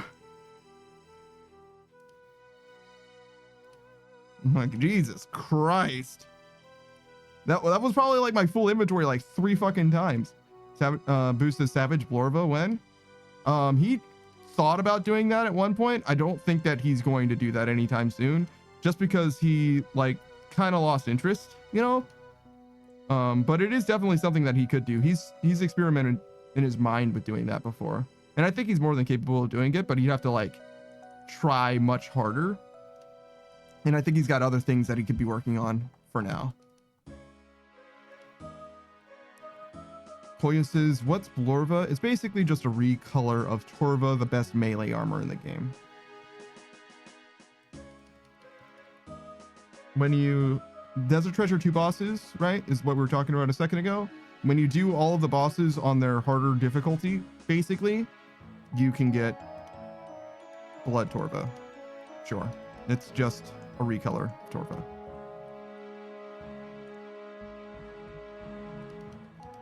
Boost says, I watched the rank 1 Inferno guy get it recently. Took him 421 attempts to beat Awakened Vardorvis. That's interesting. I'm surprised. Savage only attempted 1 awakened creature, I think. It was Leviathan. And he was doing fantastic until the new mechanics came in. Like, Leviathan did something that I had never done before, and he got absolutely blasted. So he did, like, literally 0 research. He was just like, let's just try it. And he did fantastic until he didn't, and then he lost. Who says that's like 500 mil blown on orbs? Yeah, he probably wouldn't just do that. He would probably have some kind of money-making method as well. Bolia says, what's Awakened bosses? So the Desert Treasure 2 bosses have harder variants. That's all that it is. It's literally just the same thing.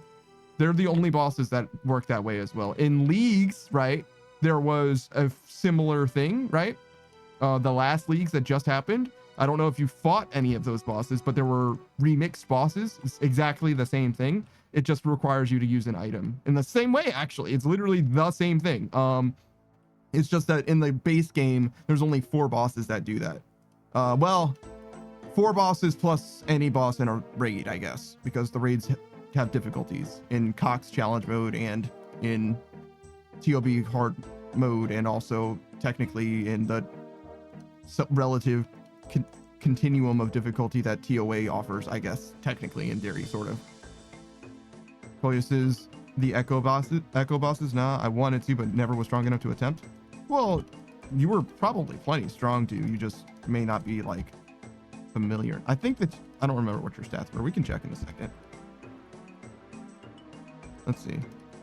Saki was saying that Echo Calfight Queen was actually easier than regular Calfight Queen because it's less RNG. You just have to do the mechanics of the fight.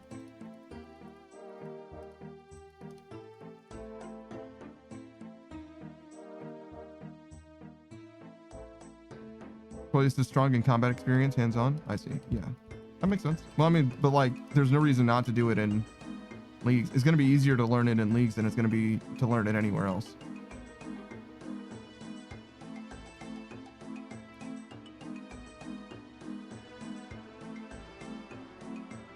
Yeah, you were plenty strong to do most of the bosses. Your range level's too low to fight some of them. But you were doing melee anyway, I think, so you would have been fine. Or at least I hope you were doing melee and not magic. Wait, what the fuck?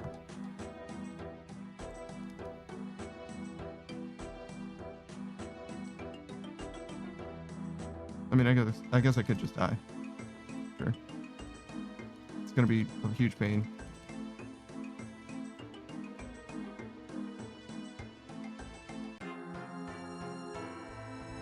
Who says my greatest mistake was doing magic? Last leagues, yes, but the leagues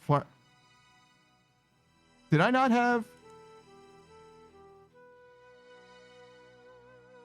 Where the fuck is my shit, dog? I mean, it's just my locator orb in my oh yeah, high risk world. I forgot about it. Yeah, true. I was like, I'm not really like losing anything, but like still, what the fuck? Thank you, Sue. Thank you, Sue. I forgot about that shit. I was like, where are my fucking friends? You know, it's all good. I guess we change worlds.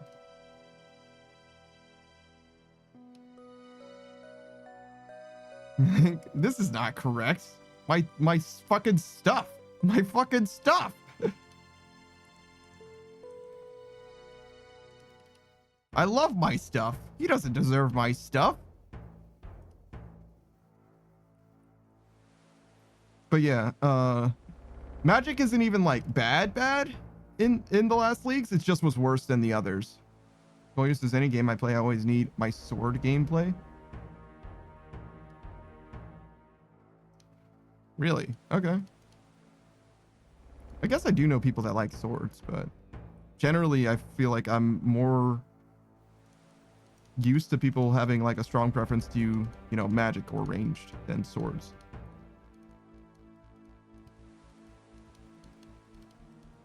And even like, if it's melee, it'll be like something different than just a sword. I feel like sword is a little too like associated with like the default, right? They'll be like, well, if I'm playing a fantasy game, I'm not going to choose human, am I? Like, come on, it's a fantasy game. Why would I be a human?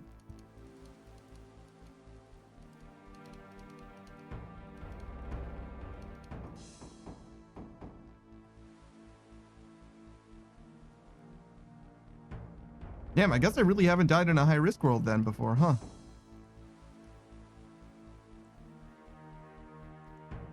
Like gotten PK'd or whatever. So yeah, it does seem like a high risk world is pretty good, PK wise. Boya says, yes, I love swords. I had a chance to do actual sword fighting for half an hour years ago. Real swords. The people who learned history accurate use. Oh yeah, HEMA or whatever, I think is what they call it.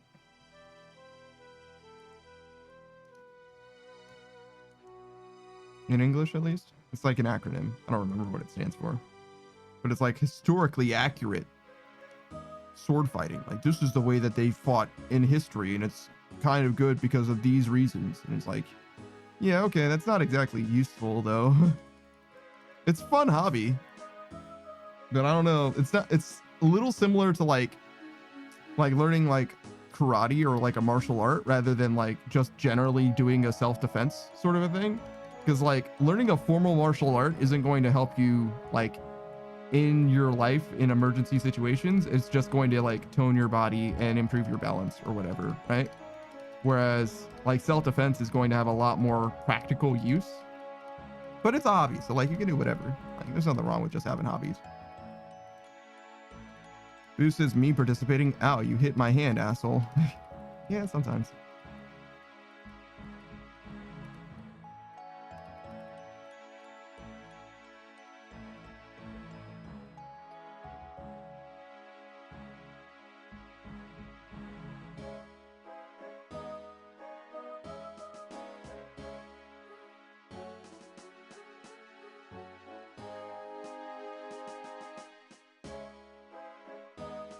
I designed a character or a class, like a subclass, if you will, for an NPC, a major NPC in this D&D campaign, who was a fencer, right?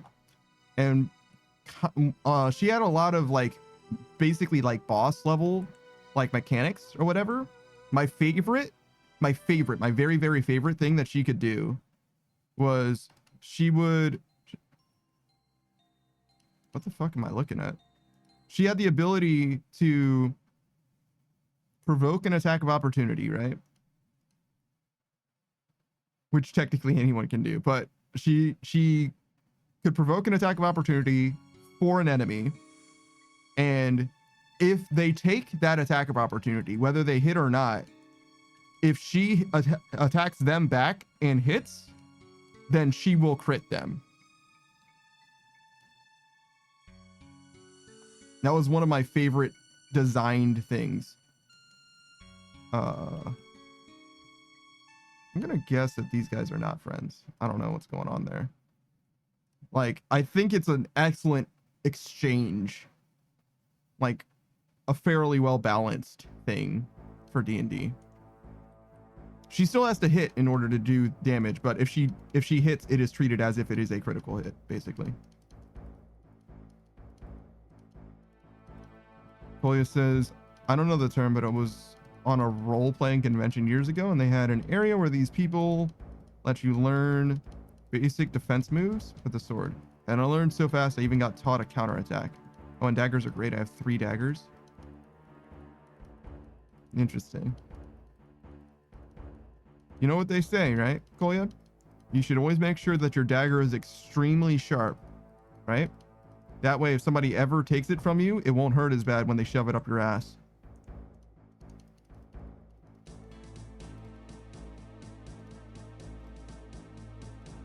Friendly advice from your neighborhood panda, by virtue of one of my homies, Roku.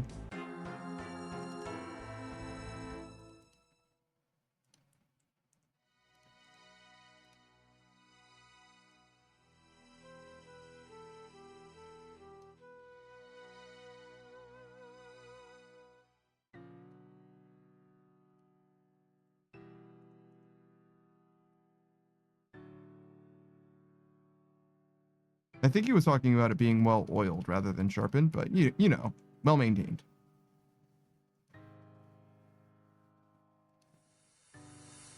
You know what I'm talking about. You know what I'm on about.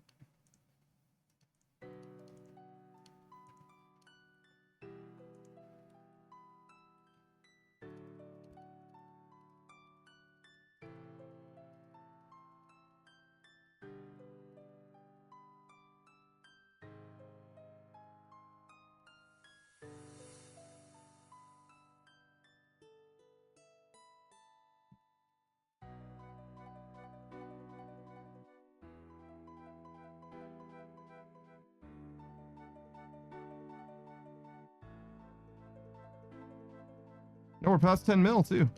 Nice. All right, so we're looking at 3.5 hours from now, which is 1.4 mil. Yeah, so it will be just short of 90. 8.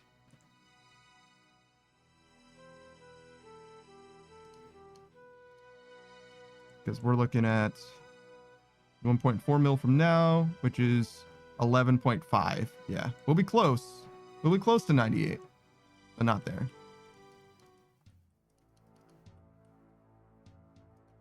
So we'll have like one more hour of this tomorrow, I think. And then move on. And then move on again to something different. And now for something completely different. Toya says sharpening them would be stupid since I toss them up and catch them again.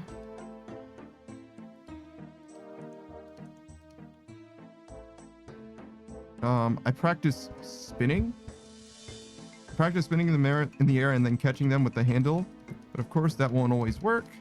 And I'll only do that away from my body and on the bed for a soft fall.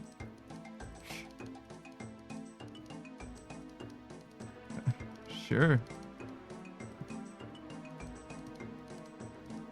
It was like a self-defense ironic advice thing, Goya, rather than something that you should endorse personally in your life. I mean, unless you want to, I guess. Maintaining your knives is probably a good idea.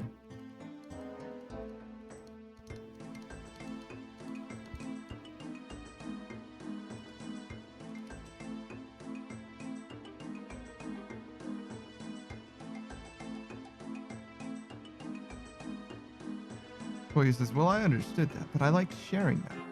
Well, see, that was your first mistake. This isn't a sharing space, all right? There's nothing sharing about this space. You say one thing about yourself and I'm going to ban you immediately. I swear to God. If you enjoy yourself in my fucking presence for one more second. Who says, that's giving me Britney Spears Dancing with Knives vibes? Dancing with Knives? I don't know. I don't know what you're talking about, dude. That is not familiar to me. I also don't know Britney Spears that well. Who says, oh my God, you gotta see it? Britney Spears Dancing with Knives. Do I have to see it?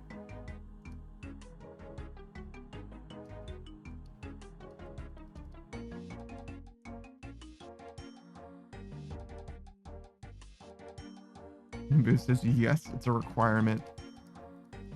You're legally required to do this by law.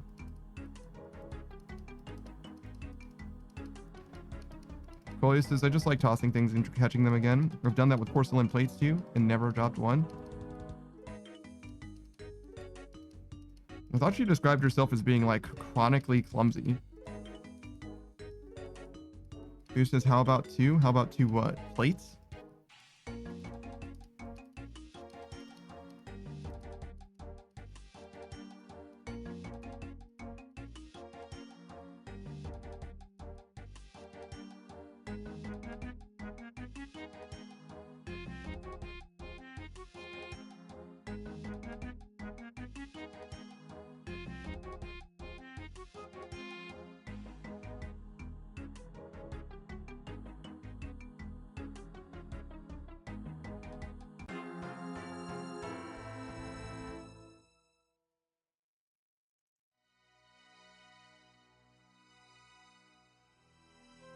Boy says, yes, I am clumsy. Catching is oddly very easy for me, no matter the item. Your special ability is catching things.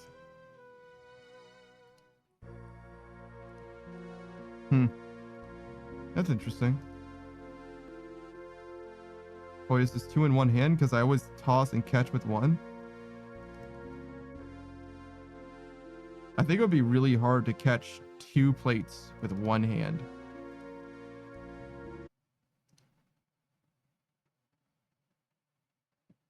To be honest, I think you would be better off catching 2, 1 in each hand.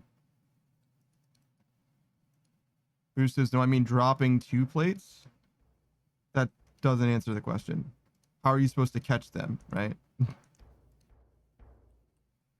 Is this the same world? Did I just leave and come back to the same world?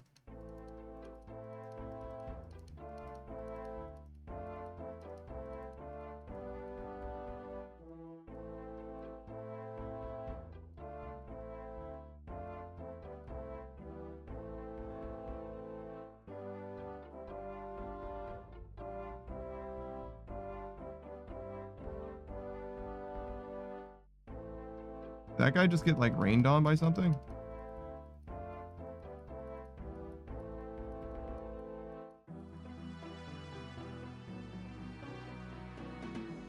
I mean, there's no one here, so guess not.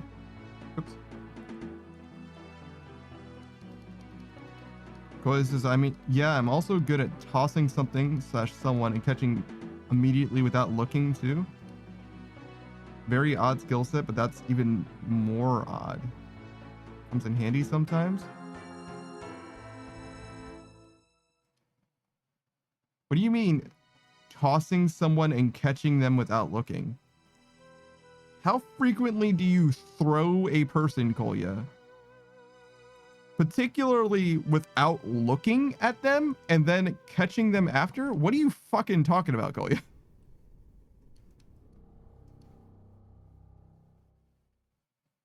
Tossing to someone. Kolya says read. Fuck you, Kolya.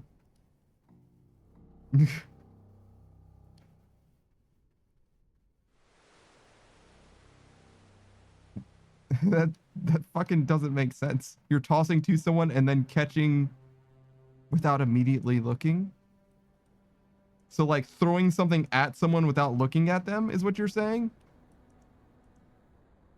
Beatrice says, how many times have you gotten ganked? I don't know. A few.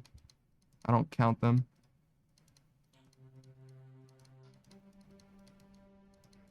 Like in total today, 4 maybe? I don't know, 5.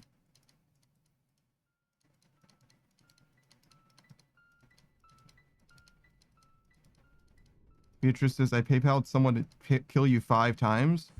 You got fucking scammed.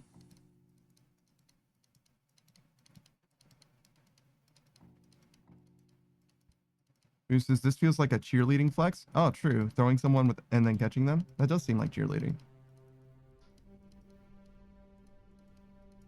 Beatrice says, nah. No, you definitely got scammed.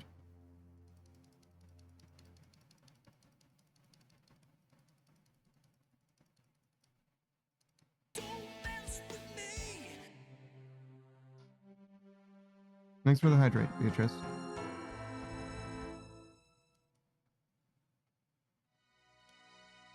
Beatrice says, you got murdered though, so I don't think so. You paid for 5 times.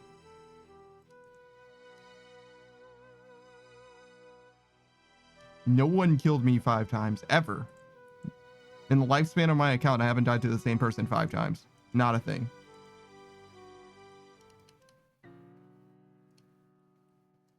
Let alone today. Beatrice says the night is still young. I can just stop doing this.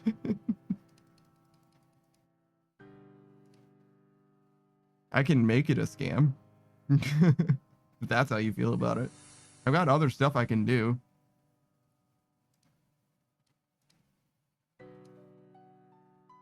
I got entire other skills that are just waiting to be trained. Beatrice says rivals. I'm not playing fucking rivals. I already play rivals once a week. That's way more than I play most games. Especially games that I actually fucking like.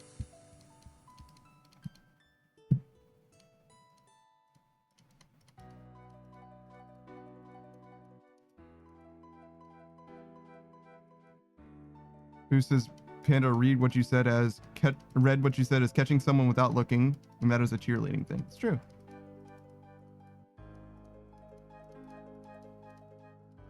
Beatrice says, wait, if you don't like rivals, why do we play it? I mean, I don't dislike rivals. Rivals is just fine. We play it because it's a game that I can play with 5 people, and also the other 4 of you are willing to play it. And it's better than Zomboid.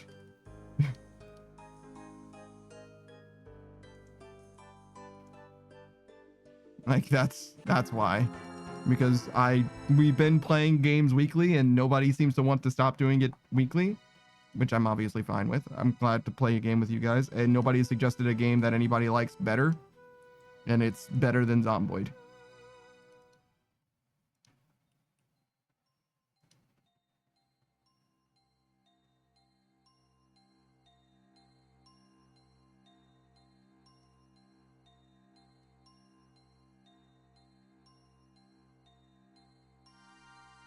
No, the door's open. Whoops.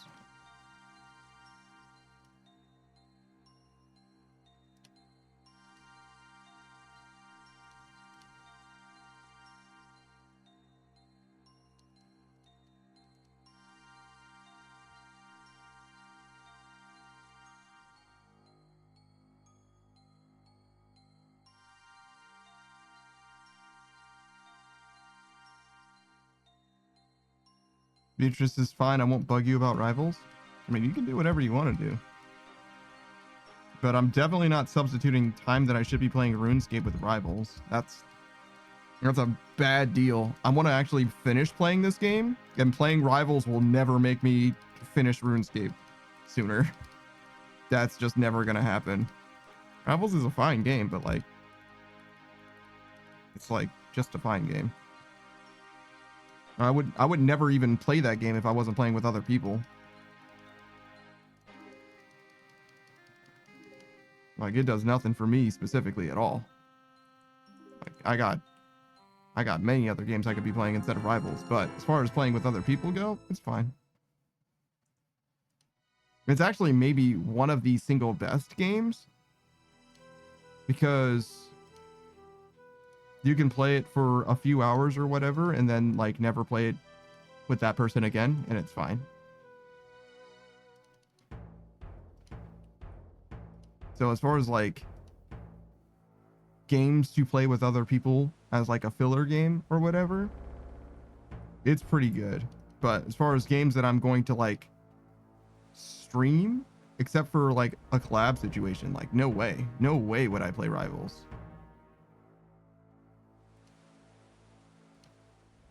I've got an actual like backlog of video games to get through at some point. Like rivals, I mean, I've played enough rivals already now where if I never played rivals again, I would be like, yeah, no, I played rivals, it was fine. You know what I mean? Like, I don't need to play.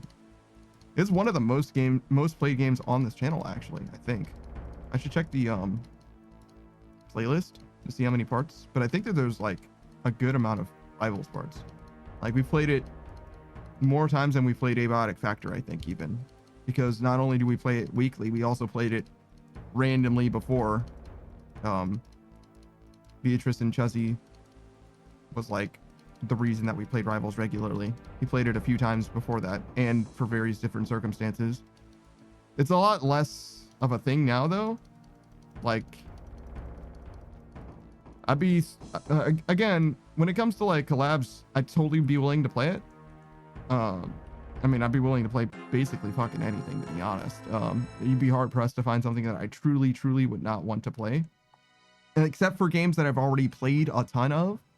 Rivals being a bit of an exception for that. But like, I'm fucking sick of Terraria. I don't want to play fucking Zomboid until the build 42 comes out.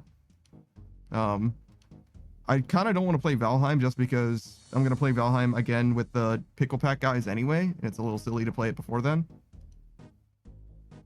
But other than those games, like, anything's kind of fine, whatever.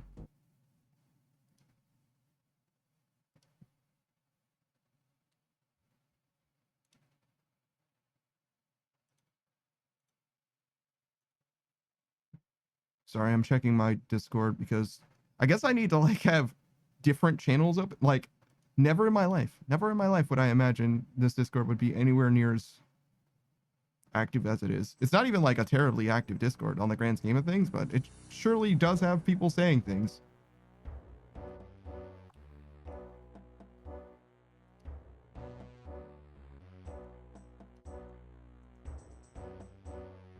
Bruce is seeing you all playing rivals is fun though.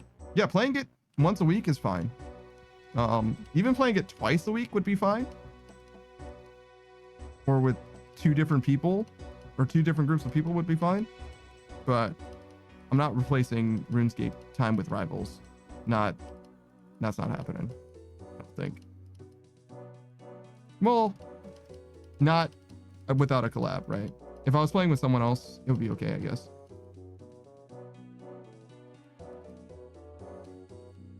Yeah, sure. Because especially someone that I haven't collaborated with already, because I have to be a lot less selective. Like, in order to like line your schedule up with someone else's, especially my schedule being the way it is, I need to sacrifice something, right? Whether one of my days off or one of my streams, like I have to sacrifice something. And I'd be willing to sacrifice RuneScape to play with somebody else if it seemed like a good idea. Like if we could maybe go along or whatever, that makes sense to me. But generally, I like really truly do want to get through this, and I need to put time into it in order to get to the other side. Like I'm not gonna finish RuneScape unless I actually put time into the game.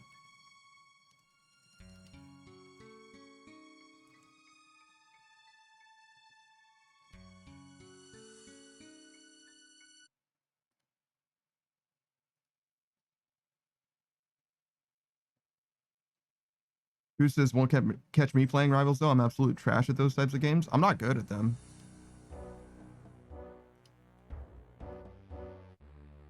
I'm not good at them at all. I haven't played like a first or third person shooter or even like a competitive game as seriously as I've played Rivals since like Overwatch. Like, and when I say Overwatch, I mean like Overwatch like season like 1 to 2-ish. I haven't played any competitive multiplayer type games at all, like match made games, literally at all, since like 2016 or some shit. Boost says I haven't done it since the original Modern Warfare 2. That's fair. If you want to go that far back, if you want to talk about match made games, other than Overwatch, which I only played, I want to say like 80 hours or something of. The last one before that was Call of Duty 4 and Halo 3. I don't play match-made games, like PvP match-made games. Not really. Not since Halo. Well, I did Reach too. Halo Reach and Modern Warfare.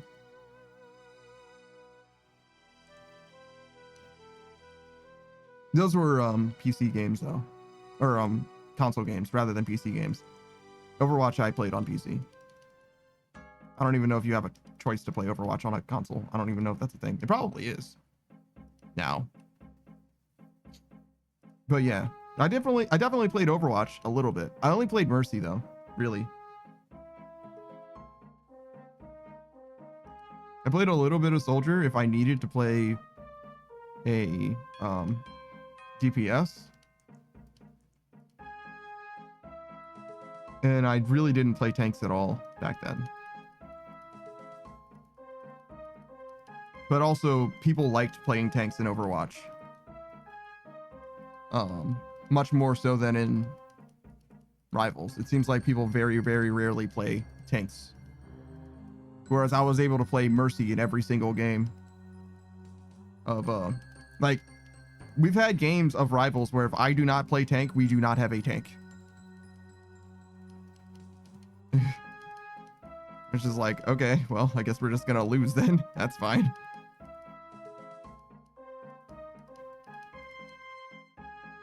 Not a huge deal. Mostly I only do that to get my missions done.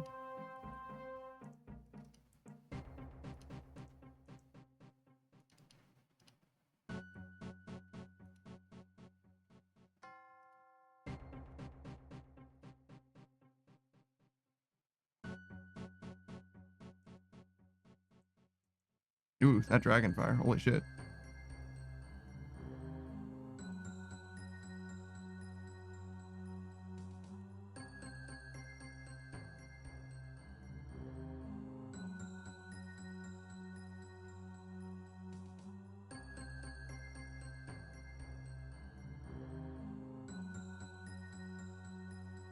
You have to kill me, dog.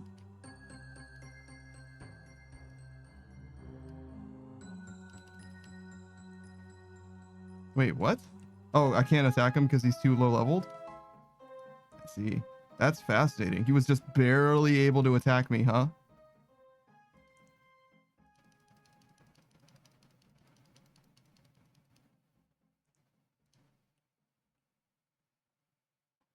Wow, just barely, huh? So he's like 81 combat? Police says, have you played Valorant before? I've never.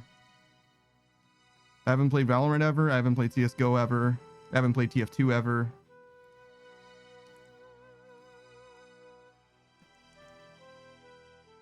Oh, I played a lot of League of Legends, but that's like a totally different genre.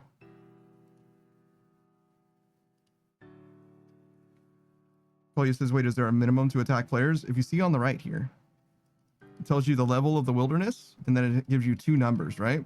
This is the level of someone who can attack me and I can attack. And so is the upper one. Level 126 happens to be the maximum combat level in the game.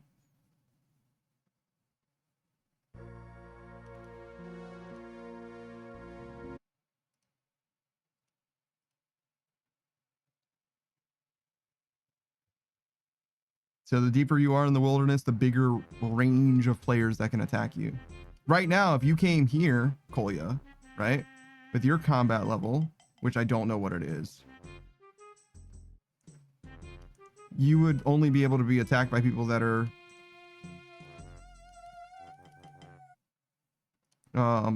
38 levels higher than you.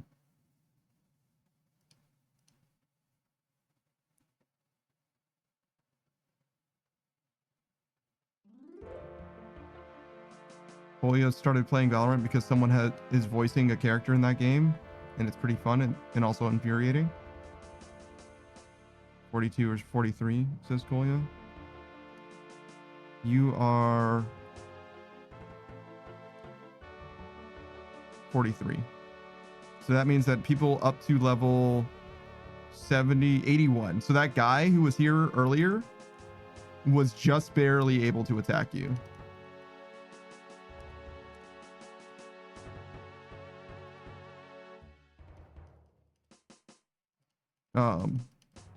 And generally I think that is like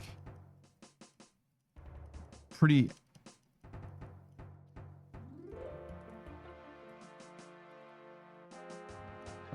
true for people that are in this area. Like they like tend to be like on the lower end so that they can attack most players. But in theory, if you wanted to, right, you could do this grind now while your stats are like still super duper low, and it would be a lot safer because most people wouldn't be able to attack you. As soon as you increase your combat stats, obviously more people can attack you and the wilderness will become markedly more dangerous, right? There's like a trade-off though. Well, not a huge trade-off, right? But in theory, the sooner you go to the wilderness and do all of the content there, the better off you'll be if you want to do the content at all, right? And I really recommend the hunter method here, the prayer method here, the thieving method here, and even kind of the agility method here is pretty good too.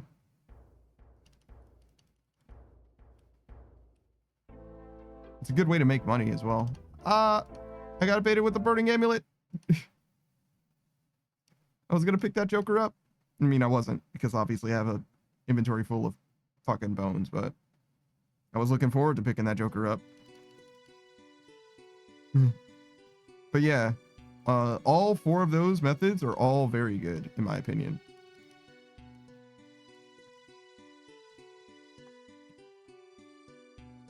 The agility one isn't as good as Hallowed Sepulchre.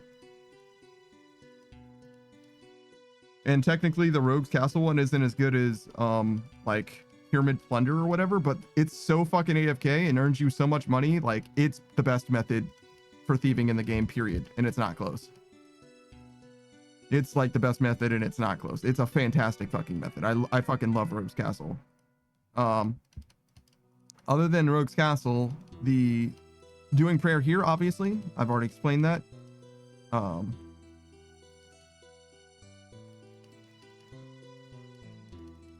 I said 4 methods, right? I don't know what the other method was. I forgot. So it's this one, Rogue's Castle, Wilderness Agility. Oh, Chinchampas. Same thing applies to Chinchampas. You just lower level range. Though I think that those guys tend to be tend to expect to snipe people that are low combat or whatever. Bots that are low combat specifically. So maybe not the Chinchampa one specifically, but you know, in theory it's better because most of the player base can't attack you, but the people that are attacking Chinchampa players, I think, tend to go after bots specifically, which is different.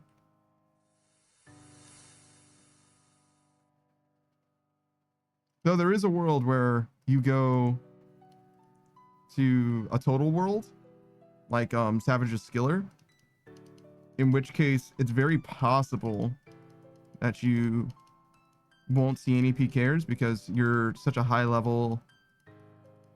PKers don't expect you. I mean, first of all, most PKers that can kill those bots don't have enough total levels to go to the total worlds, right? So his Skiller could probably do Chinchampas for free forever, probably, maybe ish. And if not, it's very close, right? Very close. There's very, very few people in the game's ecosystem that can kill his Skiller in the total world that his Skiller has access to. So it's very, very safe. But at the same time, if they happen to be active, as happened at the Rogue's Castle, if they happen to be active, you might as well like take a break the day because it's pretty likely that they're going to come by again. This is a Rogue's Castle, by the way, if you don't know. It's this guy over here. It's as deep as the wilderness go. Obviously, I was there for a long, long time, and I think that you're well aware of my experience there, Kolya. I say a long, long time. I guess it wasn't terribly long, but it was like a full week or whatever that we hung out there. It's a nice little stomping ground. I feel like we're like slowly building out familiarity with the world of RuneScape, Gillinor, right? And spent a lot of time. Oh, I don't have any water, I just realized. So I'm going to refund that hydrate, actually. I was supposed to get water during the 10 minutes, I realized, during the countdown, but I think Saku showed up and I started hanging out with him instead. Whoops.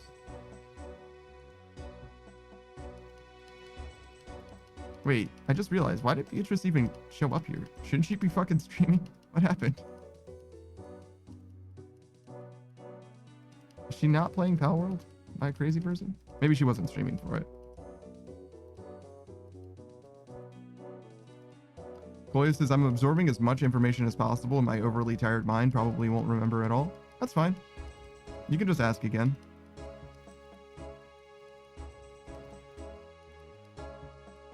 I forget that you're even new to the game since we've spoken about RuneScape so much.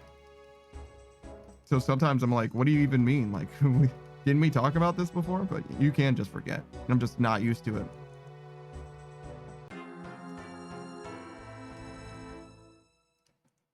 But yeah, there's no reason not to give you a thorough explanation if you have a question. It's not like you're asking, yanking my chain, you know.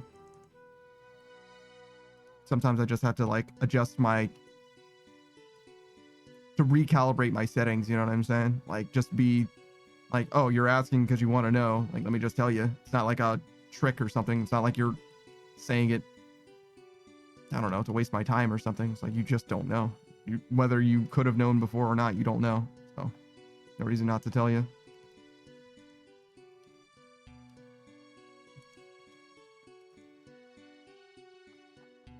This guy's level 30. Holy shit.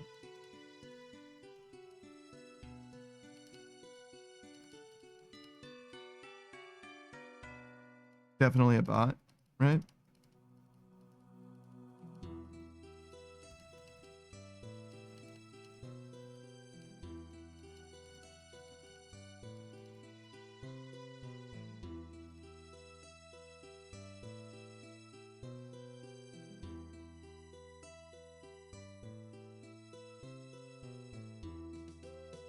Kolya says, how are bots even worth it? What do you mean?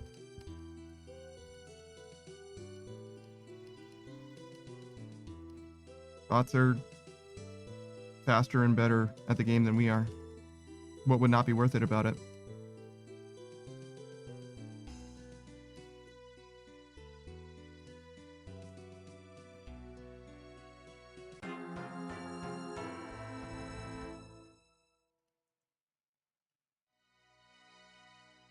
Kolya says, having bot accounts when you could just play the game?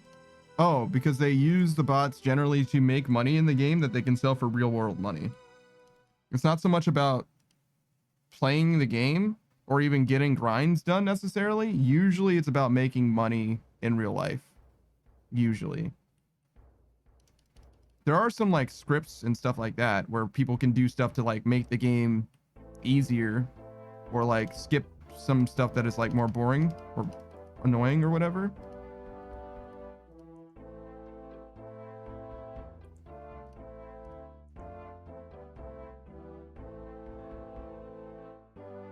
I should be pairing these bones.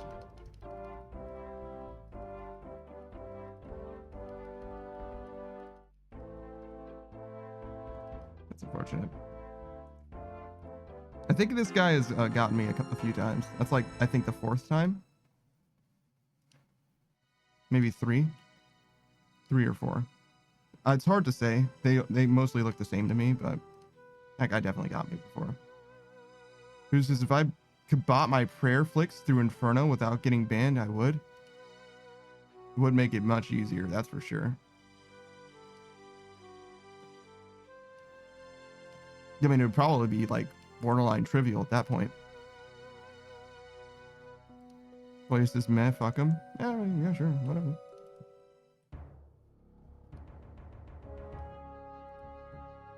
Oh yeah, it's the high risk world. Yeah, so this guy has only killed me now twice, I think. Dragonstone Bolt E. See, that kind of makes sense to use here. 2 of them is 1k. That's not that bad. Economy's not terrible. It says it takes out 90% of the challenge for sure. Yeah, the only other thing that you would need to do is like position well and have the stats.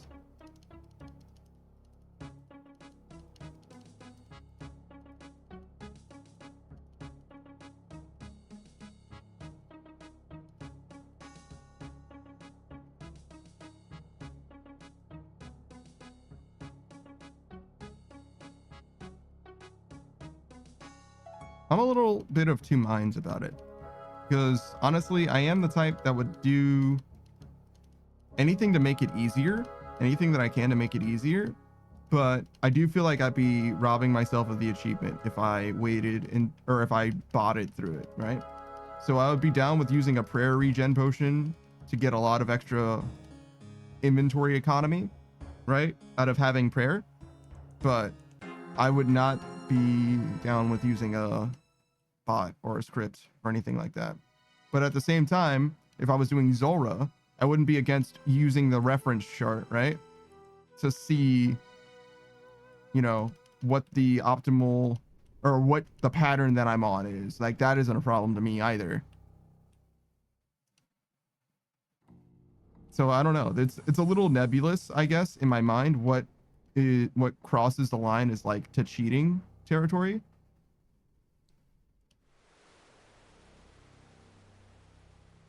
I don't know.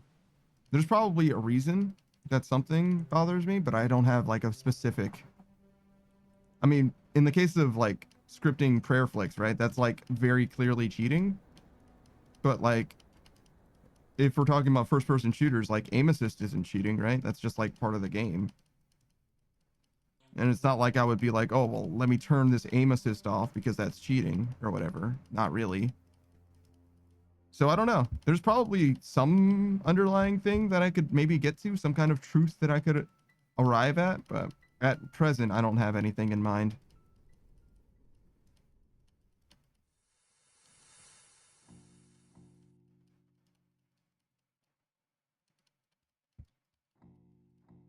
All right.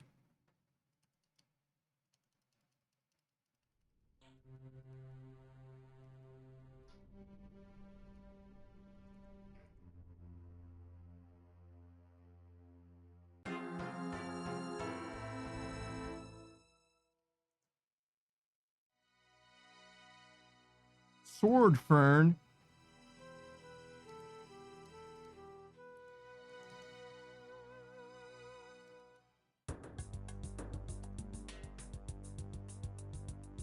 I guess we get actual more varied music if I don't hit it on random.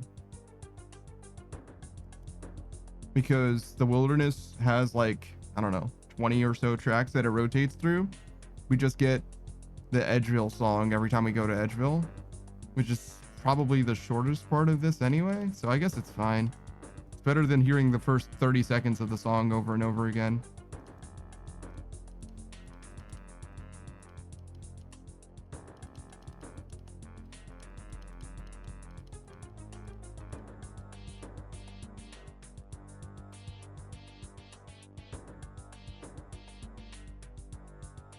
Boo says, I'm of the opinion that I don't like BS and intense prayer freaking for 3 hours is BS, so script is A-okay, but Jagex disagrees, so I can't do it.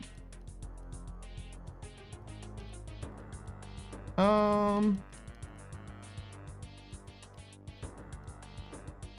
don't like BS and prayer flicking for 3 hours is BS.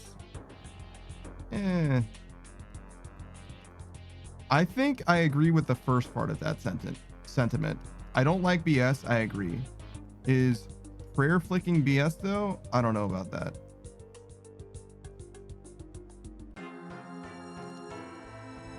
Because like, it's not that different from Jad. Yo, where's my prayer? Jesus.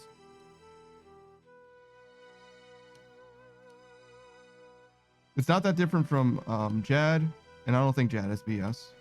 It's harder than Jad, but I think that things can be harder than Jad, and it'd be okay. I don't like how long Inferno is. I wish it was shorter, but I also don't really want to change the way that it is either. Boo says it's the intense prayer flicking for 3 hours. If it's all the speed of Jad, that's a completely different story. I don't know if it's fair to say it's intense prayer flicking for 3 hours, because I've seen people do attempts of Inferno, and it's definitely prayer flicking, but intense prayer flicking, I don't know about that. Like, you can literally, like, most after you kill the little crawly guys that attack the pillars, you can literally just take a piss, right? You've got like 6 hours to finish that attempt, and it probably will take you about 3 hours to do it, right? But like, if you log out, you just reset the wave or whatever as well, right? So it's like you can like actually take your time.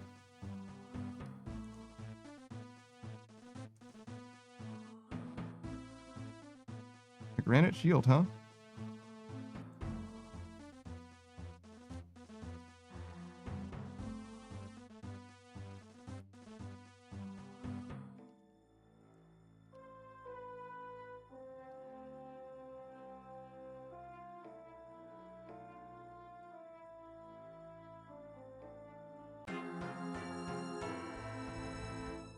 All right, seems like I'm encountering, if not that guy, a similar guy pretty consistently.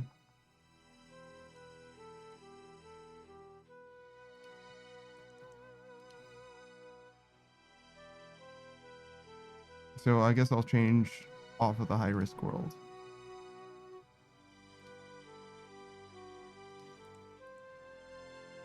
Just imagine being geared like he is for a defensive player. Prayer grinders. Oh, I mean, that's why he's doing it, right?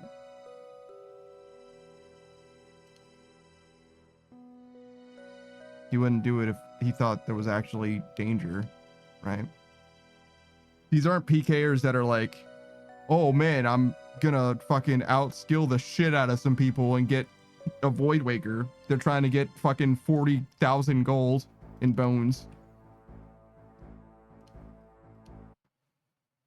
That's what they want. They want 40,000 golden bones. I don't know why they want 40,000 golden bones, but that's what they want.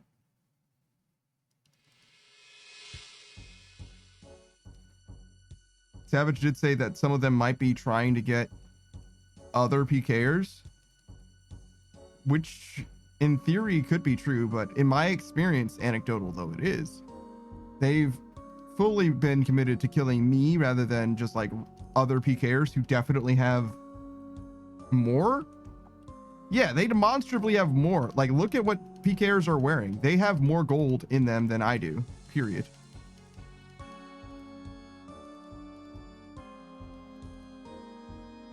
Boost, it's time to call in the rat for a tactical PK.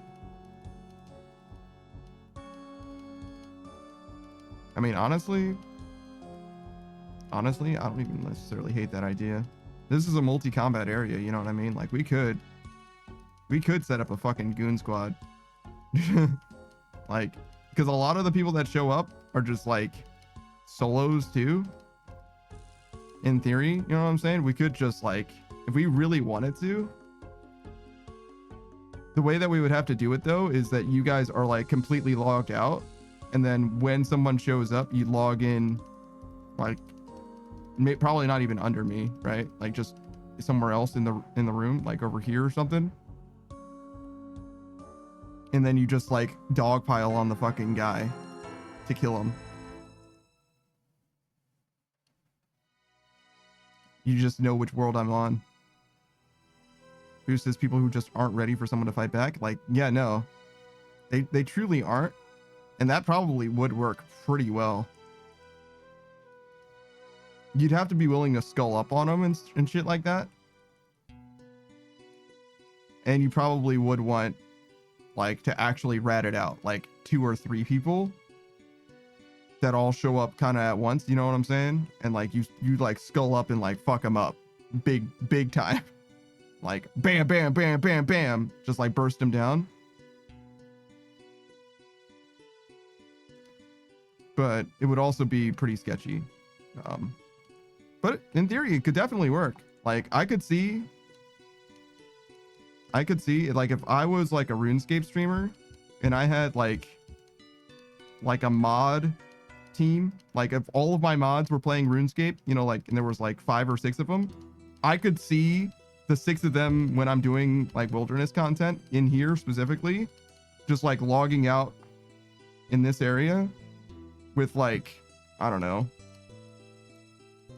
sub 1 mil in gear, just to fuck on anybody who shows up. And then what we would do is we would change worlds. I would change worlds regularly and they would be able to know what world I'm on, right? You know what I'm saying? And if ever anybody else shows up, they just log out.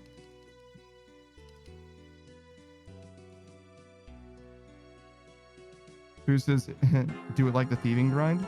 The thieving grind was a little different because in the thieving grind I could have gear. I can't have gear here because part of the reset is me dying, so I can at most I can have 3 slots, right? So like there's no ranged options I can do except for Bofa, right? Or Crystal Bow, I guess. Who says if I was a RuneScape streamer? He says as he's streaming RuneScape, but yeah, you get what I'm saying though. If I was like exclusively a RuneScape streamer and had an audience of people who were like fully invested in RuneScape that wanted to help me do RuneScape shit, which I guess I do that part, but you get what I'm saying, where there's like a bunch of people who have nothing better to do or in that intensely motivated to like help with the anti-PK or whatever. It would work much better if I wasn't streaming as well. And it was like a Discord thing. Like, can you imagine like a community night thing where like, I don't know, the thing that we're doing is helping one of us level prayer instantly and just fucking crashing the shit out of PKers that show up? Especially on a high risk world. Are you fucking kidding me, dog?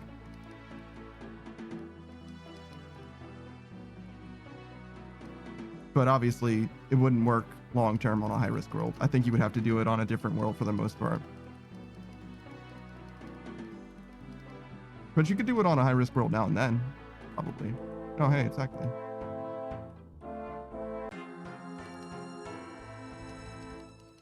But yeah, I'm not saying that I'm not a RuneScape streamer, but what I'm trying to say is like, if we had people that were like dedicated to doing, you know what I'm saying? And I'm also not the type of guy who would ask for fucking errands. Anyway, favors, excuse me.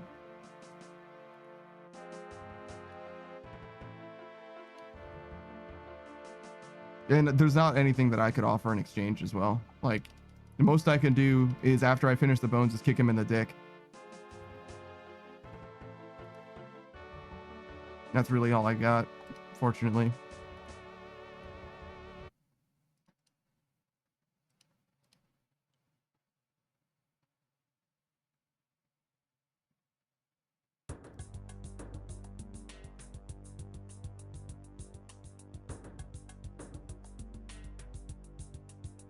I mean, I can do some mean kicking in the dick.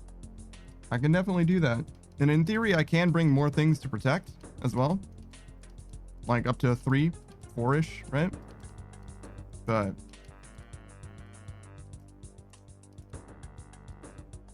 I don't know.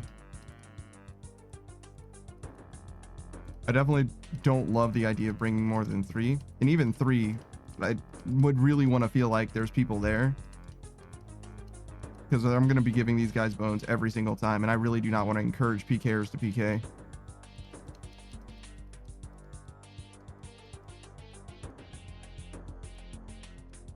I mean, I'm okay with dying to a PKer and giving them gold if the anti-PK frequency is high. You know what I'm saying? If we win even half the fights probably, and none of the, you know, additional people show up.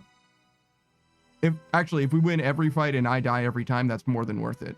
I want them to net lose in a big way. I want them to lose their whole ass. And if they lose their ass, then it's fine. But I would never want anybody to lose anything if they joined me as well. And I can't really comp them for losses, right? Just can't afford to do anything like that.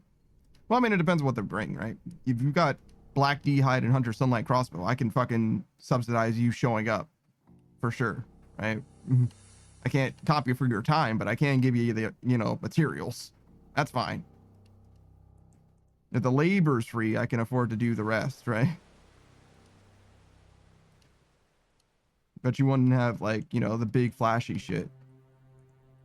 You wouldn't be able to, like, burst them down super easy or nothing. And the longer you stay here, the more dangerous it becomes, because PKers tend to be part of, like, a clan or whatever.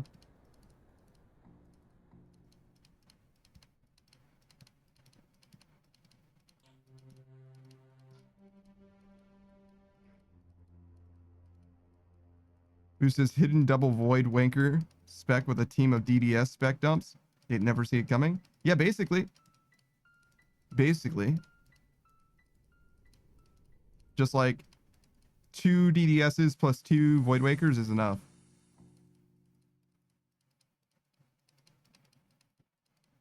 Not even 2. 1 void waker is probably enough, to be honest. Crack that motherfucker twice.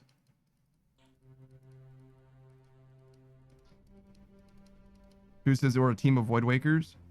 Yeah, if they're only risking the one thing, that's not terrible, to be honest.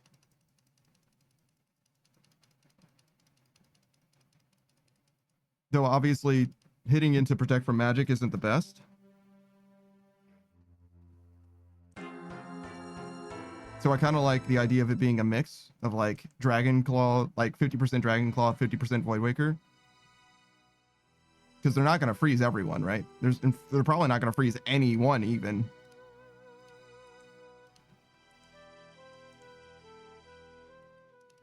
So yeah, I can imagine that going extremely well very fast. Like even just 4 dudes, like if they all hit 1 spec, like that's probably a kill. And if they all hit the 2nd spec, it's almost definitely a kill.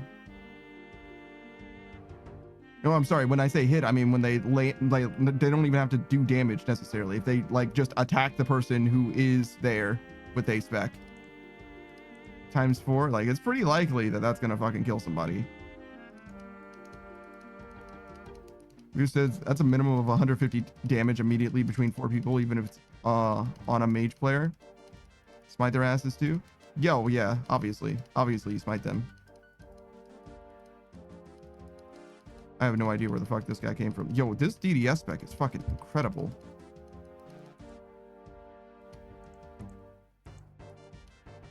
I forgot how to do this.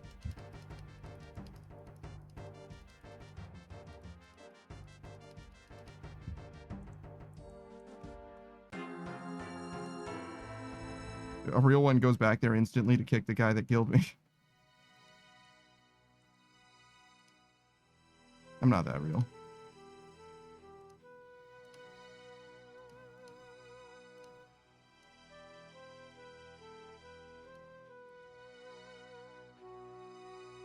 Who says the DDS guy is doing what I do when I'm bored? I mean, yeah, no, I'm truly shocked that the DDS was as effective as it was just now. I know that the DDS can be fucking good, but it so very rarely hits for me. like actually so very rarely hits. I'm always surprised to see it hit somebody, even if that somebody is me.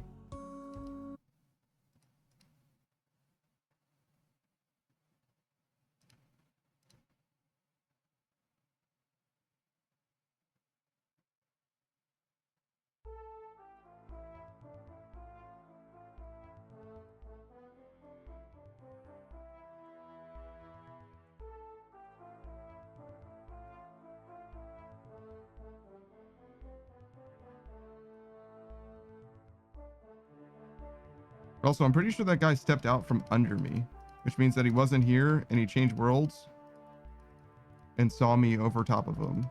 And then he hit me with like 3 out of 4 DDS specs or something, I think. I didn't change prayers instantly, which was definitely my problem. If I was praying the right thing, it would have done less damage to me and I might have been able to get, well, I would have been able to get through at least more of my inventory. As soon as his specs ran out, he basically didn't hit me at all. I basically died to the poison after that. Boost says, if you're lucky and potted, you can land a spec for around 70. Yeah, you can hit a lot.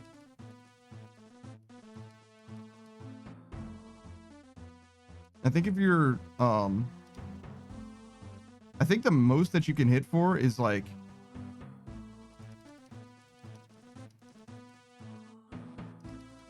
I feel like max you can one-shot someone from 100 health or from 99 health. I think you can, in theory,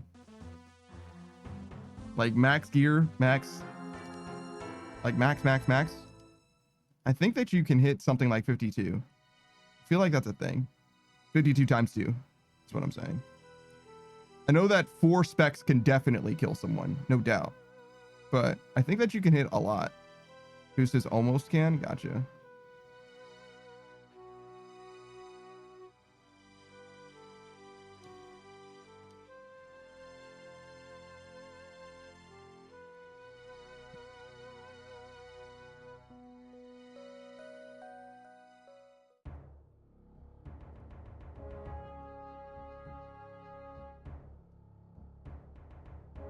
Who says you'll be shot by some single digit number?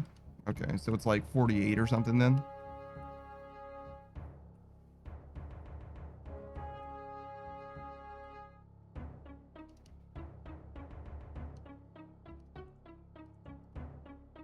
Yeah, the DDS is kind of real. It's better, obviously, with better stats. If your attack's higher, it helps a lot. You're potted up so that you don't fucking miss, because it's not guaranteed to hit. The Void Waker basically is guaranteed to hit, as is the, not Dragon Claws isn't guaranteed to hit. Void Waker is basically guaranteed. Dragon Claws and Burning Claws have so many accuracy checks, just like the Fang does. It's very, very likely that they land, but the DDS is not nearly as accurate. Goose says, I hit 48 on the Warden core while salted, but I'm also missing a couple pieces of max gear. I don't know if the Warden core's defenses are weird in any way. Like if he's got like negative, whatever the fuck.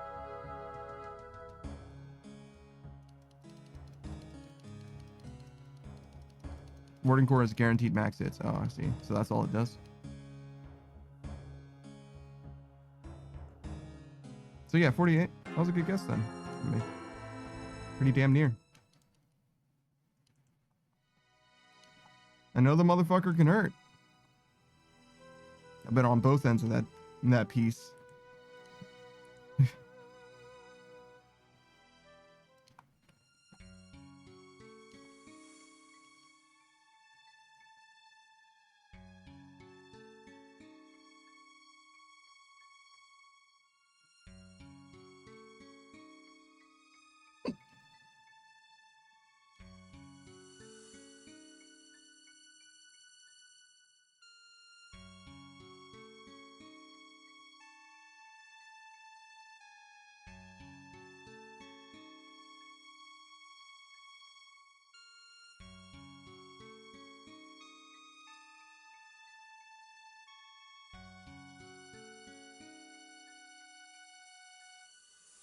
Are those Barrow's gloves? I think that guy's wearing Barrow's gloves.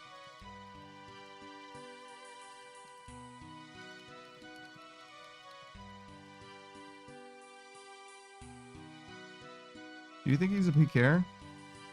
And is just standing next to the altar to lull me into a sense of false security?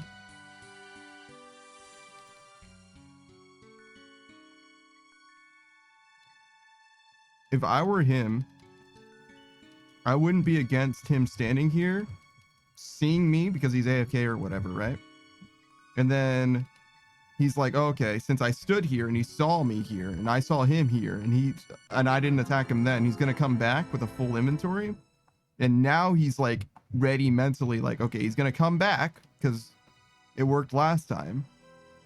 And he's gonna, as soon as I enter the room, for example, or just before I enter the room, he's gonna freeze me and then kill me just outside when I have a full inventory instead of killing me just then when I had obviously less than a full inventory. Boost is maybe anti-PK. Most of the time, anti-PKers don't just like hang out. Usually they're here for a reason. Like somebody else is coming here rather than just like coming here to be an anti-PKer. It's possible.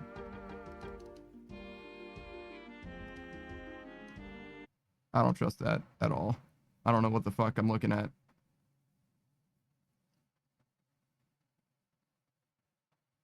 It looks like a fucking magic longbow. You see that shit?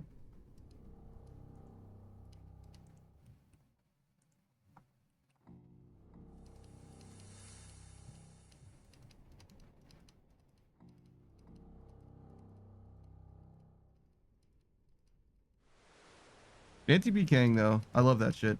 I truly do.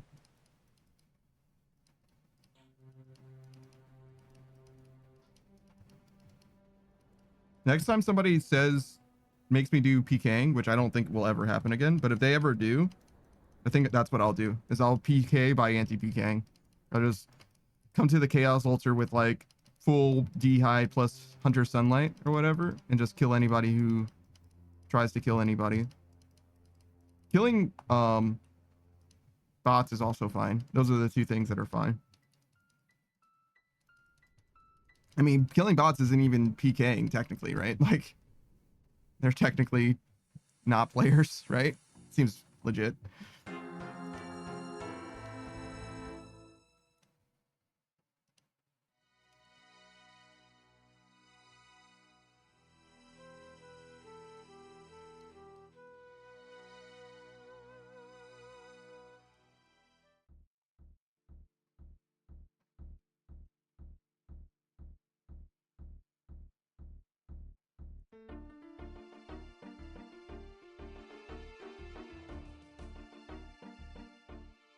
Doors open.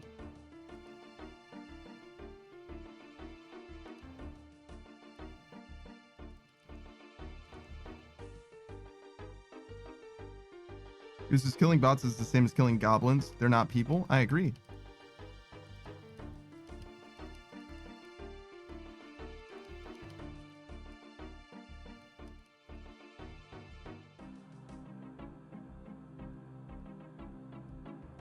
Shout out to Zanuck though.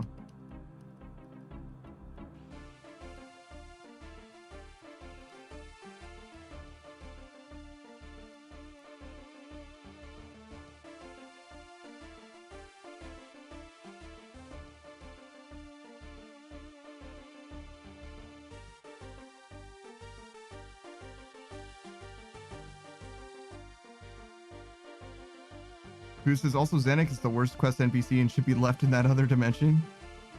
I think she's gonna become like a demigod.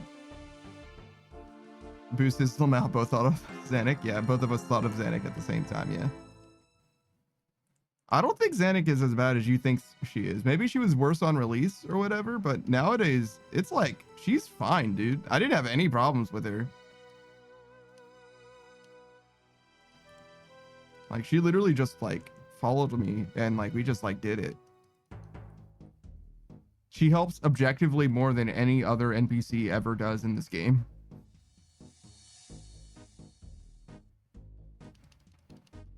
And it's like not close. What's that guy's name? Dream Mentor? That guy maybe helps as well, but not very much, to be honest.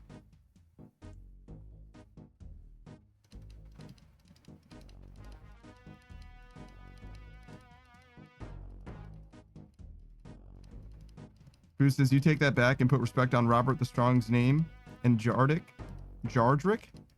Who is Jardrick? Robert the Strong does not help you. Bob the Cat helps you. But he doesn't help you in combat.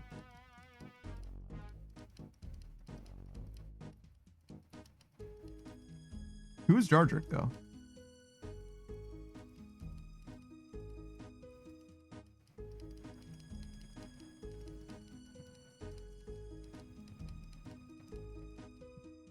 Jardrick is the dwarf with the fadeaway 65 on Galvek. Oh.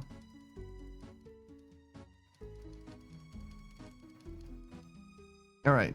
He does help to a similar amount. Similar to Xanax. Okay, yeah. Jardrick is cool too. Jardrick isn't like a NPC that has like screen time though, I would say. I remember that guy showing up and hitting Galvek or whatever for like a good amount of damage. Who says Robert sacrifices his life so you don't get one shot by Galvek? That was before the premise of that didn't happen synchronously, right? Robert the Strong is Bob the Cat, right? Like, as long as you've known Bob the Cat, he's been Robert the Strong. Yeah. So he's not something that he does for you, right? That's not the same. Like, if that's how you feel, then Guthix is the best, right? Guthix stopped Zamorak from being a fucking asshole, right? Like, hold on. Like, what are you talking about? Like, they have to interact with you when they're doing the thing. Like, it's helpful, that thing that they did in the past, right? But, like, I'm not grateful for everything that everyone has ever done that has been positive, right? In a cosmological sense. I'm talking about people who specifically helped you, actually. Who says he literally leaps in the way of the fireball when you're on the boat. Oh, yeah, Bob the Cat does do that, right? Yes. Sorry, you keep calling him Robert the Strong, so I'm thinking as a person, he did that. But no, you're talking about Bob the Cat dying in Dragon Slayer 2. Yeah, you're right. I thought you were talking about what Robert the Strong did as Robert the Strong, rather than Bob the Cat dying for that. I also forgot that happened, to be fair. But yeah. You're right. That is the most helpful thing that an NPC has done.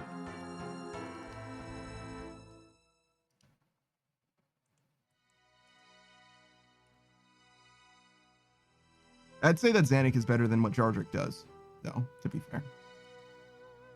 And that Xanac also has more character than Jardrick does by far. Bob the Cat, though, is similar amount of characterization. He's fine.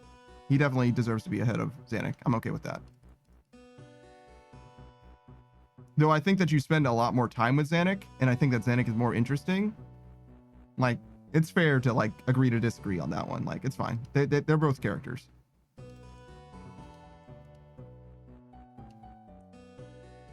Who says, if you don't drop a tuna or a salmon every time you're in Berthip, you're a traitor? I'm a fucking traitor, dog.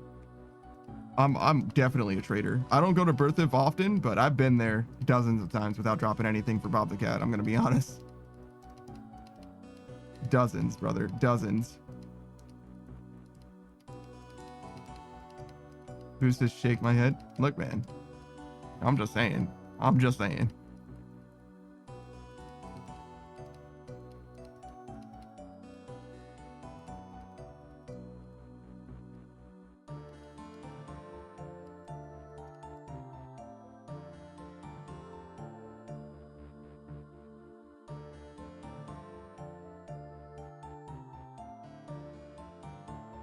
Did you finish your quest log? Yeah, you got your quest, Kate. Did you do the, is it a mini quest? When you go back to the goblin village and you fight all of those undead goblins without armor? Like when you don't have any armor or weapons or whatever? Have you done that?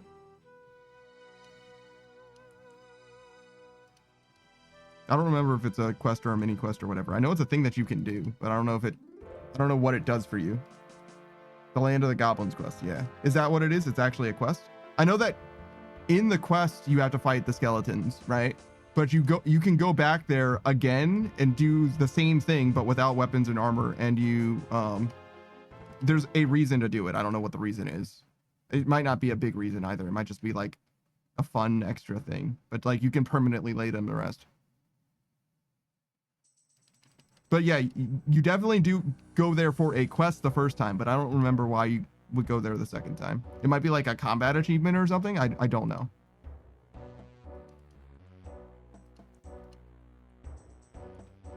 Before you do it, look it up. But I'm pretty sure there's a reason to do it. Because it's exactly the same thing that you did before. You just have to high roll and not get fucked by the guys when you're not wearing armor or using a weapon. But I'm pretty sure it's separate from the quest because I went back there to do that. I'm pretty sure. Who's this dunk on them for a victory lap? Basically, yeah. You're like permanently putting them to rest as opposed to before where you were just asking them questions. And with that, you can bury them in the dimension where Zanuck got sucked into the chest or whatever, which is what they wanted, right? They wanted to be laid to rest in the land of the dwarves or whatever, or dwarves, the land of the goblins. That was like their dream or whatever, and you can do that for them.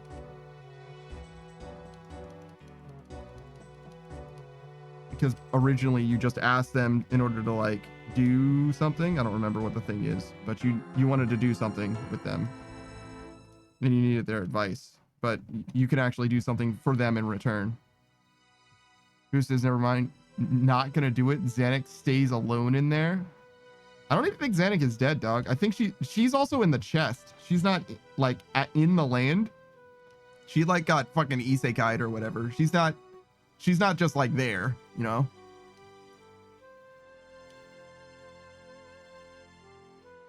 But yeah, whatever.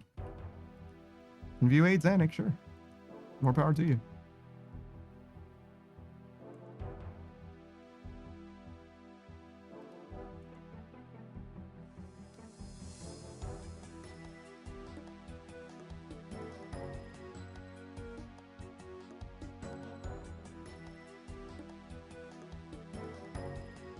Shit.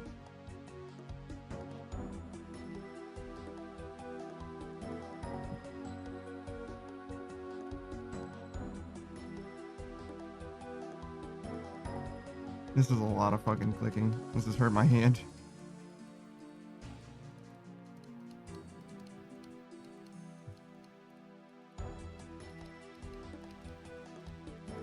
I'm glad we're gonna be done with this soon.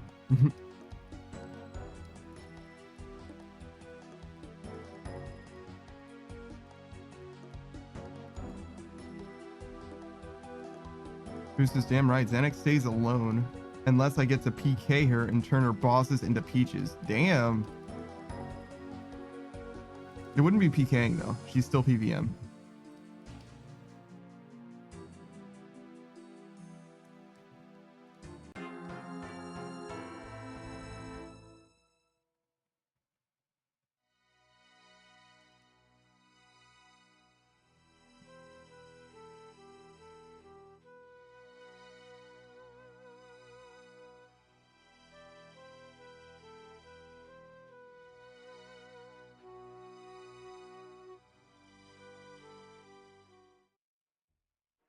Who says, I'm gonna call it PK for personal kill then? This time it's personal. Nothing personnel, Zanuck.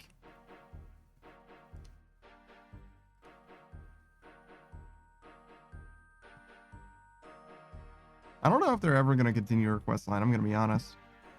It's very possible that they will, but it does feel like it's been a long, long time for that one in particular. Like, there's been new quests, like newer quests, right? But that one seems like it's ancient. And we're going to get a sequel to Sins of the Father sooner. Which I thought that Sins of the Father was already a newer quest than the Zanuck one. But I'm not sure.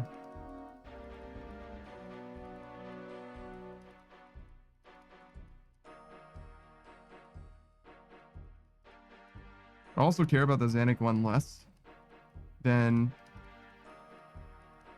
the Sins of the Father one, and the Wild Gothic Sleep one, and the Dragon Slayer one, and the Corrin one.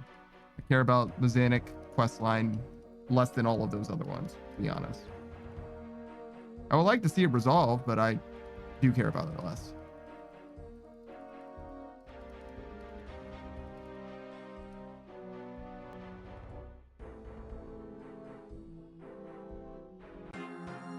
Boosters, that vampire one is going to be so cool. I'm excited for it. Is it? I don't know anything about it. I just know that it's continuing. I imagine we're going to be rescuing Sapphilon.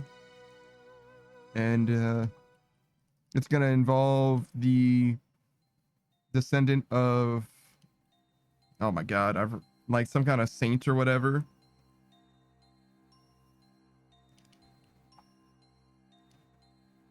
And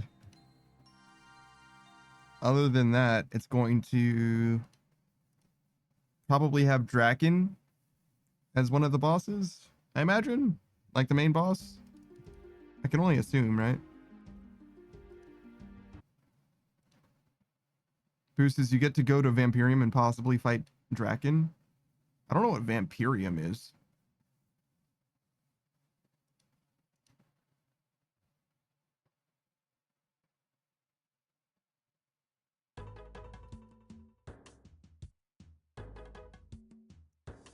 It's the world that they came from. Oh, interesting.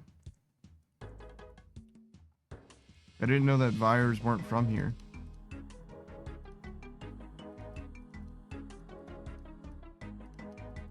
I know they're Zamarakian, but I didn't know that they weren't from here.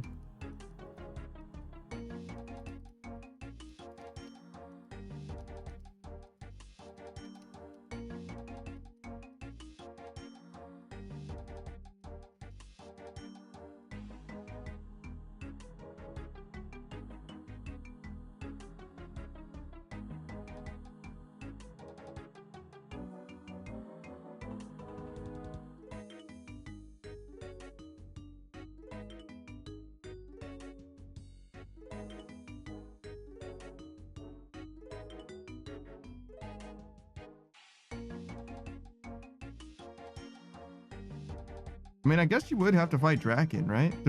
We don't know of anyone else in like the Vyre space that you could fight. We fought Verzik.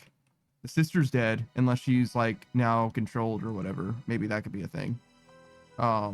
We've already killed Vanstrom. Like, there's literally no other Vyres that we know of that, like, unless they introduce a new thing that we fight instead of Draken. You know what I'm saying? Like, we kind of have to fight Draken. Which they could do. They could definitely introduce a new NPC that's the final boss instead. But otherwise, it like literally has to be Draken. There is no other remaining NPC, I don't think.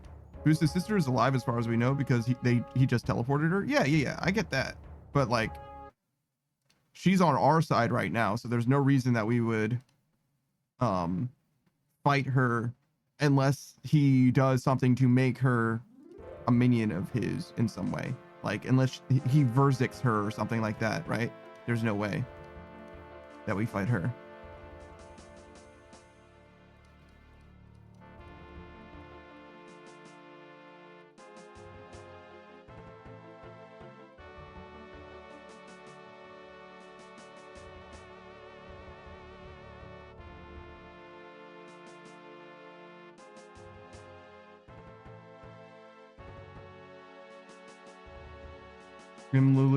I'm Lulu's is not the money loss indicator. It's not bad. Who says turns out she was bloat all along? We actually know that she isn't, right? We know bloat's lore.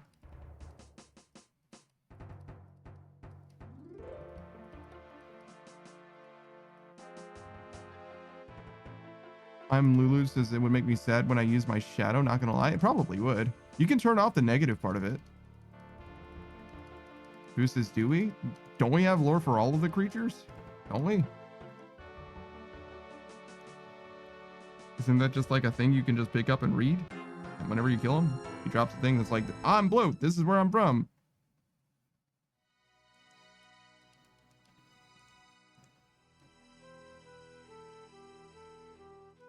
I mean, that, and she also exists independently of, unless there's some like weird timey-wimey shit going on, she exists independent of Verzik's experiments, which are what are in TOB, right?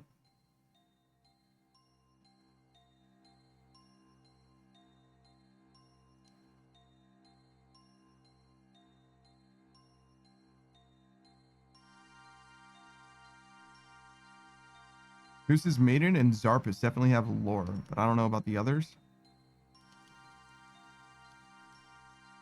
I don't know which one Zarpus is.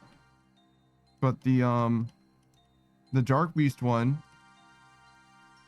the Dark Beast one doesn't have like a lot of lore, but he has an origin. He is a Dark Beast, and they like kind of sort of explain it. Verzik has plenty of lore.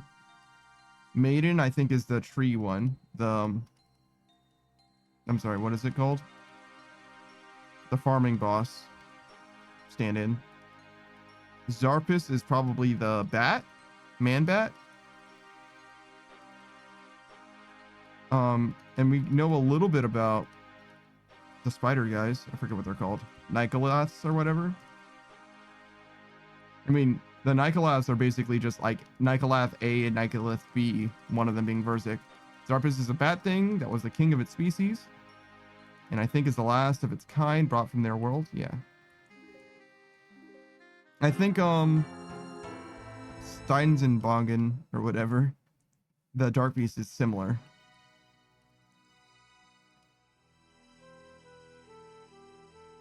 I think it's very similar.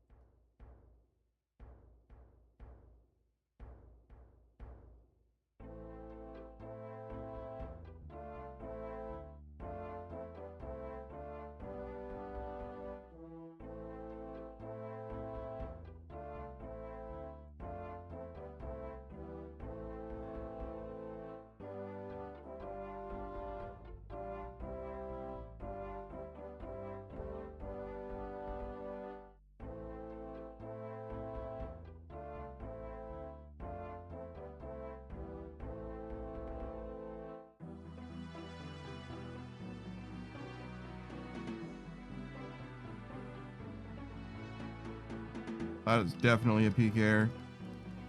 What? He's got a Serp helm and he's doing bones right next to me, dog? That's crazy.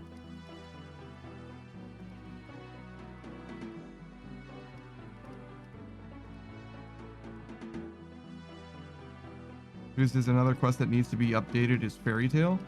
Oh yeah, I forgot. Fairy Tale just kind of like ends.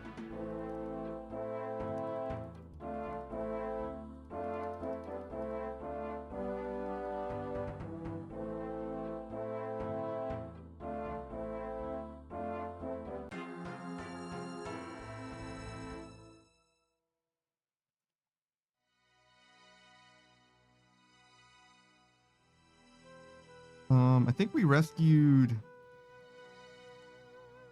the queen? The queen of the fairies? Is that real? Did we stop the mob boss or did we just rescue the queen of the fairies and that was it?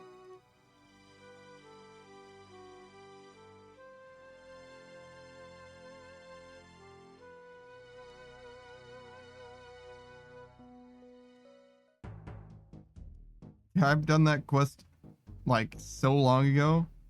We found the queen of the fairies and the mob boss took over Zenaris. Yeah. And that's just like how the quest ends. Like, you found her. Great.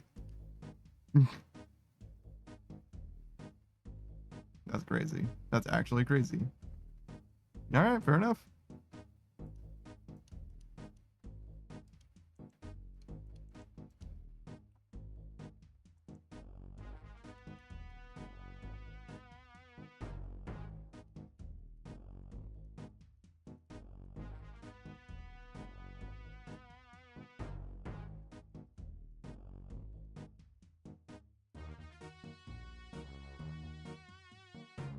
This queen was talking about regaining power, and there's been nothing more from it. Sure. That means in order to like continue that quest, we're probably gonna have to like go through that sequence of like 4 different fairy rings to get back to where the queen is, huh? That is unfortunate.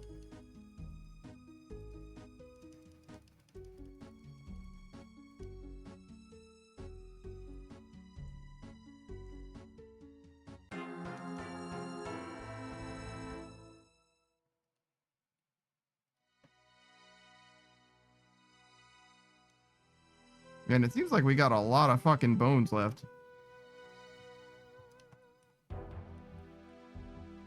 Who's this? I think you can teleport directly now. Oh, you can go back there because we entered the sequence once. I know that getting there the first time was a pain in the ass, and I actually fucked it up once. I mean, it's not a huge deal to enter 4 sequences or whatever. Like, it's possible. It's just so. Who's this? It's at the bottom of the menu, I'm pretty sure. Beats me, dude. I haven't scrolled through the options of a fairy rings maybe ever. There's like a search function, you know, you don't need to scroll. Also, I have no idea what order they're in. I thought it was like recent here at the top, like most recently used. And there's also a real possibility that I've used something less recently than I've used that quest location, to be honest.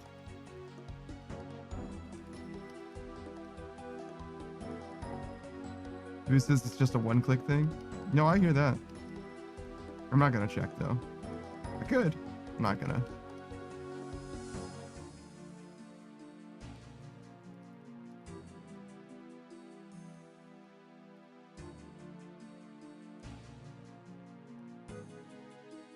Like in theory, I can also upgrade my house all the way now, right? By boosting or whatever. Not doing that either.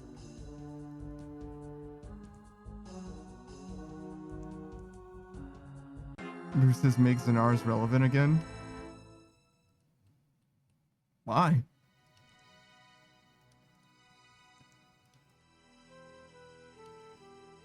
What do you want to do in Zanaris? You just want to be there more? You want to get trolled by the fucking council of fools? Transformed into like a fucking frog randomly or whatever? Who says, I think it's a cool area and could use an expansion update. It is a cool area, and it definitely could use new content.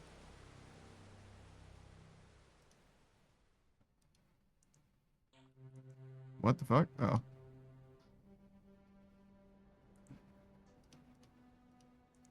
Where did that guy come from?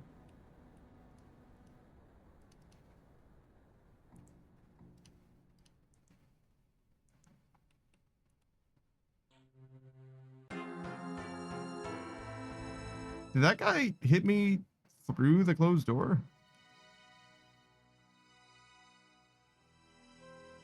Maybe he hit me when the door was open and I closed it right after.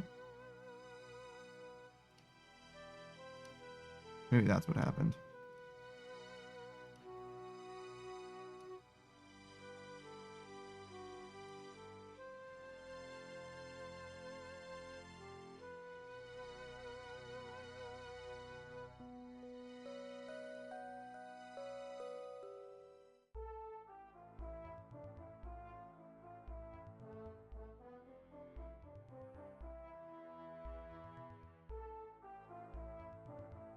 I could never PK here, dog.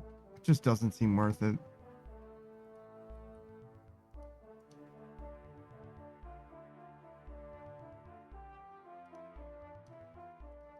Unless you're getting a PKer. And even then, like, I don't know. Maybe it's way easier to kill people than I'm thinking that it is. Because I get away so frequently. And if everyone else gets away so frequently, and I get attacked by a bunch of different PKers rather than the same PKer over and over again, you know what I mean? Like, the net profit for PKing here has to be so fucking bad. You're here for the thrill of the kill, you know what I mean? You're here for the sport of it all.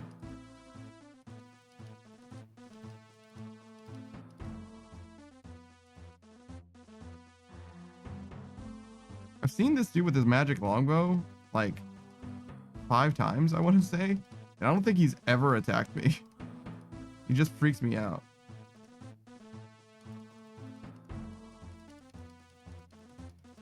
He's probably just anti-PKing, I guess. Because I've seen him a bunch, like actually a bunch, but I just never trusted. Which is ironic, I guess, because again, for someone I've seen a bunch of different times, I'm pretty sure never hit me. Pretty sure.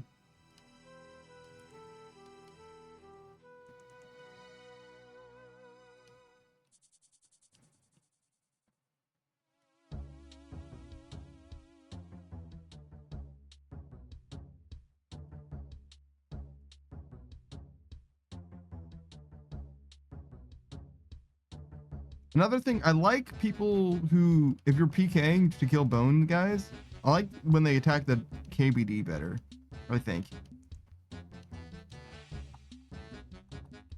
Like, I think the odds of you getting bones is much, much higher there than here, specifically.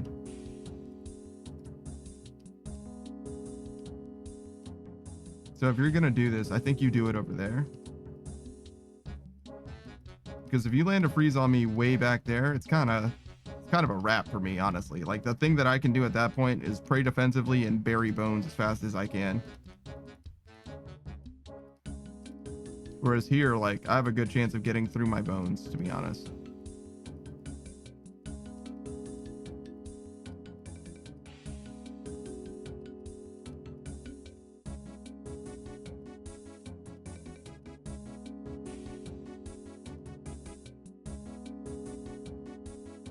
Wow, full Masori and a Din's Bulwark. Goddamn. This guy is not fucking around. He does not want to die.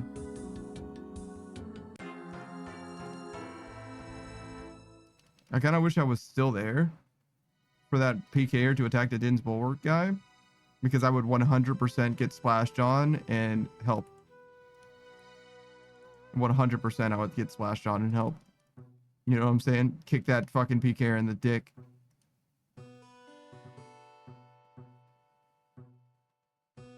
Now I have something to lose, though, so now I wouldn't help.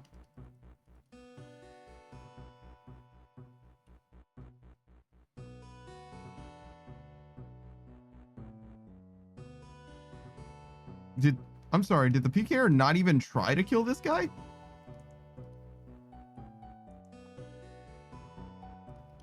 Fucking narc? Is that what this is? Is that what I'm witnessing?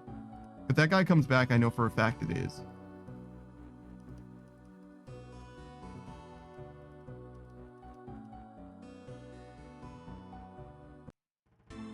$97? Nice.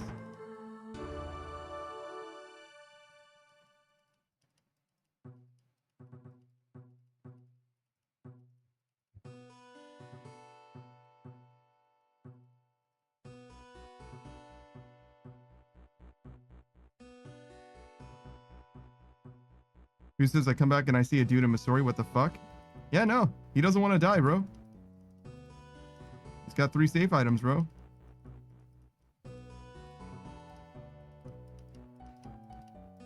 It's gonna take you a second to kill that motherfucker. That's for damn sure.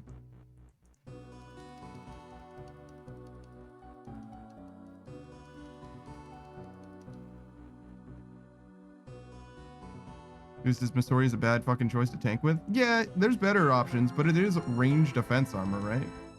Fortified Missouri is probably fine-ish. I feel like its defensive stats are okay.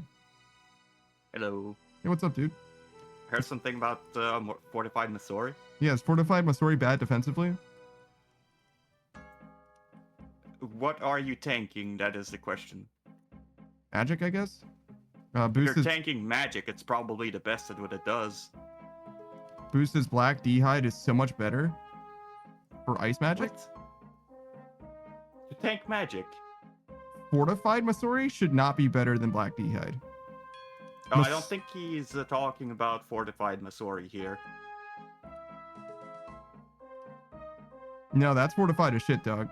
So that's what he's talking about. Whether he realized it or not. Fortified. Yeah, that's fine.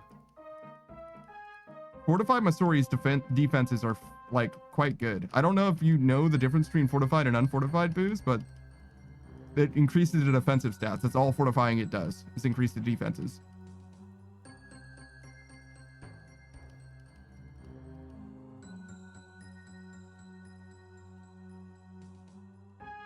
But yeah, I don't know. When I saw the stats before, I remember it looking fine. Like, the stats made a dramatic difference. Like, DFS... Fortified Missouri is 4 better, well, at least in the body, is 4 defense better than the Armadillo chestplate. Sure.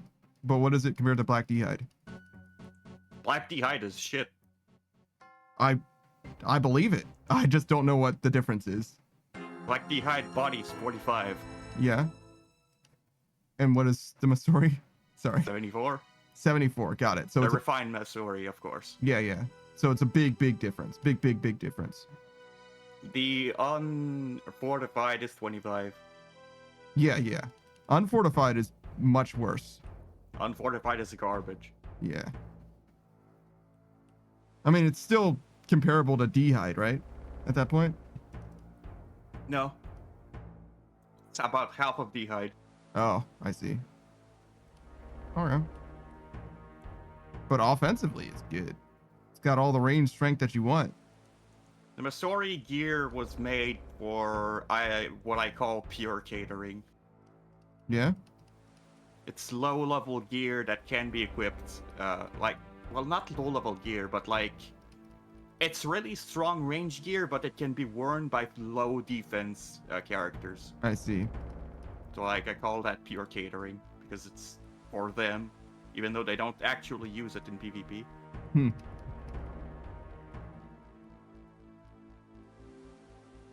Can you wear the fortified stuff at low levels too? Or just the unfortified? No, the unfortified only. I see. Fortified is much higher, I think it's 80 defense. I see. Interesting.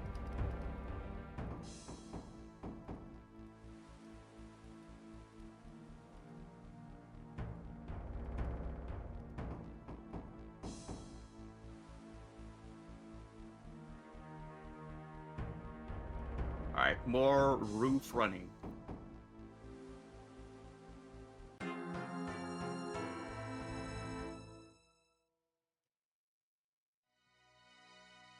Gotta meet your quota. How did Power World go? That went well. I went to explore an over-leveled island and got a bunch of stuff from it. I see. Interesting. Just don't engage the enemies.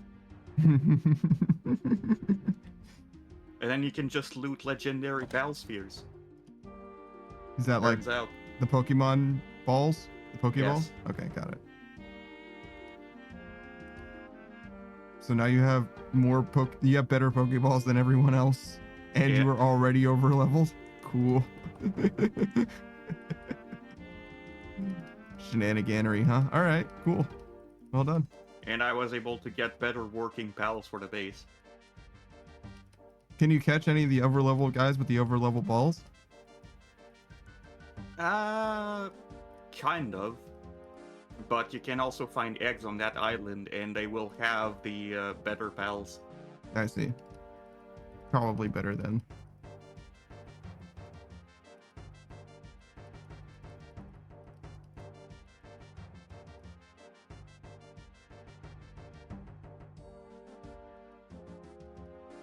But yeah, I have met my quota today. I'm almost 100k over quota. Oh, really? Oh, did you say that before? Did you say that you were at the quota before you even left? Yeah. I see. Not just for war. Yo, 97 health and 97 prayer? God damn. It's beautiful. Wow, now you get full effectiveness from prayer pots. It's true. Oh, speaking of, Kolya mentioned that Kolya's prayer is now higher than their health because obviously they just did a bunch of training. Yeah. And I'm like, and I'm actually going to be the same way. My prayer is going to be 1 level higher than my hit points. Right at the end. Where did Kolya train prayer? So Kolya decided to do ashes, vile ashes. Just chill and cheap. Cool. Vile ashes. Like using the spell? No, just picking them, scattering them. I guess the spell would have been good, but I think you need a spell book for that, right? It's not base spell book, so you have to do some kind of quest line. Yeah, you need Arceus spellbook. Yeah, I don't think. Demonic Offering, does that require anything to cast? Yeah, requires Kingdom Divide in level 84 magic. That wasn't going to happen. Yeah, no, that ain't happening at all. Not even close to happening. But even just the unlocking the Arceus spellbook would take a long time. Longer than it took Kolya to just do the prayer grind anyway, to be honest. Just scattering vile ashes. 1600, I think. Not that bad. It seems pretty expensive. It wasn't. It was like 300k. Oh, sick.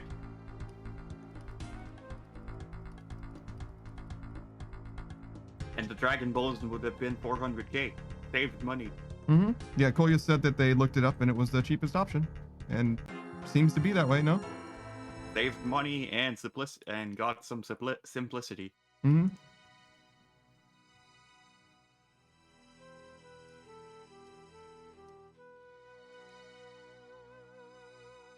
You missed it. There was a guy who was trying to kill me as I was doing bones, and I finished doing my bones, so I ran over and kicked him in the dick. And he was like, "Why are you attacking me?" And I said, "Fuck you." Like, what do you mean? What do you mean? Why am I attacking you? Fuck you. You tried to kill me, dude. Eat food, idiot. I'm praying piety and I'm gonna kick you in the dick until you eat whatever food you brought, asshole. Fuck you. What do you mean? But I'm sending you back faster. Isn't this what you wanted? Yeah, and you're gonna kill me just as quickly whether I'm attacking you or not, so fuck you. I mean, it's a little slower because I'm praying defensively, technically, right, with piety, but fuck you. I don't give a shit. I'd rather my rate get worse and you die and you be inconvenienced, to be honest. Fuck you. I mean, I would rather them die, not like in real life, obviously. That's the spirit. But like you get what I'm saying. Like, the only thing that would be better than me attacking that guy and wasting his time is if another PKer logs in and helps me kill that guy. Even if that other PKer kills me right after, that's still better. That's one less PKer, right? Yeah. Oh, surely I can do my Tears of Gothics now. It technically is tomorrow. Yeah. I can do mine too. I think I was supposed to do mine before as well, and I forgot, but I gotta do mine now.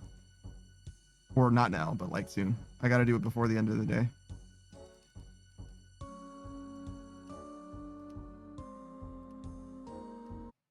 $2.2 mil, by the way, fair experience. Whoa.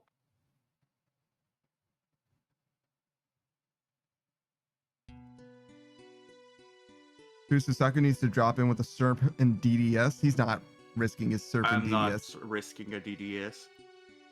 Well, I mean, DDS over the SERP helmet, surely, but yeah. Well, I'm bringing only a DDS and no SERP helm so that I can risk nothing. Oh, I see. That makes sense. I mean, it is a risk, Smite, but I got you. It is not a risk Smite because they'll never deal enough damage Smite. I'm not bringing any food, I'm just here to DDS spec and die. How does Smite work? It takes away 25% of damage into prayer. Like it deals 25% prayer damage from the damage you deal. I see. So you would have to heal in order for them to possibly make you run out of prayer. Good fucking luck dealing 400 damage to me. Yeah, without you dying. I'm not healing. Yeah, I got it. You also have to not use prayer yourself except for protect item. But yeah, I got you. Oh, I could just use piety and protect item. Sure. But if they like wait in theory, right? They could smite you, but yeah, that's not gonna happen. No one's gonna do that. They're not gonna wait that dude that's constantly attacking them. Yeah, I got you.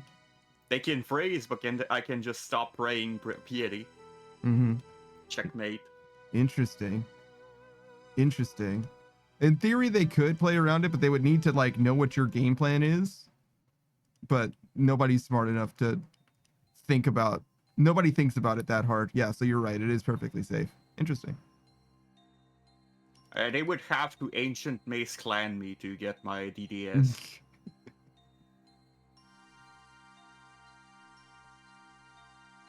Which, if I pissed them off enough, maybe they'll do that. How do you feel about Sapphire Bolt procs as well? I think it's not that efficient either.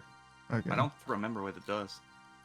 But like Zarite Crossbow, Sapphire Bolt, Smite, how does that do? I would say not realistic is what I would say, but you know, just throwing it out there as a potential, a theoretical potential. That's actually something to think about. I don't think I've ever seen a Zarite Crossbow in the wilderness, but you know, you could bring it. Clear mind. Okay, no, that's NPC. Clear Mind drains 1/20th of the attacker's current range level, rounded down from the target's prayer points. So it drains at best 5.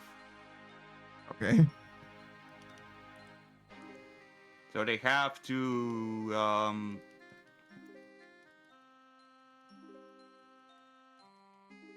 get 20 Zarite crossbows specs off. Yeah, doesn't seem that big of a deal, I'm gonna be honest. They have to deal not enough damage to kill me. Yes. Because otherwise it's not gonna drain my prayer. Mm-hmm.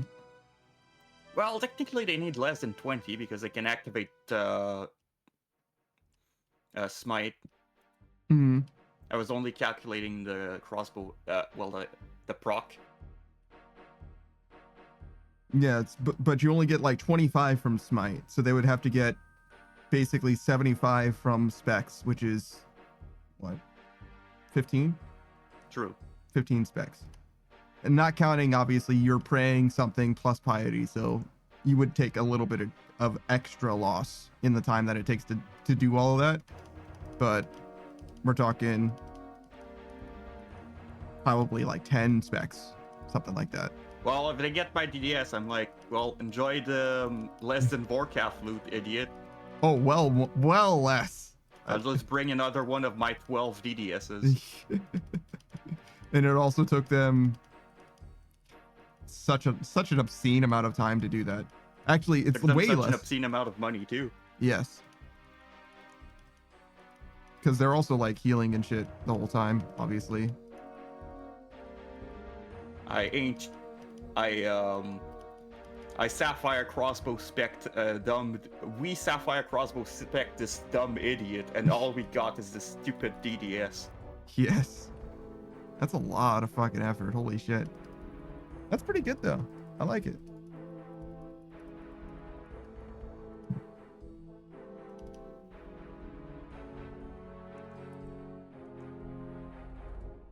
How much confidence do you have to have in that strategy for you to upgrade from DDS to Void Waker? Or Burning Claws, maybe? Nah. Never? I think I'll skip. Too dangerous, even though you've run the numbers and determined the outcomes? Mm-hmm. Yeah. Fair enough. The purpose of the naked DDS is to be annoying enough to drive off people. Mm-hmm. Because they're only going to lose food and supplies on you, and you're gonna piss them off. So, by using the Burning Claws of the Void Waker, you would be too appealing to drive them off, potentially? You would, but there's risk involved with it. No more risk than the DDS. It's just, I mean, it's the same theoretical You're risk. more likely to be planned for a pair of Burning Claws or a Void Waker than a DDS. Although it probably wouldn't happen. But there's value in those items, and therefore PKers are petty, and so they absolutely would do that. Fair. Who says one dose of prayer potion will offset any smite? Yeah, it truly will. I did not realize that smite was that bad in PvP. I mean, it's great when you have food, which is realistic in PvP, but for someone who is defenseless, if you're, I don't know how to describe it. If you're the type of PKer that isn't attacking someone who's fighting back, right? Smite is fucking worthless to you. Go ahead. Oh, you can't hit me, dog. What are you doing? Just question mark him.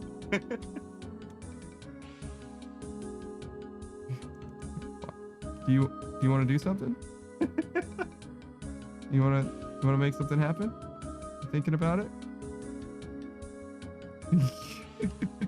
All right, great. Okay. Fucking weirdo. Are you looking at me that fucking hard, dog?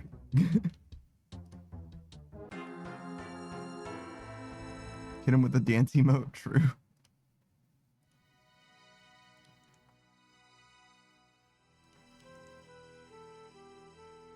It does seem strange to me that there's a decent amount of success from anti-PKers, or I'm sorry, to prevent There's a decent amount of success out of PK prevention by being high leveled, is what it seems like to me. Like, What is that guy doing? Slayer, I That's guess? killing the greater demons. I guess, a Slayer task. I just assume Slayer task. Why else would he be there? That's such a dumb place to do it. I've seen a lot of people do greater demons there. A lot of people. That's such a stupid place. Everyone goes by here. Is there a different place with greater demons? I'm sure somewhere, right? But Yeah, there's a few places with them. Although you don't want to go to Anakarl, I guess. Because that's multi-combat. I see. There's the Wilderness Slayer Cave. I think that's singles plus. Like, it's multi-combat for enemies, but singles for players, I think. Oh, interesting. I like that. It's what the Wilderness should be. Mm-hmm.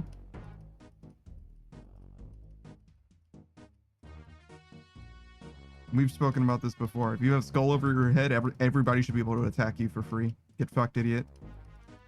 Yeah. Although, I don't know. Yeah, go on. Because they have these mechanics with the Revenants where if you skull, you get more drop chance.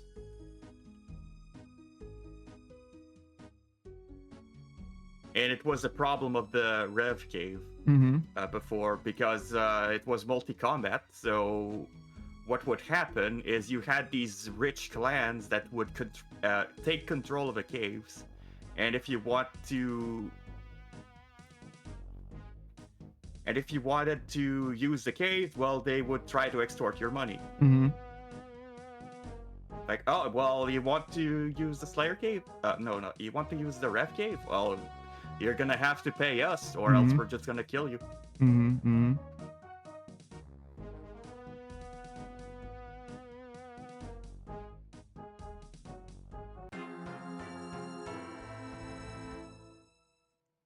Interesting interaction. Yeah, I don't understand the DDS only guys, to be honest.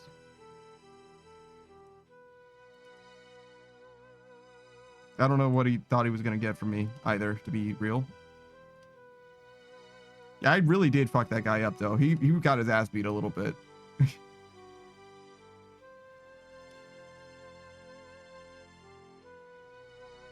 He landed every spec on me. Well, he used every spec on me, and I think he landed literally 0.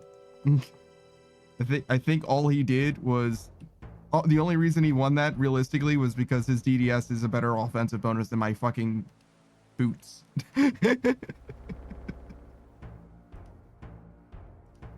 But you know, that's the way it goes, I guess. My stats are probably better than his though. My total is higher than his. I don't know what his stats look like either, but I mean, I guess we can check. Want to look at him?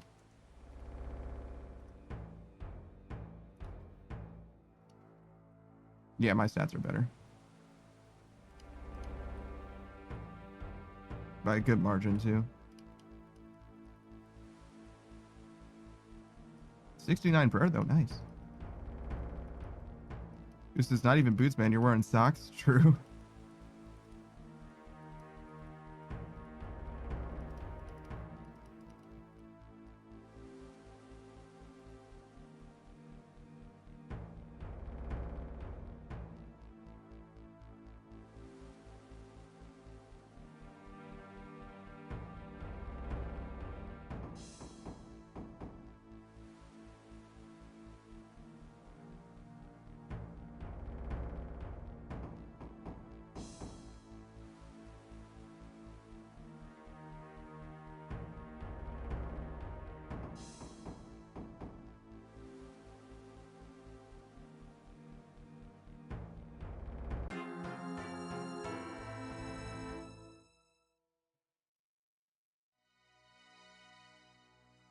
Who says, I hope he comes back to redeem himself? I changed worlds, to be fair.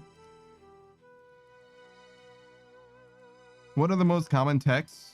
And this is actually advice. If you're PKing here, first of all, you're a scumbag. But number 2, if you kill someone, run over here, because they're probably going to come back here, or from here.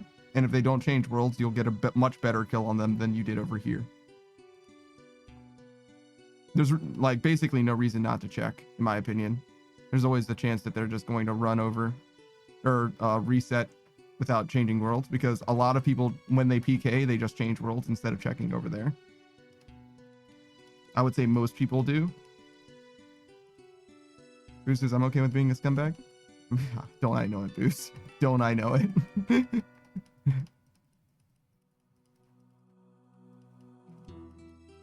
But yeah. Advice from me to you. Ow. That fucking Dragonfire spec. Jesus.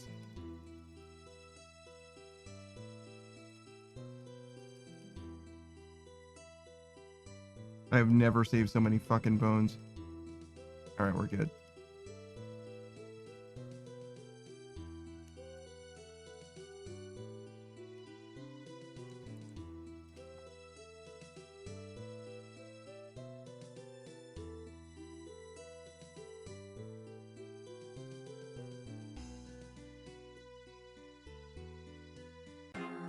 Oh my fucking god, there were like 5 dudes in there. Jesus.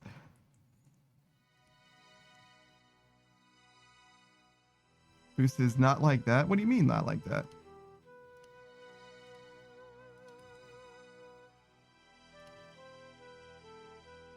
Enjoy the less than DDS split.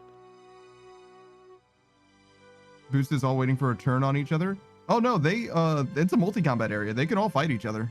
But the one guy that was just standing there was too low level to fight anyone else, except for the new guy that just showed up, which is when he cast like Wind Surge or whatever the fuck that was. And then one other guy was also there. So there were 5 guys if you count me. One of them was too low level to fight either of the 2 that were engaged in combat, being me and that other guy. And then one other person had just showed up. Something like that was going down. I think I like mistold that story slightly, but you get the idea. They weren't just like waiting around and as if it was singles or anything. No. This is a multi-combat area. We can all fight each other if we wanted to.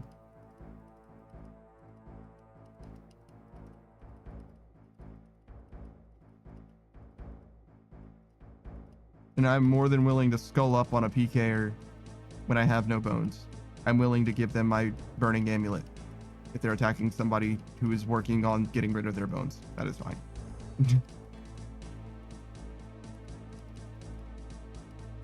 I have done it once before, and I will gladly do it again. Boost's Wind Mage was so ready to throw hands. He really was. He really was.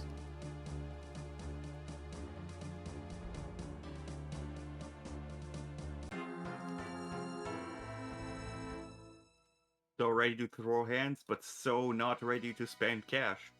Because he's using wind spells. Yeah, with a wind staff of air and all.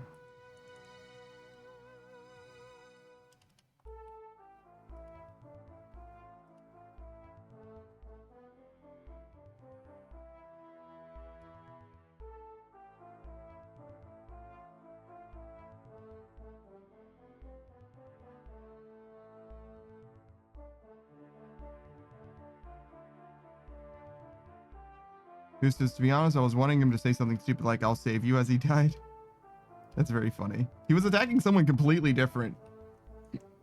And also couldn't attack either of us, right? He was like level 33 or something. The guy that was attacking me was like level 111 or whatever. Like there was just no way he could do anything at all to either of us, which is fine. I imagine he's mostly here to kill bots or something. Or at least lower level players.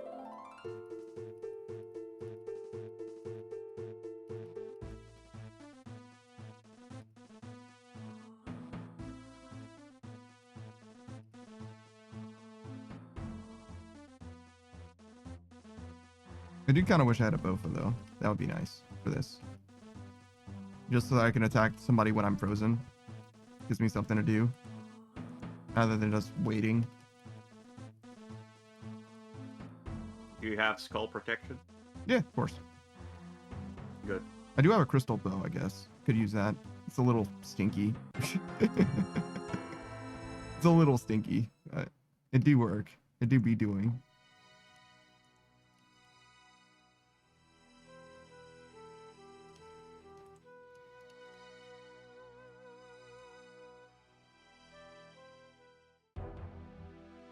Boost is a 25 is a 25. Meaning is like the crystal bow's max hit 25? Is that what that is? It's got to be way higher than that, right? That's around the max hit while naked. Oh, is it? All right, fair enough. What about with piety? The crystal bow? You mean rigor, surely.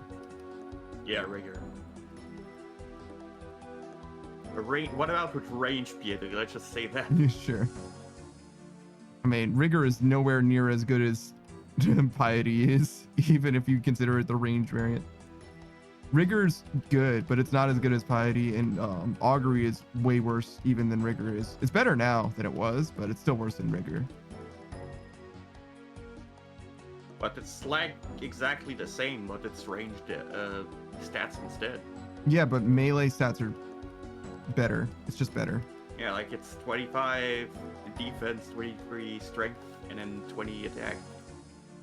Yeah, it's the difference. I don't know how to qualify it, but Is it because it scales better with the melee? yeah, I don't know why exactly it ends up being better in melee. Maybe because ranged doesn't give you range gear doesn't give you very much range strength, but it gives you a lot of ranged attacks. So the accuracy that you get from the prayer matters less than the damage, whereas you get a value out of both the damage and the accuracy for melee, because you don't really have accuracy augmenting gear. There's like 2 pieces of gear in the whole fucking game that give you accuracy, and it's like mixed D hide, and you know what I mean, like none of it really gives you accuracy bonuses. It all just gives you strength. I imagine that's why, but like if you're talking about like raw DPS, maxed melee with combat potions plus best in slot gear or whatever, and plus piety does way better than best in slot ranged by comparison. Obviously there is a little bit of an asterisk because, you know, Scythe of Atir multi-hits bigger targets and T-Bow is better on magic. You know what I'm saying? Like there's some like extra shit going on technically as well, even then. But if we're talking about just like damage dealing shit instead, melee is better than ranged. Magic is better than melee with shadow, and without shadow, magic is not as good as melee, obviously. I don't know how much worse magic is though, but I think magic is worse even than range, but I'm not sure. Without shadow. I guess I would have to have a better comparison though, to be honest, because like I guess ZCB would be the standard order max ranged that doesn't have like gimmicks, and then magic would be Sanguinest. Can you use any powered staves against players? Is that a thing?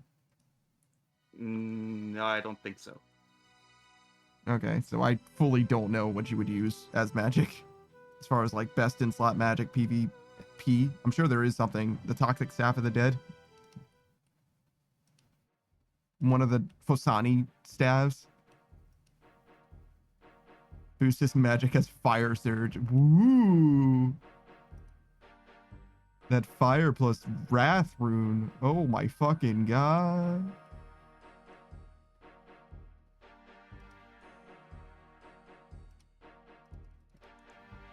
Yeah, I don't know.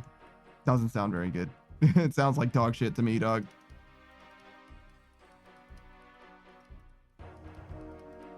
Does this shit hits hard? I mean, it might. It might. Sounds like dog shit to me, dog.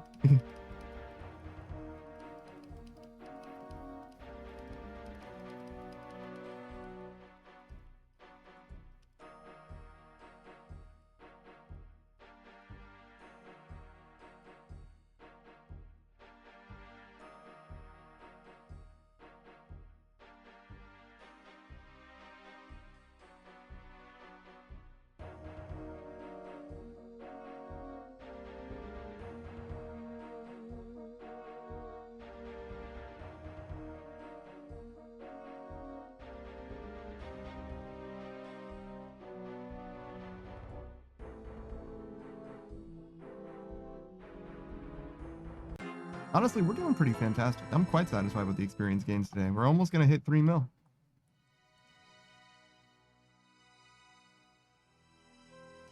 Pretty good. Pretty good. And then we'd only have one more day of this. So yeah, again, I feel like the Chaos Altar. Like, as much as I was very scared of the wilderness when I started playing RuneScape, there's some real good shit here, in my opinion. It's like truly worth doing. Welcome back, Modern Age Sage. Yeah, I saw you post your picture of food. You keep making food that looks like fucking restaurant food, dog. Like, it doesn't look like food that just somebody made in their fucking house, dude. It's not normal. Boost's Fire Surge is usually paired with a KO spec like AGS. Oh, I see.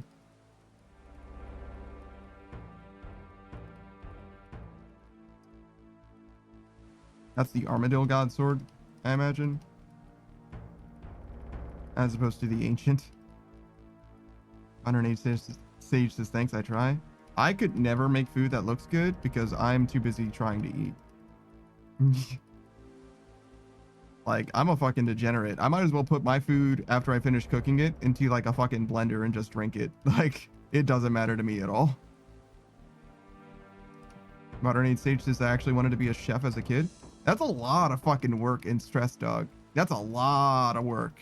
I'm glad that you didn't become a chef just because of the mental strain that it would put on you, dog. It's rough.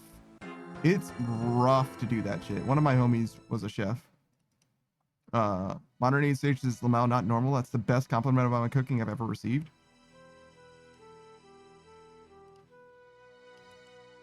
That's weird. Your food always looks like that. What do you mean? Like, I've seen you make a bunch of different things, and I've always thought it was like restaurant quality. Your shit looks like food, like literally open like any, like Google review of like a store or whatever, like any restaurant on Google Maps or whatever. Your shit looks like the stuff that they take pictures of. You know what I'm saying? I don't know if I would put it quite at the level of like commercials. You know what I'm saying? Because that food, that's not even food, right? They doctor the shit out of it. That's like not even edible. Whatever they put in those fucking commercials. Modern Age Sage says, I worked at an IHOP for a year or so and got a taste of what it was like in the kitchen and loved it. Really? That's crazy. IHOP isn't quite the same as like a more formal environment, I want to say. IHOP is a little closer to like a fast food that's going to have like a rotating cast of people rather than like a permanent, like proper, I don't want to say proper chef, but you get what I'm saying, right? Where it's like, there's a difference between like a McDonald's where you're like mostly reheating food rather than like creating things like made to order. IHOP is closer to made to order, like a family restaurant, than McDonald's is, but I don't know. I haven't been inside of an IHOP specifically, but you get what I'm saying, I think. Or like, certainly you're making food, but it's not quite the same. It's not quite the same as the chef that, what the fuck? Hey, all right, PK protection. Yeah, you better attack me, idiot.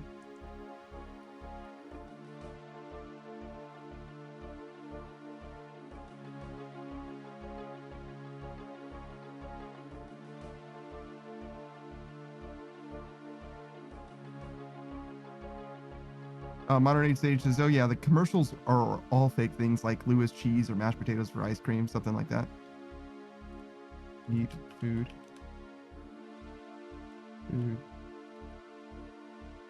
Suffer. Take damage. And there you go. That's it. That's the whole reason. Take damage. Waste your time. Same way that you're wasting our time.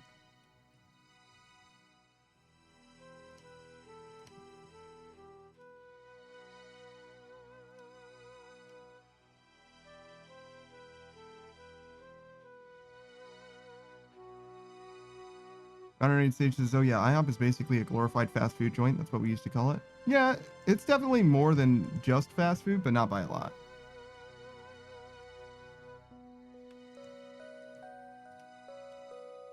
Damn, I misclicked like 18 times. That was crazy. Who says when you freeze the other player, you move to near max range to cast?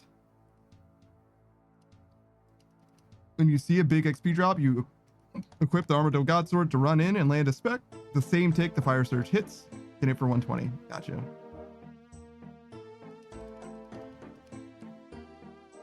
Modern says, but for creative ideas of food, it's all designed by a group of real chefs. More with a bulk catering idea. Sure. I think I understand what you're saying. You're basically saying that the food itself is like chef created. Yeah, I wouldn't doubt that. As opposed to, but like, there's a big difference between that and like made to order type shit, right? But yeah, I get you. It is real food that is being made, as opposed to just like slices of non-egg, whatever, you know what I mean, added to sandwich or whatever. Cylinder of egg.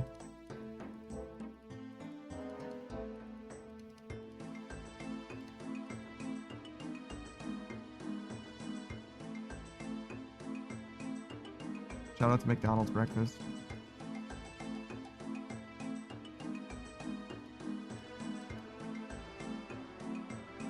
Do you have a favorite fast food breakfast place, Saku?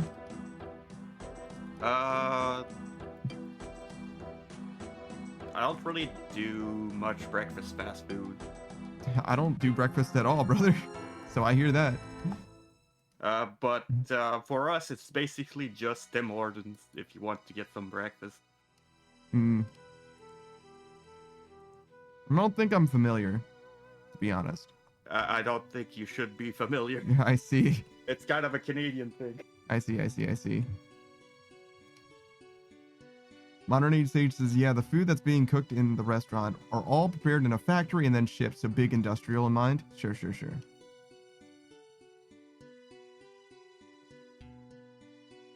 kind of interesting that that's the way that you end up doing a lot of stuff. It's just more efficient that way, I guess. Modern Age Sage says, I've heard of it, but never been there. Tim Hortons, right? Yep, Tim Hortons.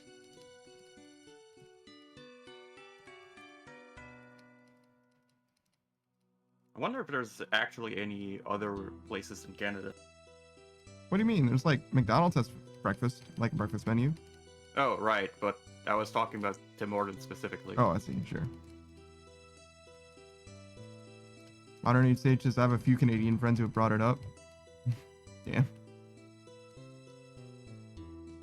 It's famous across Canada land.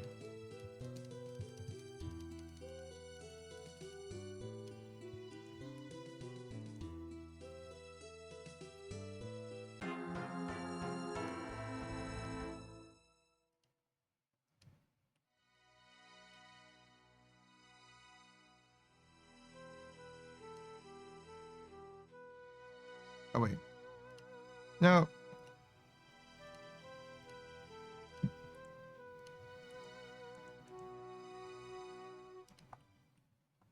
Whoa. The fuck is that guy doing here?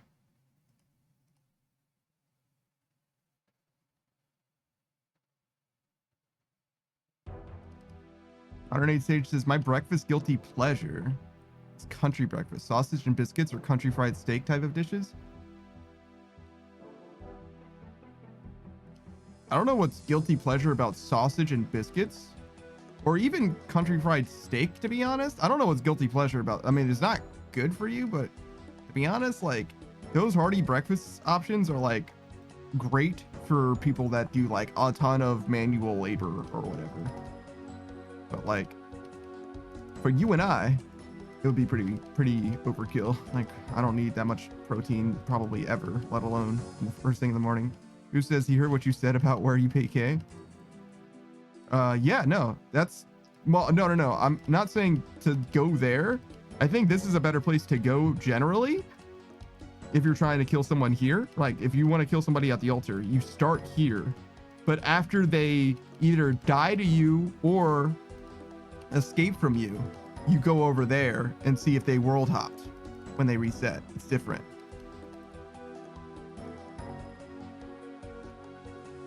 Is different.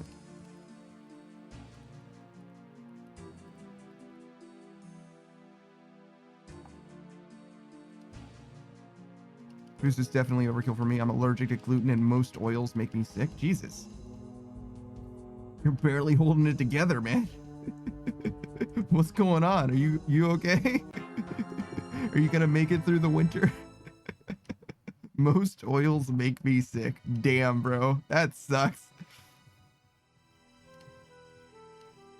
Meanwhile, I'm like, I don't know what the difference between these fucking oils are. Like, they'll be like, yeah, you should use this type of oil. And I'm like, bro, they're all the fucking same, dog. I'm just gonna use the oil that I already fucking have. I'm not buying an oil for this.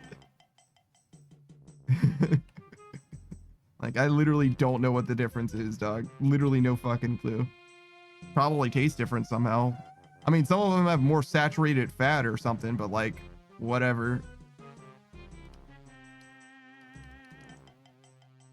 Oh yeah, speaking of, I definitely made those brownies and I did not measure anything. I just like added the brownie mix to the thing. Well, actually, I didn't even start with the brownie mix, which was part of the problem. I started with what I thought was enough oil, and then I tried to do the right amount of milk, and I did, I think, 2 extra eggs, right? Yeah, I did 2 extra eggs than the recipe called for. And then I tried to mix just the milk, oil, and eggs together, right?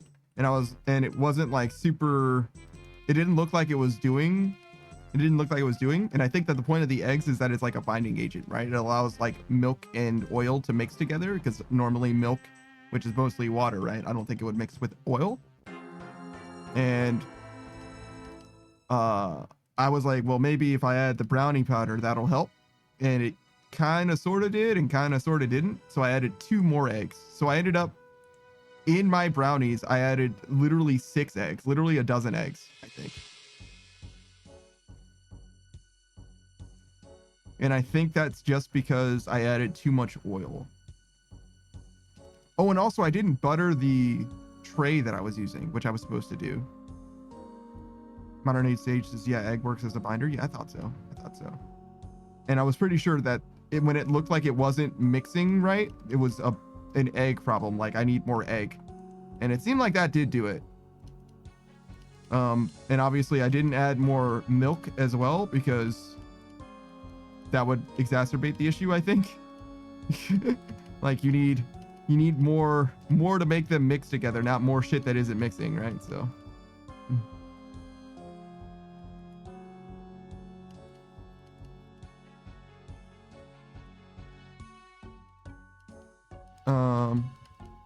Modern Age Sage says, yeah, for real, I have a lot of health issues, which makes it hard on me, which is why I typically eat the same meals every day. I buy either olive oil or avocado oil. I didn't even know avocado came in oil. Holy shit. I know that you can make oil from fucking anything, but I didn't even know that they sold that shit. Modern Age Sage says, yeah, I can't stomach fried food, so most of my food is either baked or air fried. I see. What do you use oil for? Oh, do you like, so you can like pan fry things. You can like stir fry shit, but you can't like deep fry things, is what you mean. Because I'm like, what is the oil even for if you can't eat fried things? But yeah, it's a little different, I guess. What's your favorite kind of oil, Saku? What? What's your favorite kind of oil, like cooking oil? I don't know. I just use it. The one that's in my kitchen, I guess. Yeah, the one that's in my kitchen. I think it's olive oil. Yeah, you get me. I don't know what I've got. I think it's a vegetable oil. Whatever the fuck that means.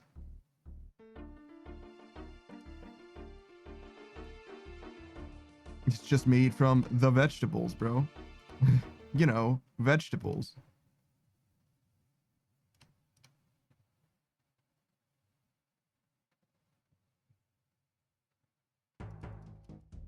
I don't need Sage that says that he eats the same meals every day. I've seen you make like fucking 12 different dishes or some shit. I've seen pictures of you making like 12 or 15 dishes already. Like, I guess that's just on the off occasion that you decide to make something.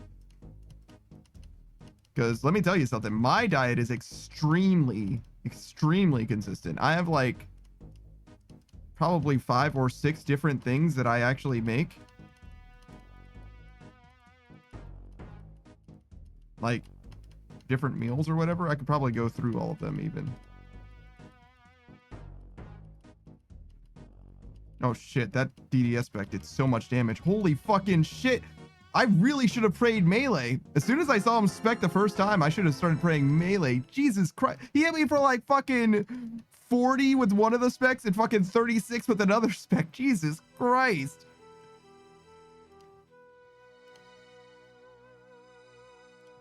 God damn, the fucking high roll, dog. Jesus. That was like close to a fucking max hit for him, probably.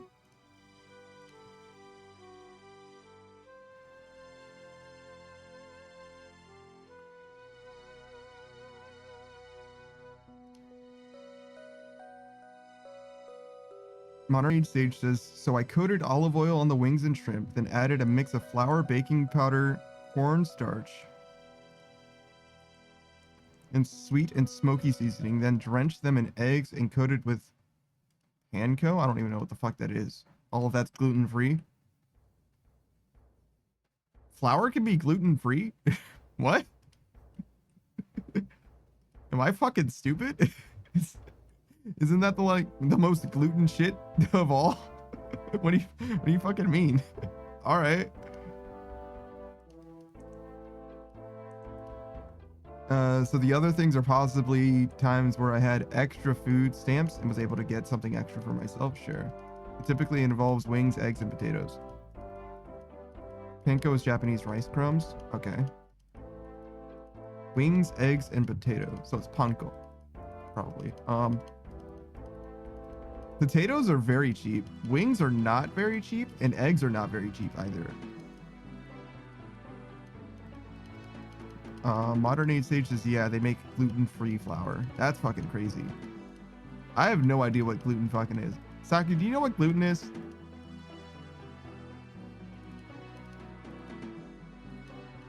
Saki doesn't know what gluten is. He doesn't want it. He doesn't even want to talk about it. He's disgusted by the very notion. I have no fucking idea what that shit is, dog.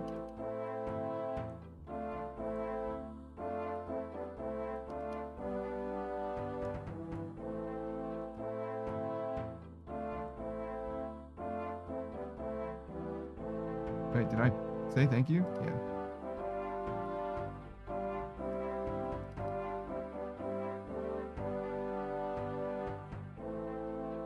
Wait. So they're a pair of dudes? That's crazy.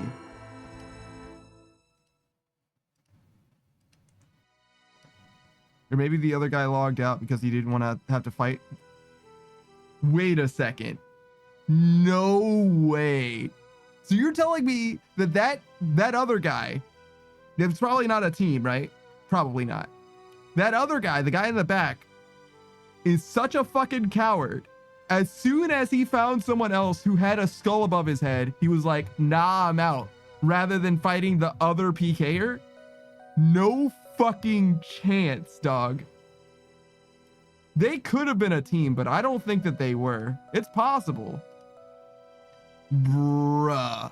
I can't imagine. Can you imagine being so fucking bitch made? What, in what world? In what world are you like, no, I'm here to kill defenseless guys only. I wouldn't want to get, I don't even want to fucking team up against a fucking PKer. No thanks. I'd rather kill someone who's wholly defenseless. Actually bitch made, dog. Crazy. Modern Age Sage says gluten is a protein found in certain grains, including wheat, barley, and rye. It is responsible for the elastic and chewy texture of many baked goods, such as bread, pasta, and pizza. Okay, so it is a protein. I see. Yeah, if it's just a protein, I guess it would be theoretically possible to remove it from a lot of things. Or maybe not even remove it, but like just fucking, how do I want to say it? You could theoretically damage gluten as a protein, right? It's sensitive to, you know, environmental changes and like enzymes and shit like that. You could probably, if not remove it, you could eliminate it by proxy. And that like, so rather than like screening it out with a filter, you could probably adjust the chemistry, if you will, such that it, you know, denatures in some way, denatures, or like apply enzymes to it that would change it into different proteins, right? I could see that being a thing. Who says this is where the worst PvPers in the world reside? Do you think they're here or Rogue's Castle? They're here because this is a lower level of the wilderness, so they have to deal with... Oh my fucking god! Look at them! Look at them! They're like fucking goths in a fucking mall. They're like, all of us are perfectly unique in our own way. That's why we all wear the same fucking clothes. Jesus. Shout out to alt girls. Alt people in general, but I like the girls the most. Oh, Saku's gone. Goodbye forever, brother.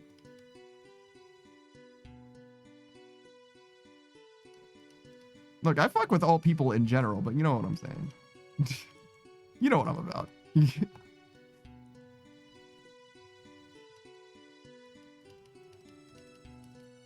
Modern Age Sage says, I'd be the type of person that would work as a bodyguard in this area if I was high enough and protect people who have no gear when a PKer comes to try and kill them.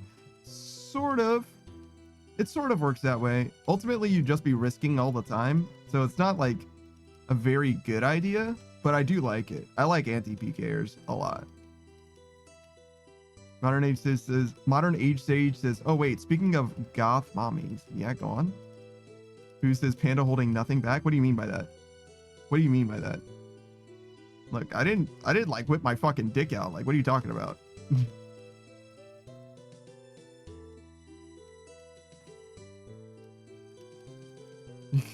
I see.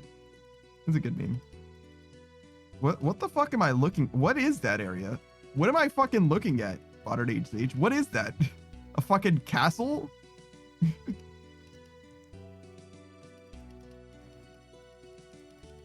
I have no idea what the fuck this is, dog.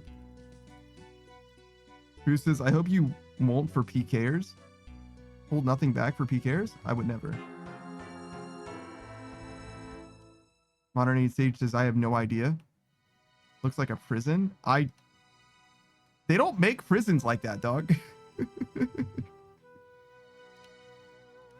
The prisons look like fucking square buildings because they're not supposed to be showy in any way. Modern Age Sage says, and if it is a prison, I wouldn't mind. Jesus Christ, dude. Fucking chill. Your horny is showing. I can hear you slurping.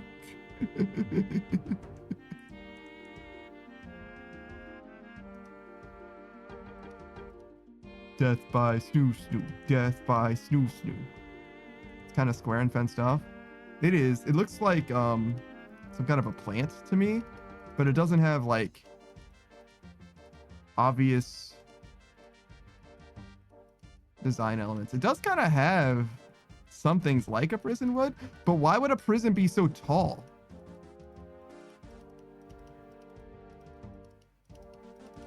It's got to be tall for a reason, is the thing.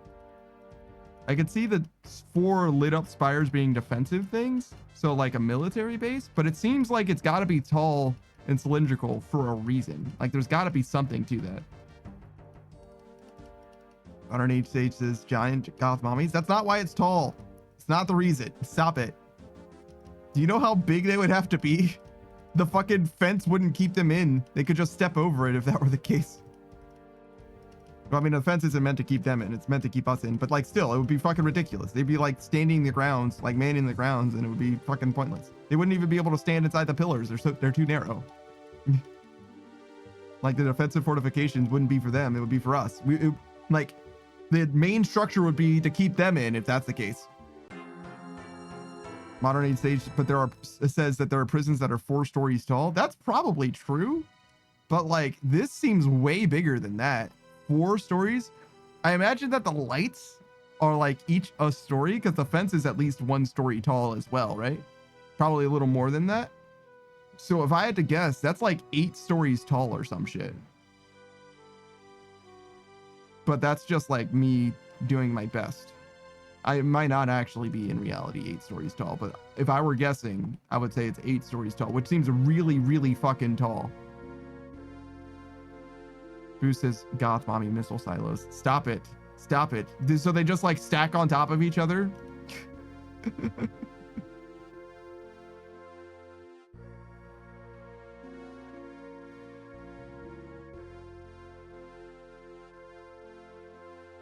It's a little hard to tell. But using the lights, assuming the lights are equally spaced, the first run of lights is probably actually the second run of lights, and I would guess is 2 stories up, and we see visibly 3, 4, 5, 6, 7 runs of lights, right? 2 of them do look kind of close to each other, I guess. But I guess that I'm guessing that the rest of them, or all of them, are really equally spaced, even though 2 of them appear to be closer. But I don't know, obviously. I don't know, obviously. Underneath stage says, I mean, yes, bruh. Who says, look, the sign says big stompy boots. We don't know how big those fuckers are. It's true.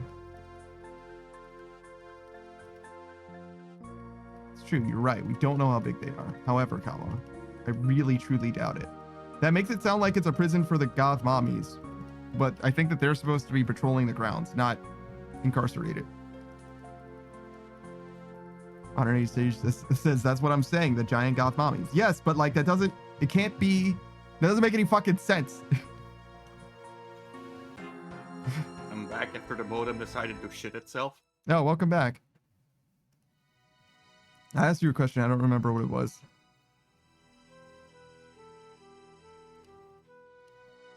I don't remember either. Yeah, no shit.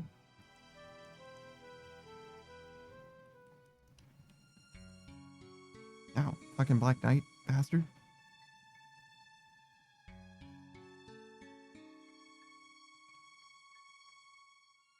Modern Age Sage says, if one falls, it's all over. I say as I smile waiting for death. Bruh.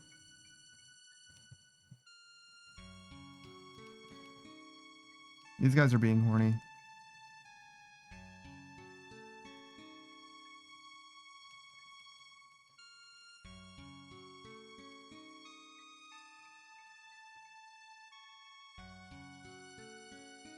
I think we've got another hour, which means that I actually can hit 3 million experience today, in theory.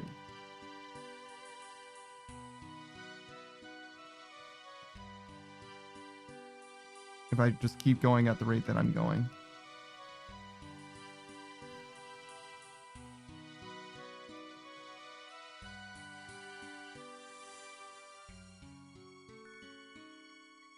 Boost's chat is a reflection of the streamer, bruh. Modern Age Sage is asking you a question, Saku. What's your take on goth mommies with big stompy boots?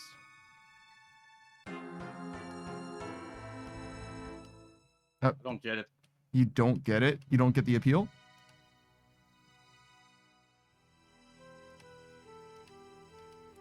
Also, welcome. No, back. I'm not really into goth.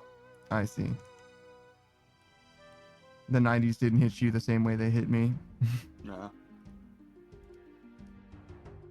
This is what happens when you mostly game instead of using television in the 90s.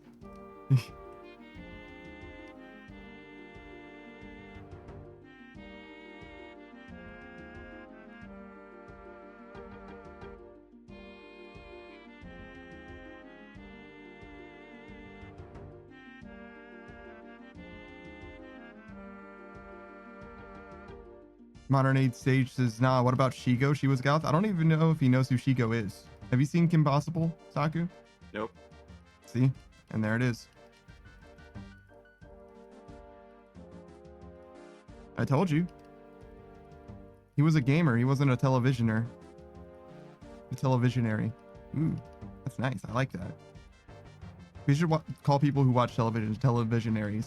Televisionaries.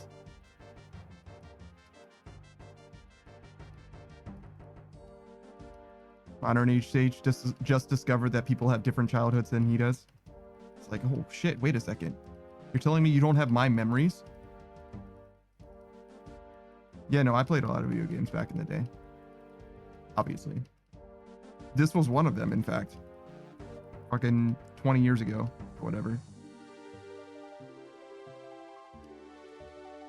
I never made anywhere near this kind of progress, obviously, but yeah, 20 years ago, sure. I think I was able to cut U's once on one of my accounts, which is mostly what I worked towards, to be honest. That was like one of the main things that I tried to do at the time, was woodcutting.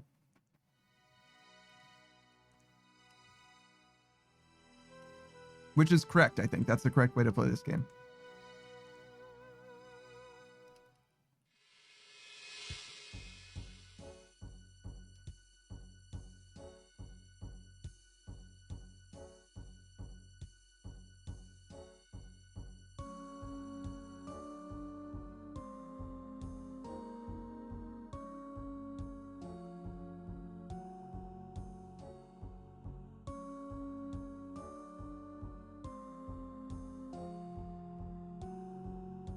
Not me cleanly clicking between those dragon bones 2 times.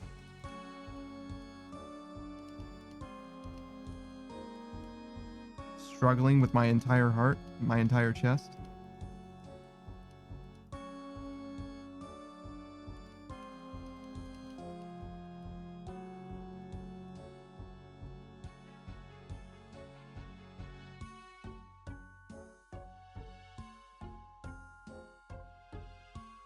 Modern Age Sage says, yeah, my cousin had me grind fletching and chopping U's when I got membership to make money quick.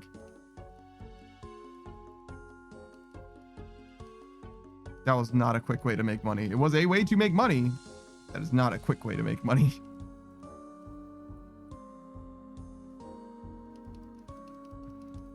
I mean, it's a good way to tell a kid how to do it, I guess. If they're a dumbass kid, they understand those instructions. Like, there's definitely better ways.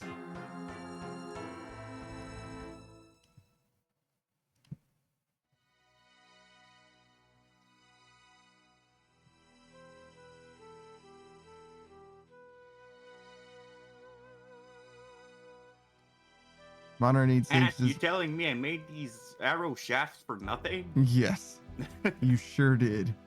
Modern Age Sage says, well, I didn't know better, and he said it was the best way to do it. True. True.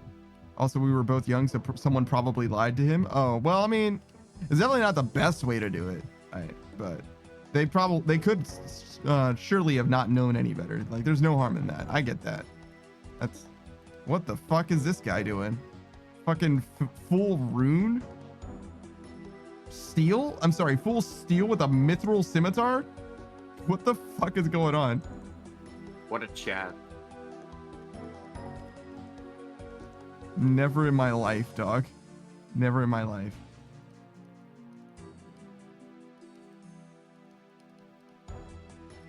I assumed it was full rune because why would someone be wearing anything less than rune in the wilderness? If you're wearing a full suit of, you know, a metal armor, it might as well be rune. No, no, no, you fool. That was obviously full steel. Maybe even iron? I'm not sure. It's the Full Metal Knight. The Full Metal Alchemist? Yeah, the knight. Oh, yeah, of course. Sorry, that's a different guy. Why is he called Full Metal Alchemist if his brother's the one that's actually the one that looks like a knight? What's up with that? That's right. And isn't his armor like a very slight shade of blue? Like it's not fully gray. Alphonse's armor? Maybe. I don't know.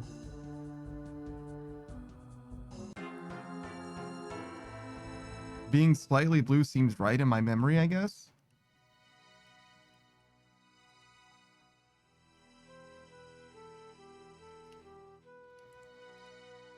Is that a RuneScape reference? Almost certainly not.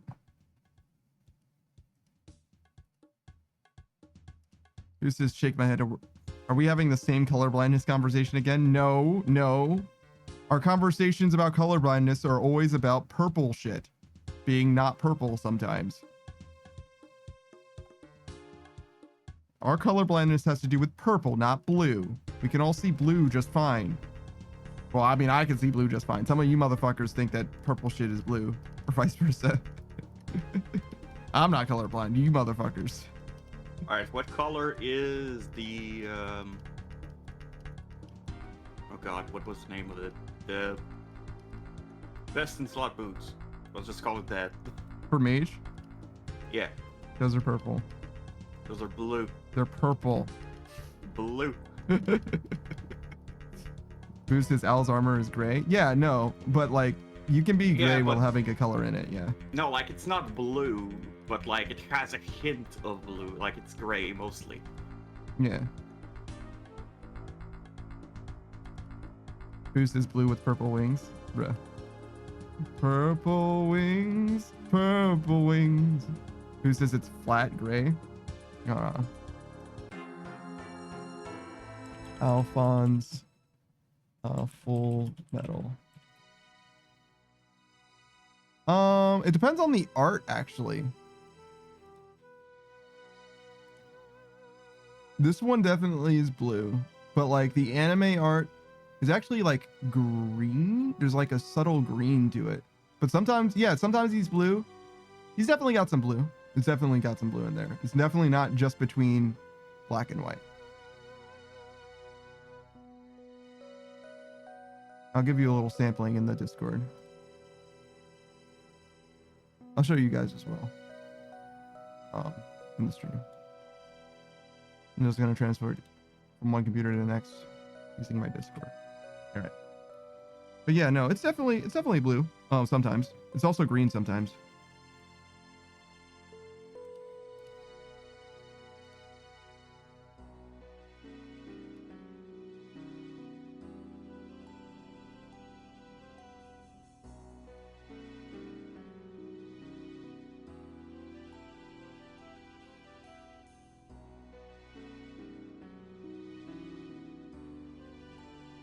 So in the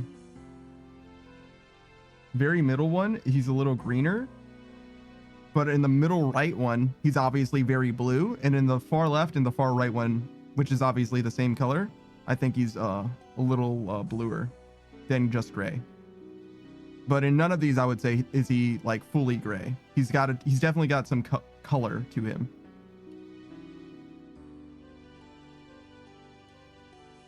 In every single one of them, no doubt, in my opinion. Nothing flat gray about it.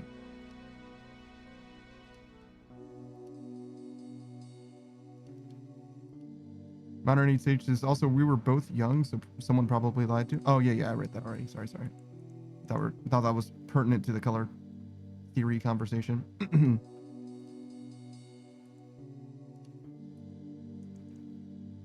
Oh, yeah, that's on Alphonse. Oh, I didn't check the Eternum boots. Shit. I was gonna check that too, before. Go look at that again. Boost says looks gray to me. It is gray, but it's got blue in it. Let me put it this way, Booze. If you needed to color match that at like Lowe's or something, if you used black and white, you would not color match it. You would not, period. You would be able to get something that is gray, but you would not be able to color match that. You would need some blue in there to match it.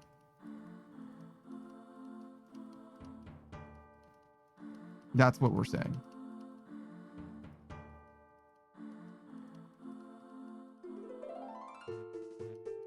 Yeah, I'm saying it's gray, not blue, but it has some blue. Mm-hmm.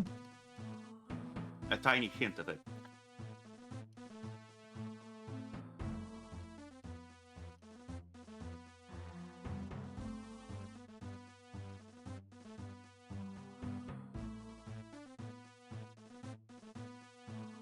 Booze says, God, y'all sound like my wife. You don't have to believe me, Booze. But if I had a paint set for you and told you to color match something, you would use blue. I promise you.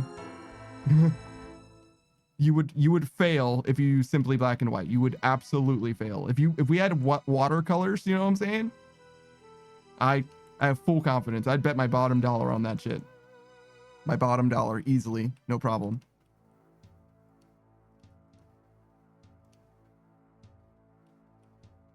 Though I don't know what your monitor looks like, to be fair, but it's clear as day from my monitor. Because if you just desaturate the shit out of your monitor, right? Then all the colors lose their vibrancy and they all become gray, which is like fair.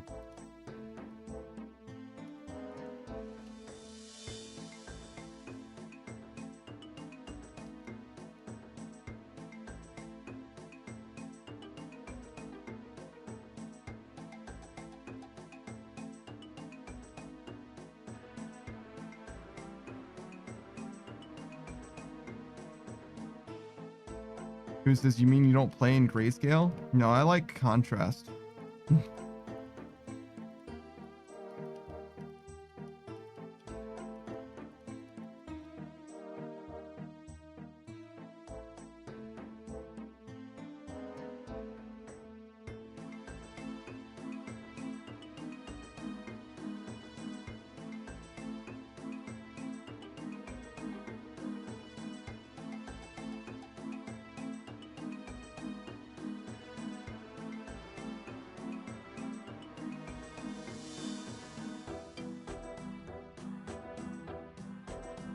Alright, let's look at these fucking boots.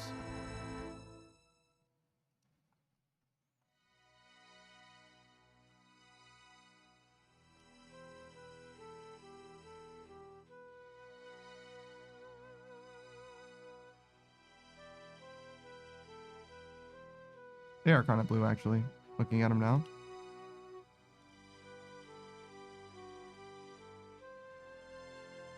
They definitely have purple wings. It's kind of like a dark...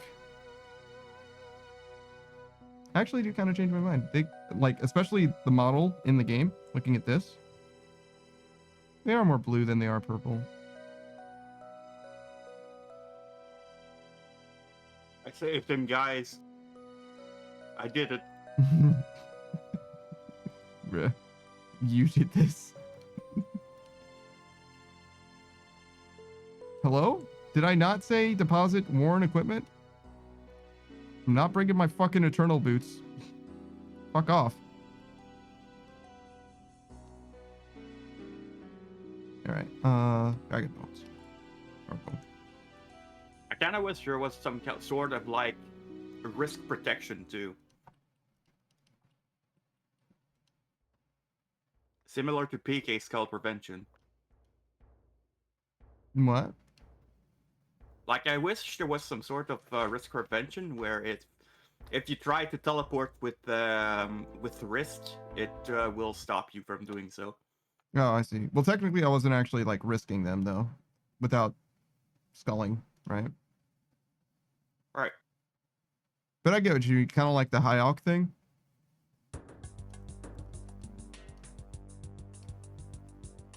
Jesus Christ, this place is dangerous.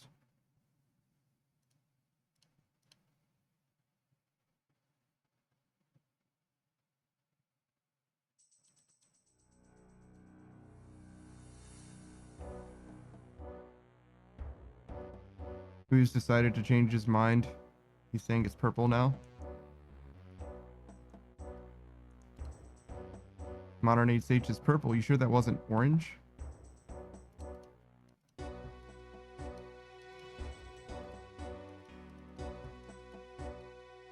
Damn it, we corrupted another one.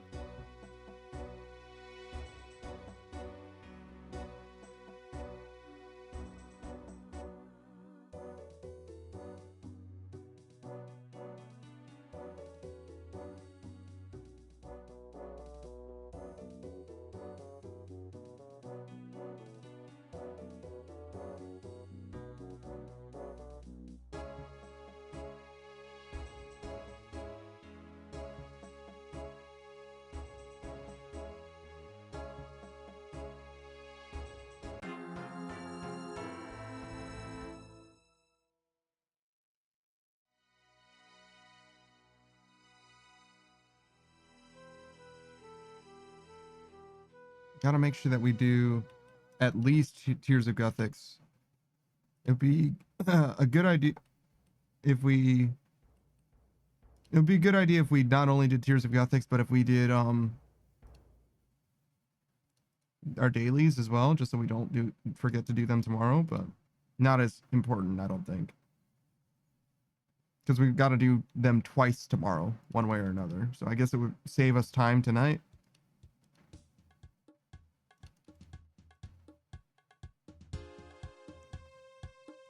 I kind of do want to hit this 4 mil, or 3 mil, excuse me. I think I said 4 mil earlier, which is obviously wrong. There's no way that this guy with an Inferno Cape's going to PK me, right? No way.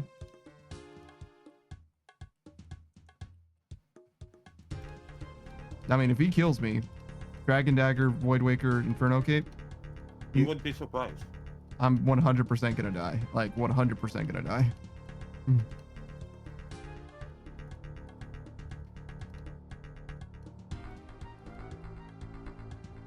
He doesn't look like a PKer though. He doesn't smell of PK.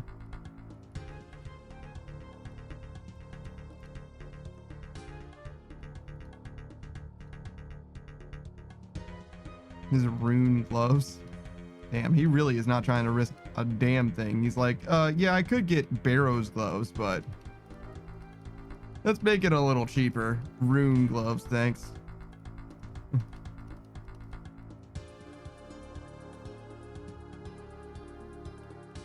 I think those are climbing boots too, Jesus.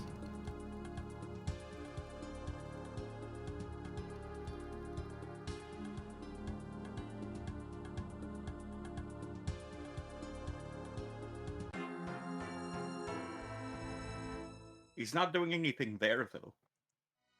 He sure isn't. I think he's just AFK at the moment, but I'm not sure.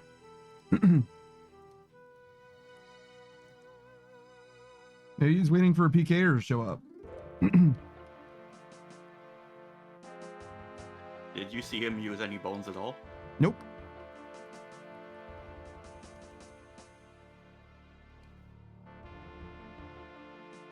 I think he's waiting for you to come back with a full inventory. Maybe. I was there with a full inventory the first time too, though.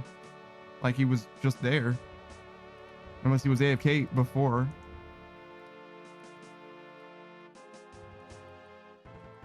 He's looking this way now. Oh, he's turned. He turned 45 degrees. He's not even max combat. He's 125. He's missing prayer, I bet. He's killing people here for their bones to max prayer. Imagine, though.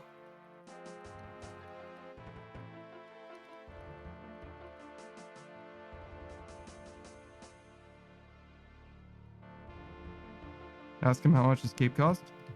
I don't want him to kill me, dog.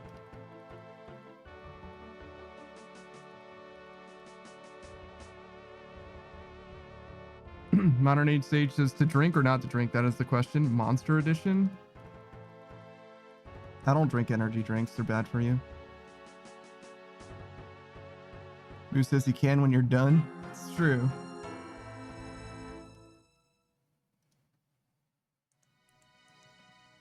How many, proportionally, like percentage wise, how many players do you think paid for their Inferno capes?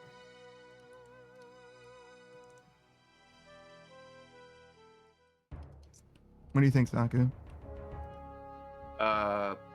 What's up? How many players do you think, percentage wise, earned their Inferno capes rather than paid for it? Oh.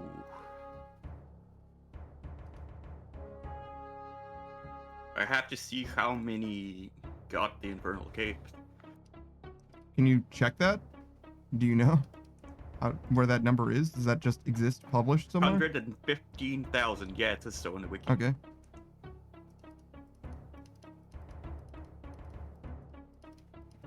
That's twice the amount of people that have the max cape somehow. Indeed. I mean, it's faster. It's easier to do Inferno in that it's faster for an account than it is to max, right? The time to Inferno is definitely less than the time to max, in my opinion, at least.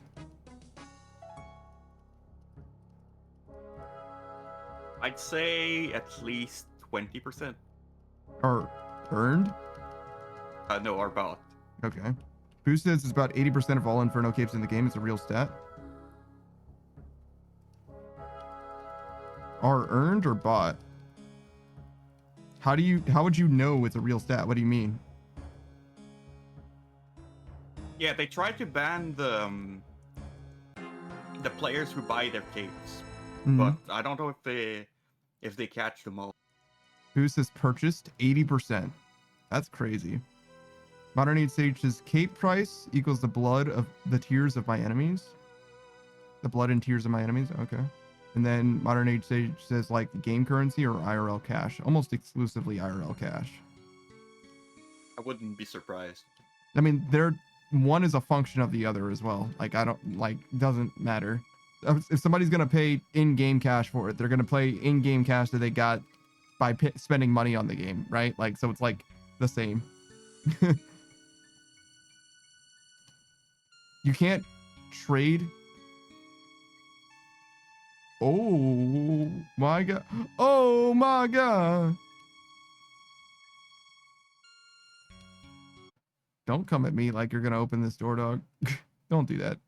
Don't do that.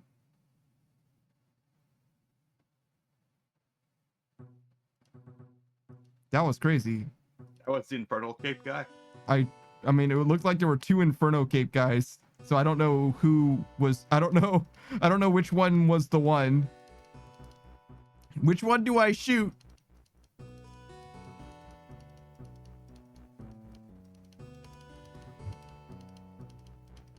Who says lots of them are PvP ults from big name PvPers like Odablock and such. They've come out and admitted it in interviews.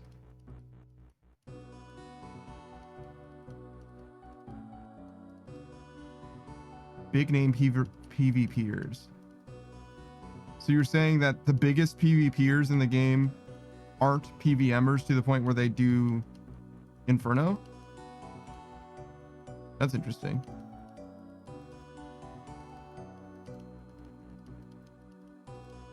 But like the streamers to me are not a significant proportion of Inferno Capes, right? PvPers might be, but streamers are not. Like there's probably like less than 10,000 old school RuneScape streamers or something like that. As far as like, you get what I'm saying? Like having an Inferno Cape or whatever, right? Like there's not that many. Like it's not a significant proportion of the, I mean, that's a decent amount of them, I guess, but you get what I'm saying. That's not going to be the numbers that you're talking about. It's not coming from the streamer population, right?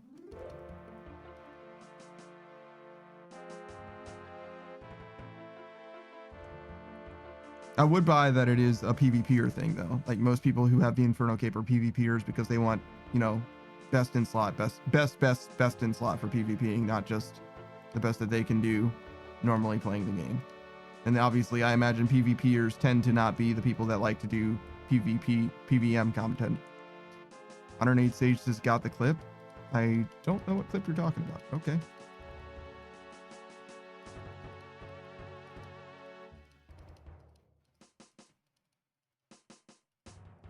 Who says, I'm not saying they're all streamers because there's plenty of them that don't stream. There's also a lot of people who just buy it. Most of the clan I'm in bought theirs.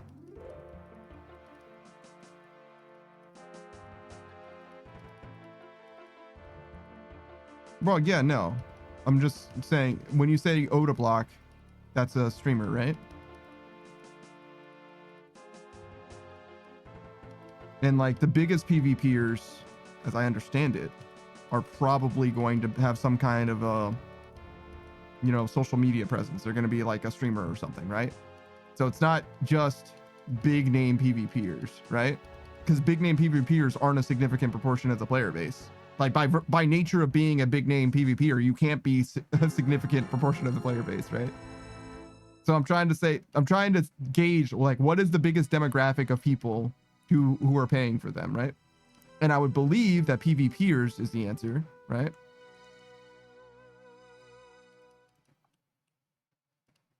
Oh yeah, sure.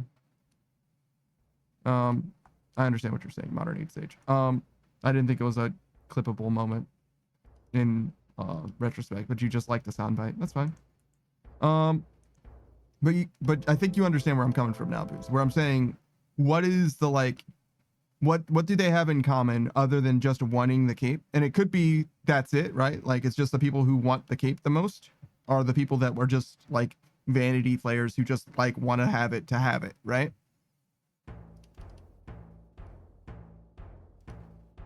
Like those are the most common demographic of people who buy the cape. But I imagine that there's something that is very common around like 50% of people who buy the capes just do it for PvP, for example. Like I bet that that would be a thing. Modern 8 Stage says, no, I clipped you saying it too. Yeah, no, but you just liked the soundbite, right? But yeah, I got you. You were doing it because you liked the meme or whatever. Sure. Boost says, I'd say the demographic is going to be the same people who buy gold off websites. Okay, so interesting. So not the people who buy bonds and sell them on the GE, but the people who employ gold farmers and enable the bots directly financially. Those are the people who buy Infernal Capes. That's interesting, because they're like in a lot of ways the cornerstone of the market. Like, well, yeah, they're breaking the rules in one way. Why not another? I understand that. That makes sense.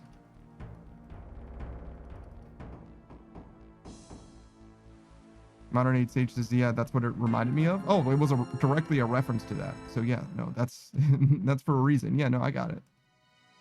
Who says, yeah, those people? Yeah, the people who break the rules one way, break the rules another. That makes a certain amount of sense as well. I was thinking the thing that would unify them is not that they are rule breakers, but that they are... How do I want to describe this?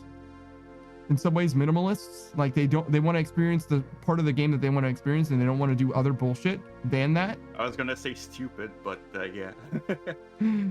That's a little bit of an overstatement, I think. But yeah, I could definitely see PKers being like, listen, I don't want to do the bullshit in this game. I just want to do the fun part of the game, which is fighting other players, right? I can definitely see that being a thing.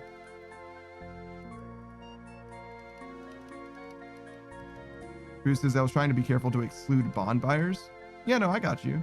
There's nothing wrong with buying bonds either. And there's not necessarily anything wrong with like wanting to buy an Inferno Cape. I can definitely understand the motivation for it. But obviously breaking the rules is breaking the rules, and you know, do so at your own risk. I wouldn't. I have no reason to. And in fact, I would rather not lose my account over some bullshit like in fucking Inferno Cape.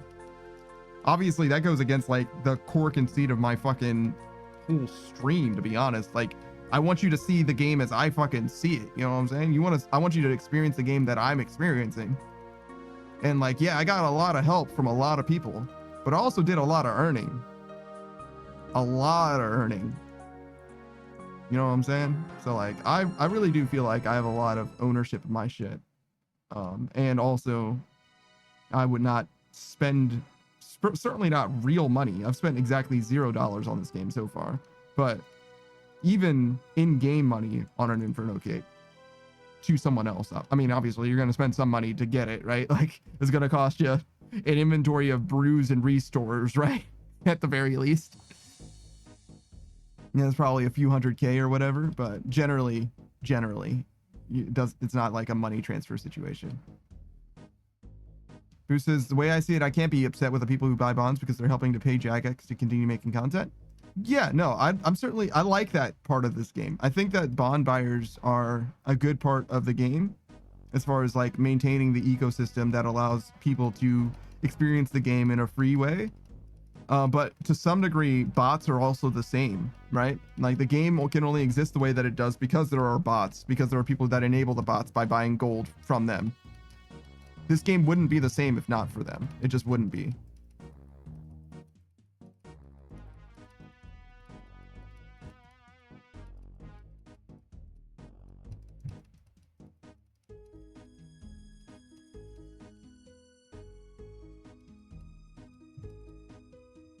Why am I dying so fucking fast? Well, I mean, I got all 4 of my bones, I guess, but like, I died so much faster than everyone else. What the fuck?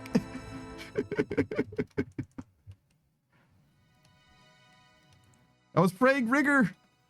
Maybe that doesn't give me magic defense. Maybe it just gives me regular defense. Bloodbark is like the new salad robes. I Yeah, swear. it seems that way. Definitely seems that way.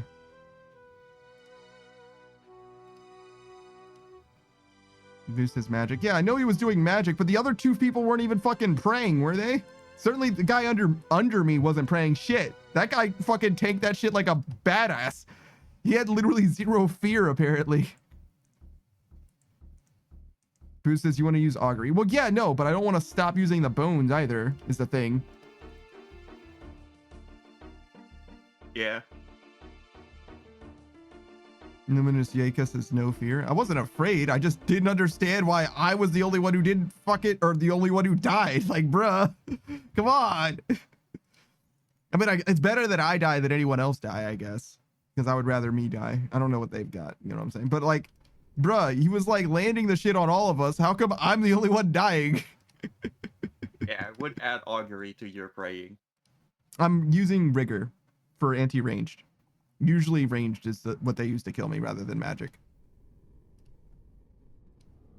It's just I thought it was all defense. I'm sorry? I thought it was defense to all. What is? Augury? I don't know. I think it's mostly magic defense. The three big prayers. I think augury is specifically best at magic defense, to be honest. Yeah. Because it raises your magic level. Well, quote unquote raises it. Yes, but as I understand it, by virtue of that. But rigor is defense by 25%. It is not specifically ranged defense. Mm-hmm. So it works on melee as well. Yes, I agree. And augury, both magic and non-magic defense by 25%.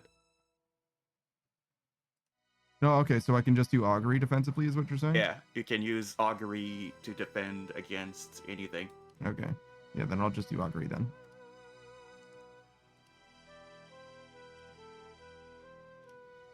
I don't have the tooltips for it anymore, so I can't check. I turned that off when we did Jad. So I boosts magic damage by 4%. Woo! I mean, you would take 4% on a piece of gear in a heartbeat, to be honest. But yeah, for a prayer, On a piece of gear, not really the prayer. Boost says, what does augury have to do with using bones? It's a good question. What does augury have to do with using bones?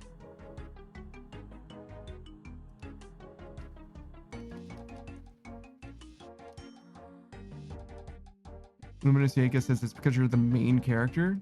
Bruh. That is an unhealthy mentality to have. Everyone around you is the main character in their own lives. There are no such thing as NPCs. Luminous Yaka says augury helps resist frozen and teleblock. That's not true. But since you're butt naked, it might not work as much as you would like. It doesn't affect that, actually. Luminous Yaka says certainly did not give me any butt protection. I'm sure.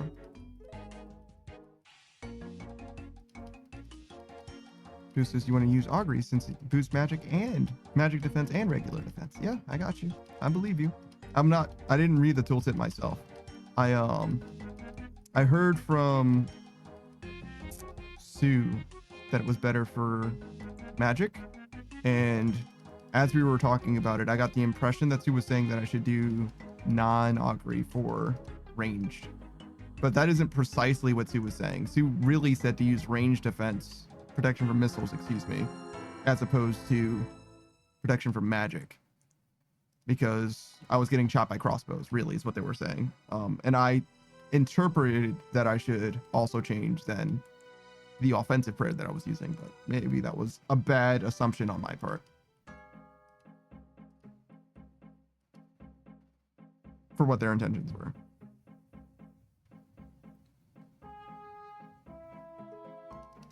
But welcome back, Luminous Yaka. As you can see, we're still doing the same thing. Still vibing. Still chilling. Been chilling, in fact.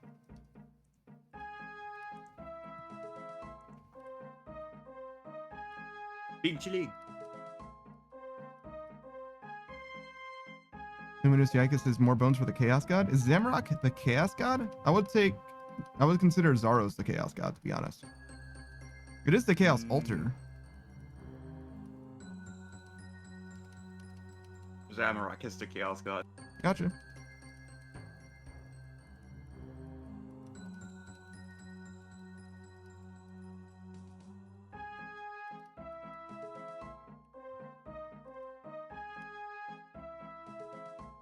Zaros is actually pretty ordered, I would say.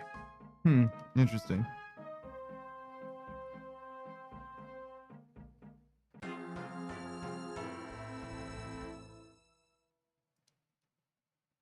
I would even go as far as to say that he's lawful evil. So it's like the difference between a demon and a devil? Yeah. Okay.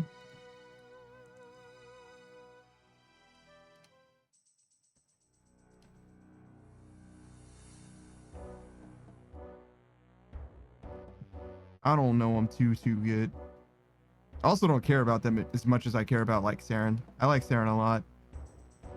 We don't know much about Zaros in OSRS, to be fair.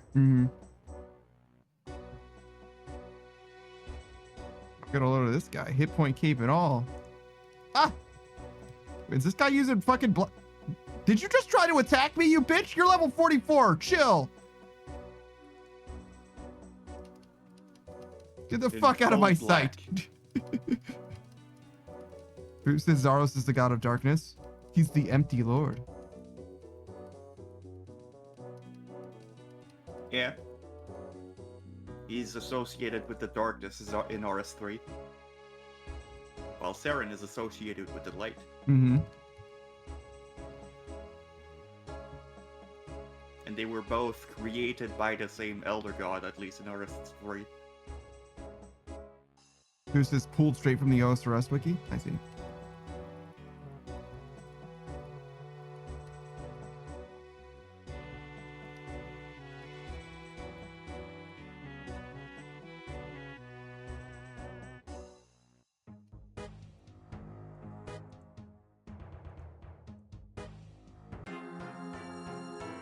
Almost 150k over quota.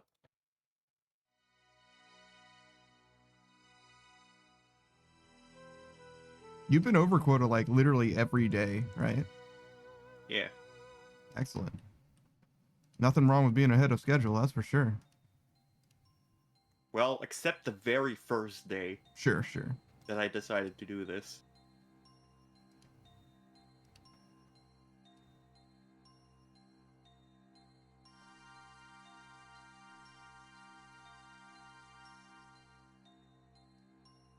Allows me to have a lot of time for spontaneous rival sessions. Gee, I wonder why you would be pulled into rivals spontaneously. Certainly there couldn't be some particular rivals addict pulling you into that particular space.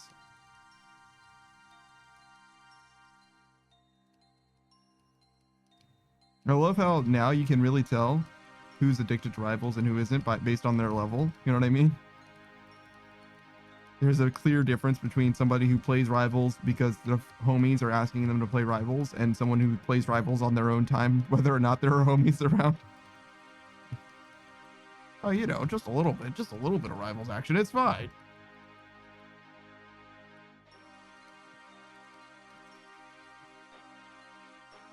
It's also funny to me how many people don't have experience with every character. Like, because rivals, every character is free, right? You don't have to unlock any of them. You can just choose to play them. And there's still 15 out of 20 or whatever characters that I have never played. And I'm probably never going to play as well.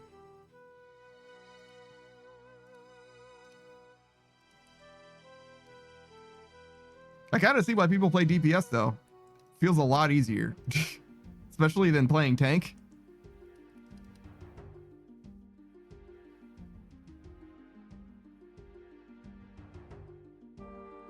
This is just for a little bit, 10 hours later. Bruh. Where's this guy going?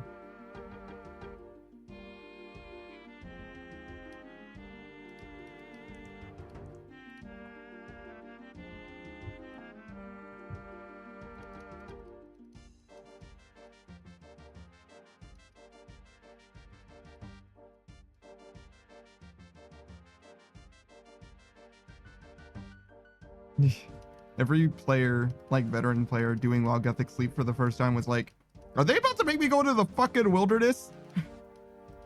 Like, no. Sort of, yes, but no, you're fine. It's fine. They make you watch from the wilderness. Yeah. You'll be okay. Just chill. Just chill. It's fine.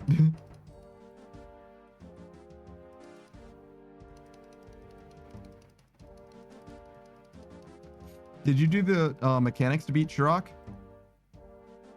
The rock? The mage? Yeah. Yeah. I just blood bursted him. It was normal spellbook. I tried to cast spells on the spells, but it didn't work and they didn't deal enough damage anyway. I see. Interesting. I think I did that while it was still bugged. Hmm. And I did ouch the bomb. Oh my god. I fucking love that mechanic. Fucking love that mechanic.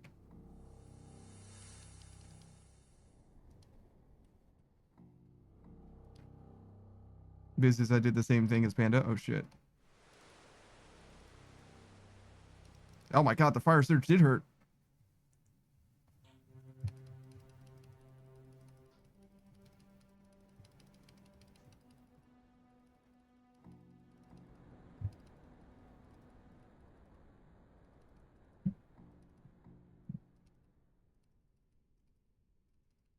Is this guy hitting me with fucking atlatls? Jesus.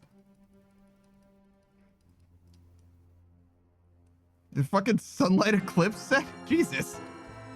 I buried like half my fucking inventory as well. That wasn't bad.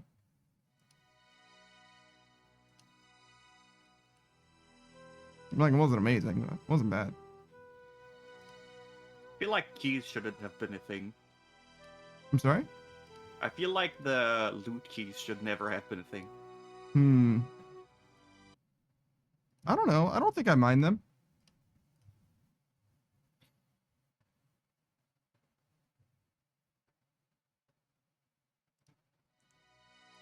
I think the quality of life buff is the main reason. Yeah.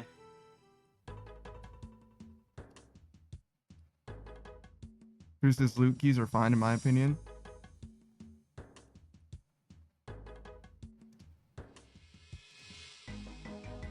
I don't think I mind them. As much as I don't like PKers and shit like that, I think the loot keys, I don't think picking up everything one click at a time is like super chill. I don't trust it.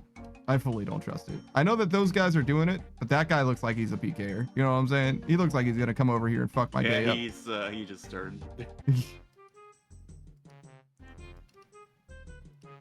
I fully don't believe in that motherfucker.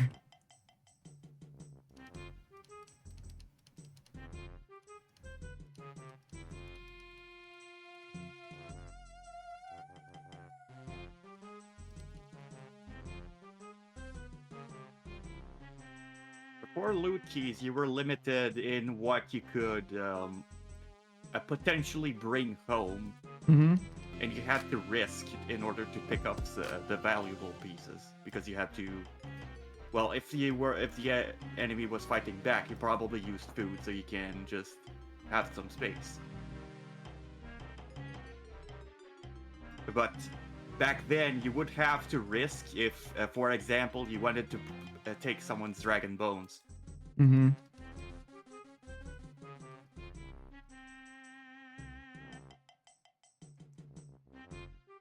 I understand what you're saying. I don't think I'm bothered by that, though. I think that giving the PKers a little something isn't the worst thing in the world in that case. I think it makes the PK experience a lot more interesting. I think it incentivizes lazy killing. Yes, I think it does too. Because they sure as hell wouldn't be doing this if they couldn't pick up your bones.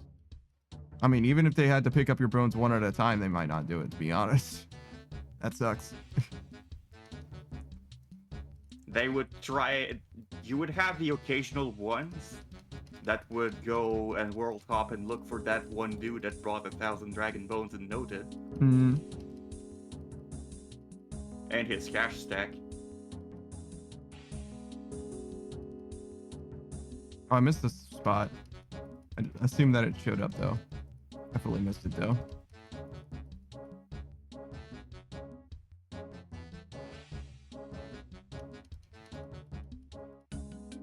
What is this darts dude doing? Lol. Boosters, I actually think the opposite about loot keys. You think that if there weren't loot keys, that people would PK more?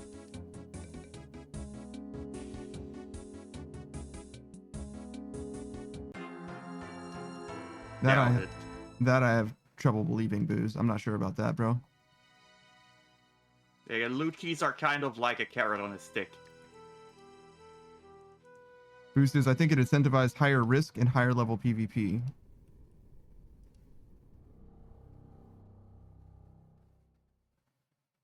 Loot keys incentivize higher risk and higher level PvP. How do you figure? Can you elaborate on that?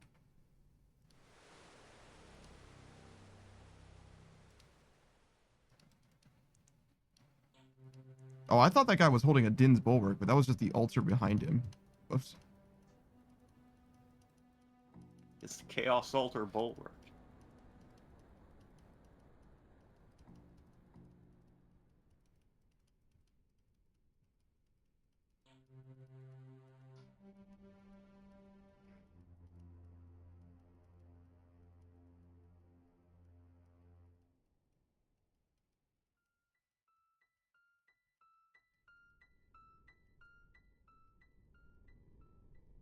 And even back then, you still had the looting bag you could use. Actually, come to think of it, the looting bag would just have made it like it. I think the looting bag would just have been fine. I don't really like the idea of making someone click 28 times or more than that if you're wearing gear to pick up somebody's stuff, to be honest. That seems stupid to me. I like if your looting bag was open, if it went automatically into your looting bag, that's an acceptable compromise. That's how it works. Okay. Yeah, if that's the case, then I don't mind there not being keys in exchange for the looting bag working that way in PvP.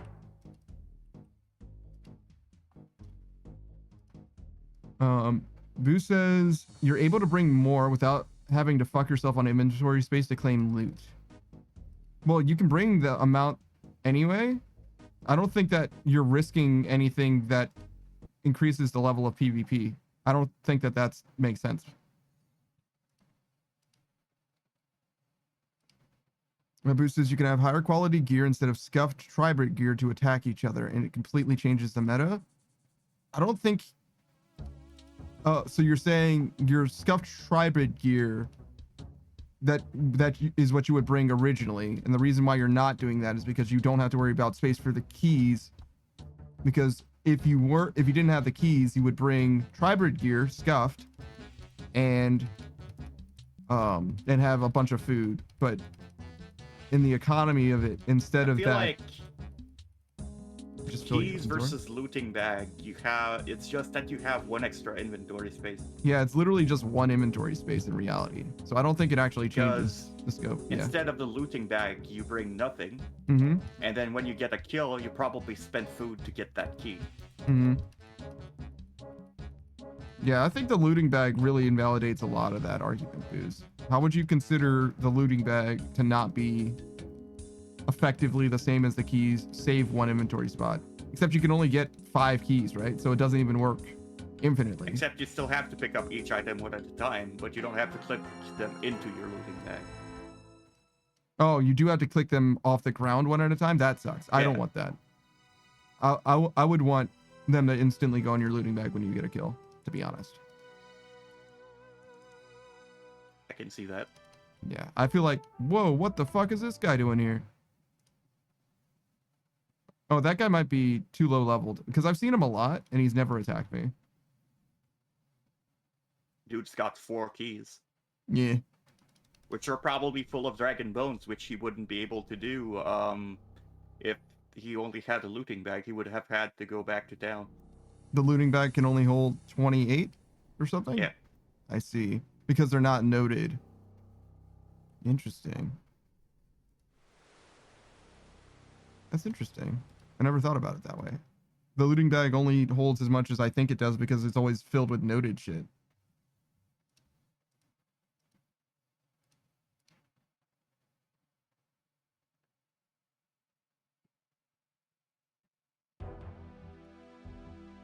Dude says looting bag sucks because of that.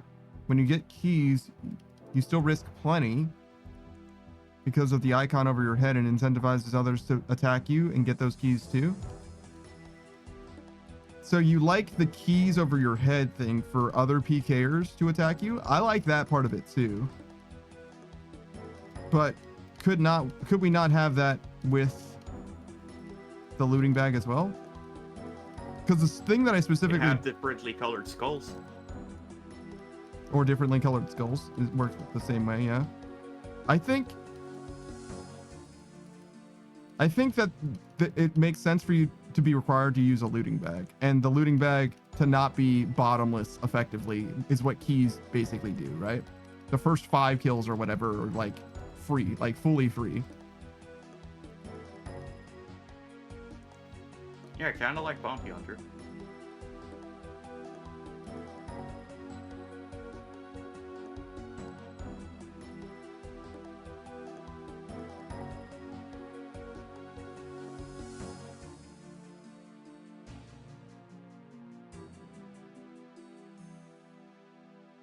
I think he's actually gonna be fine.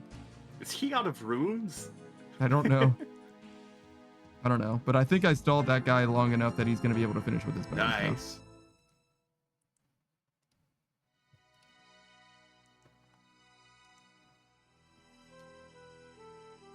I mean, it's not like they're going to remove keys anyway. Yeah, they're definitely they're not. here to stay. Yeah. I agree. And I really wouldn't want to change anything either, but I'm just like talking, theoretically from a design perspective, could it be different? And if it were different, would it be better is the question, right? I think it's a legitimate question than just like talk through and come to some kind of a conclusion for.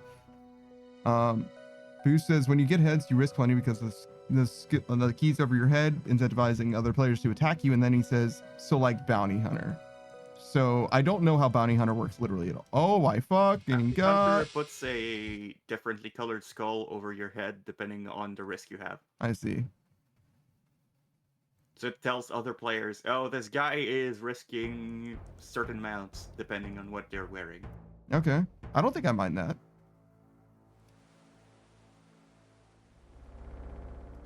That seems reasonable to me, to be honest. I also like the idea of the looting bag rather than the key thing is just like a completely like esoteric, ephemeral sort of like gamey sort of a thing. It doesn't have like any like real basis in like the gameplay itself. So I like a looting bag a lot more from like an aesthetic, like immersion kind of perspective, if you want to think about it that way. And I think having the head over the different color skulls thing also seems like it's in line with, emergent gameplay.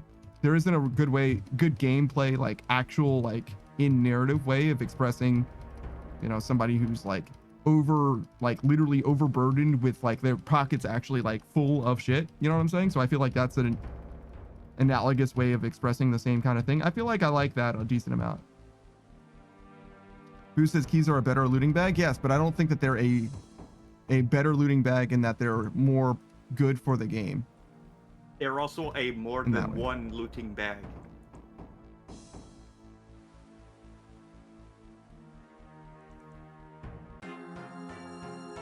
Dude casted Venge. You sure did. Didn't seem like it helped him. Oh, we're past 3 mil. Okay, great. We're done for now. We'll do our dailies. No. We'll just do tiers of guthix. So we'll get our stuff for dailies, but we won't A looting bag can have 28 items in it. Mm-hmm. But a key can have anything that some guy drops. Yeah, so it could have. I think their entire inventory and like the entire contents of their 37. looting bag. Yeah, 37-ish plus the looting bag. Yeah, in theory.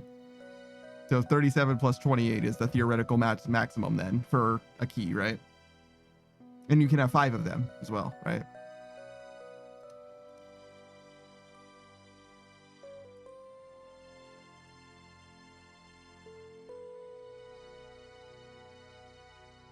And then also, not being able to pick up everything removes items from the game.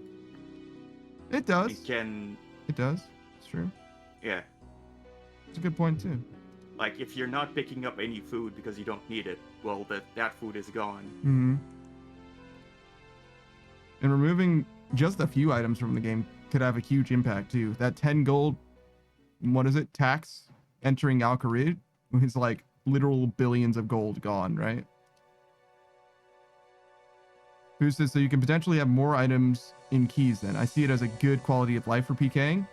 Well, hold on. The quality of life for PKing is not having to pick shit off the ground. The rest of it isn't a quality of life benefit, to be honest. Except for having to bank fewer times. That to me is not significant. You can I feel like it would be a quality of life if it was a limit of 1 key.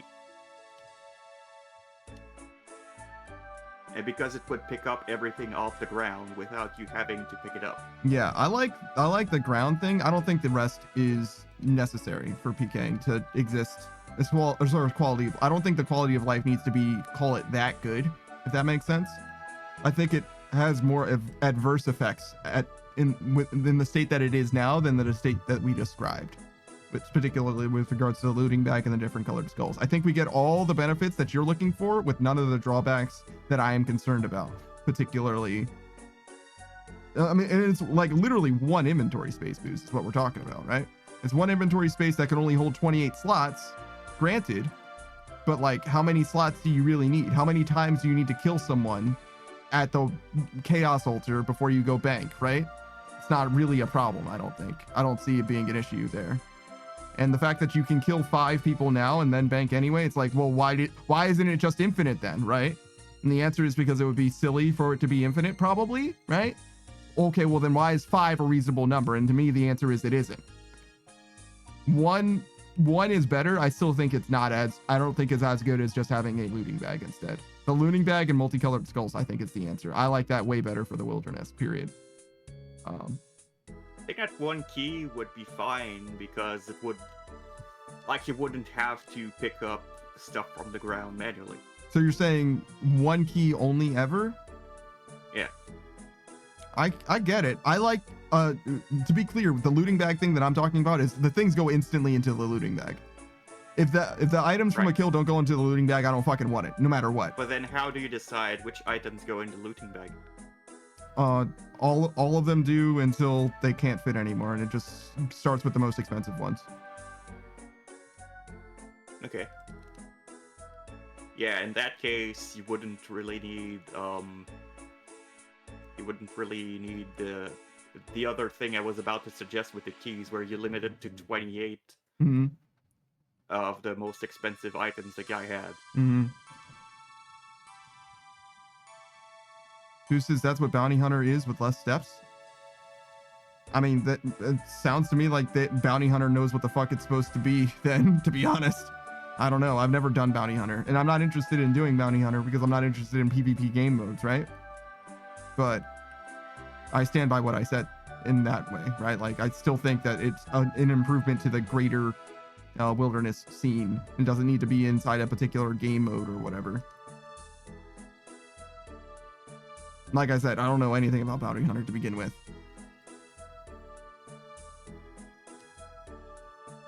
But given what I know about the wilderness, I think that those things that, like you said, come from Bounty Hunter basically would be better than what we have presently in the wilderness.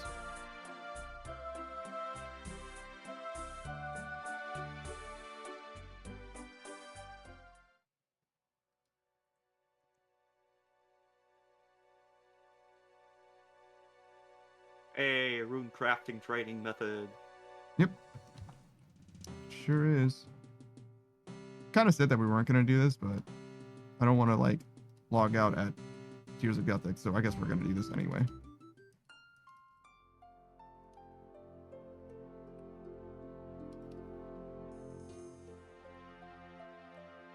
One day left of membership. Okay.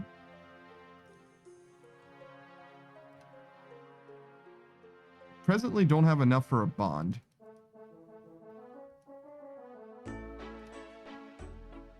And we don't have a bond. But we certainly could get a bond pretty easily by selling these Renar potions. And we would even sell them for a profit at the moment, which isn't the worst thing in the world.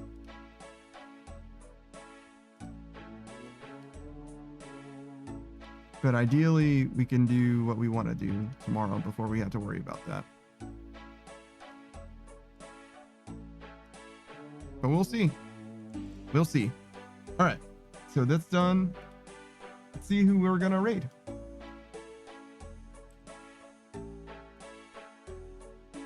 Dude says, did the price of blood essence go up? I've been saving all the ones I got from TOA and was surprised. Blood essence. 84k. Doesn't look terribly different to me.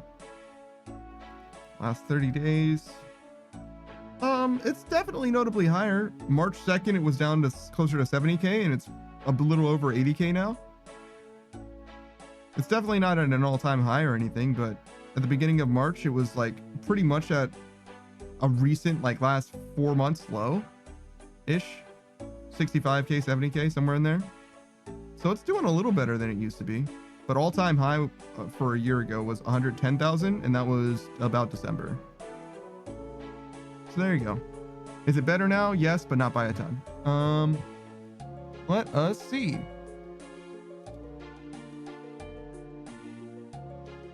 Who do we want to raid? Oh, we raided Pikachu somewhat recently. Damn, that's a shame. I was going to raid my guy. That's okay. We won't do him then.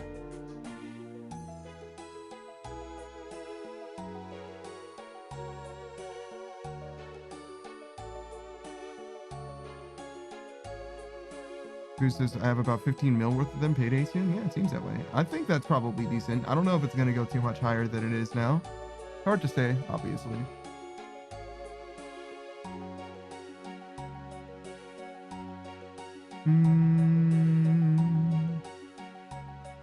I'm thinking too hard about this.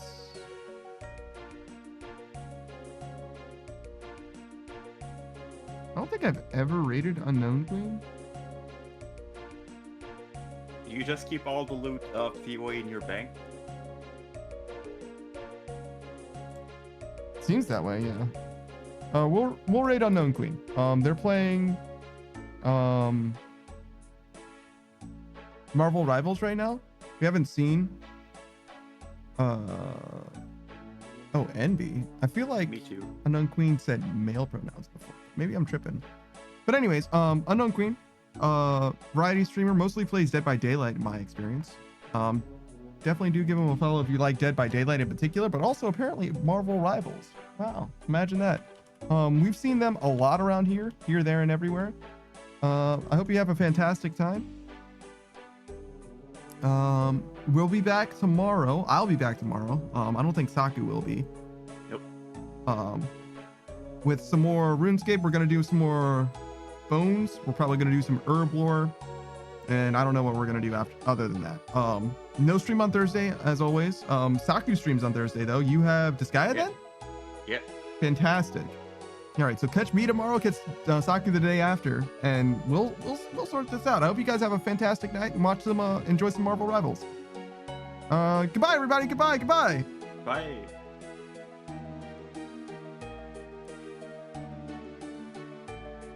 Okay, and turn the audio on and stop the stream.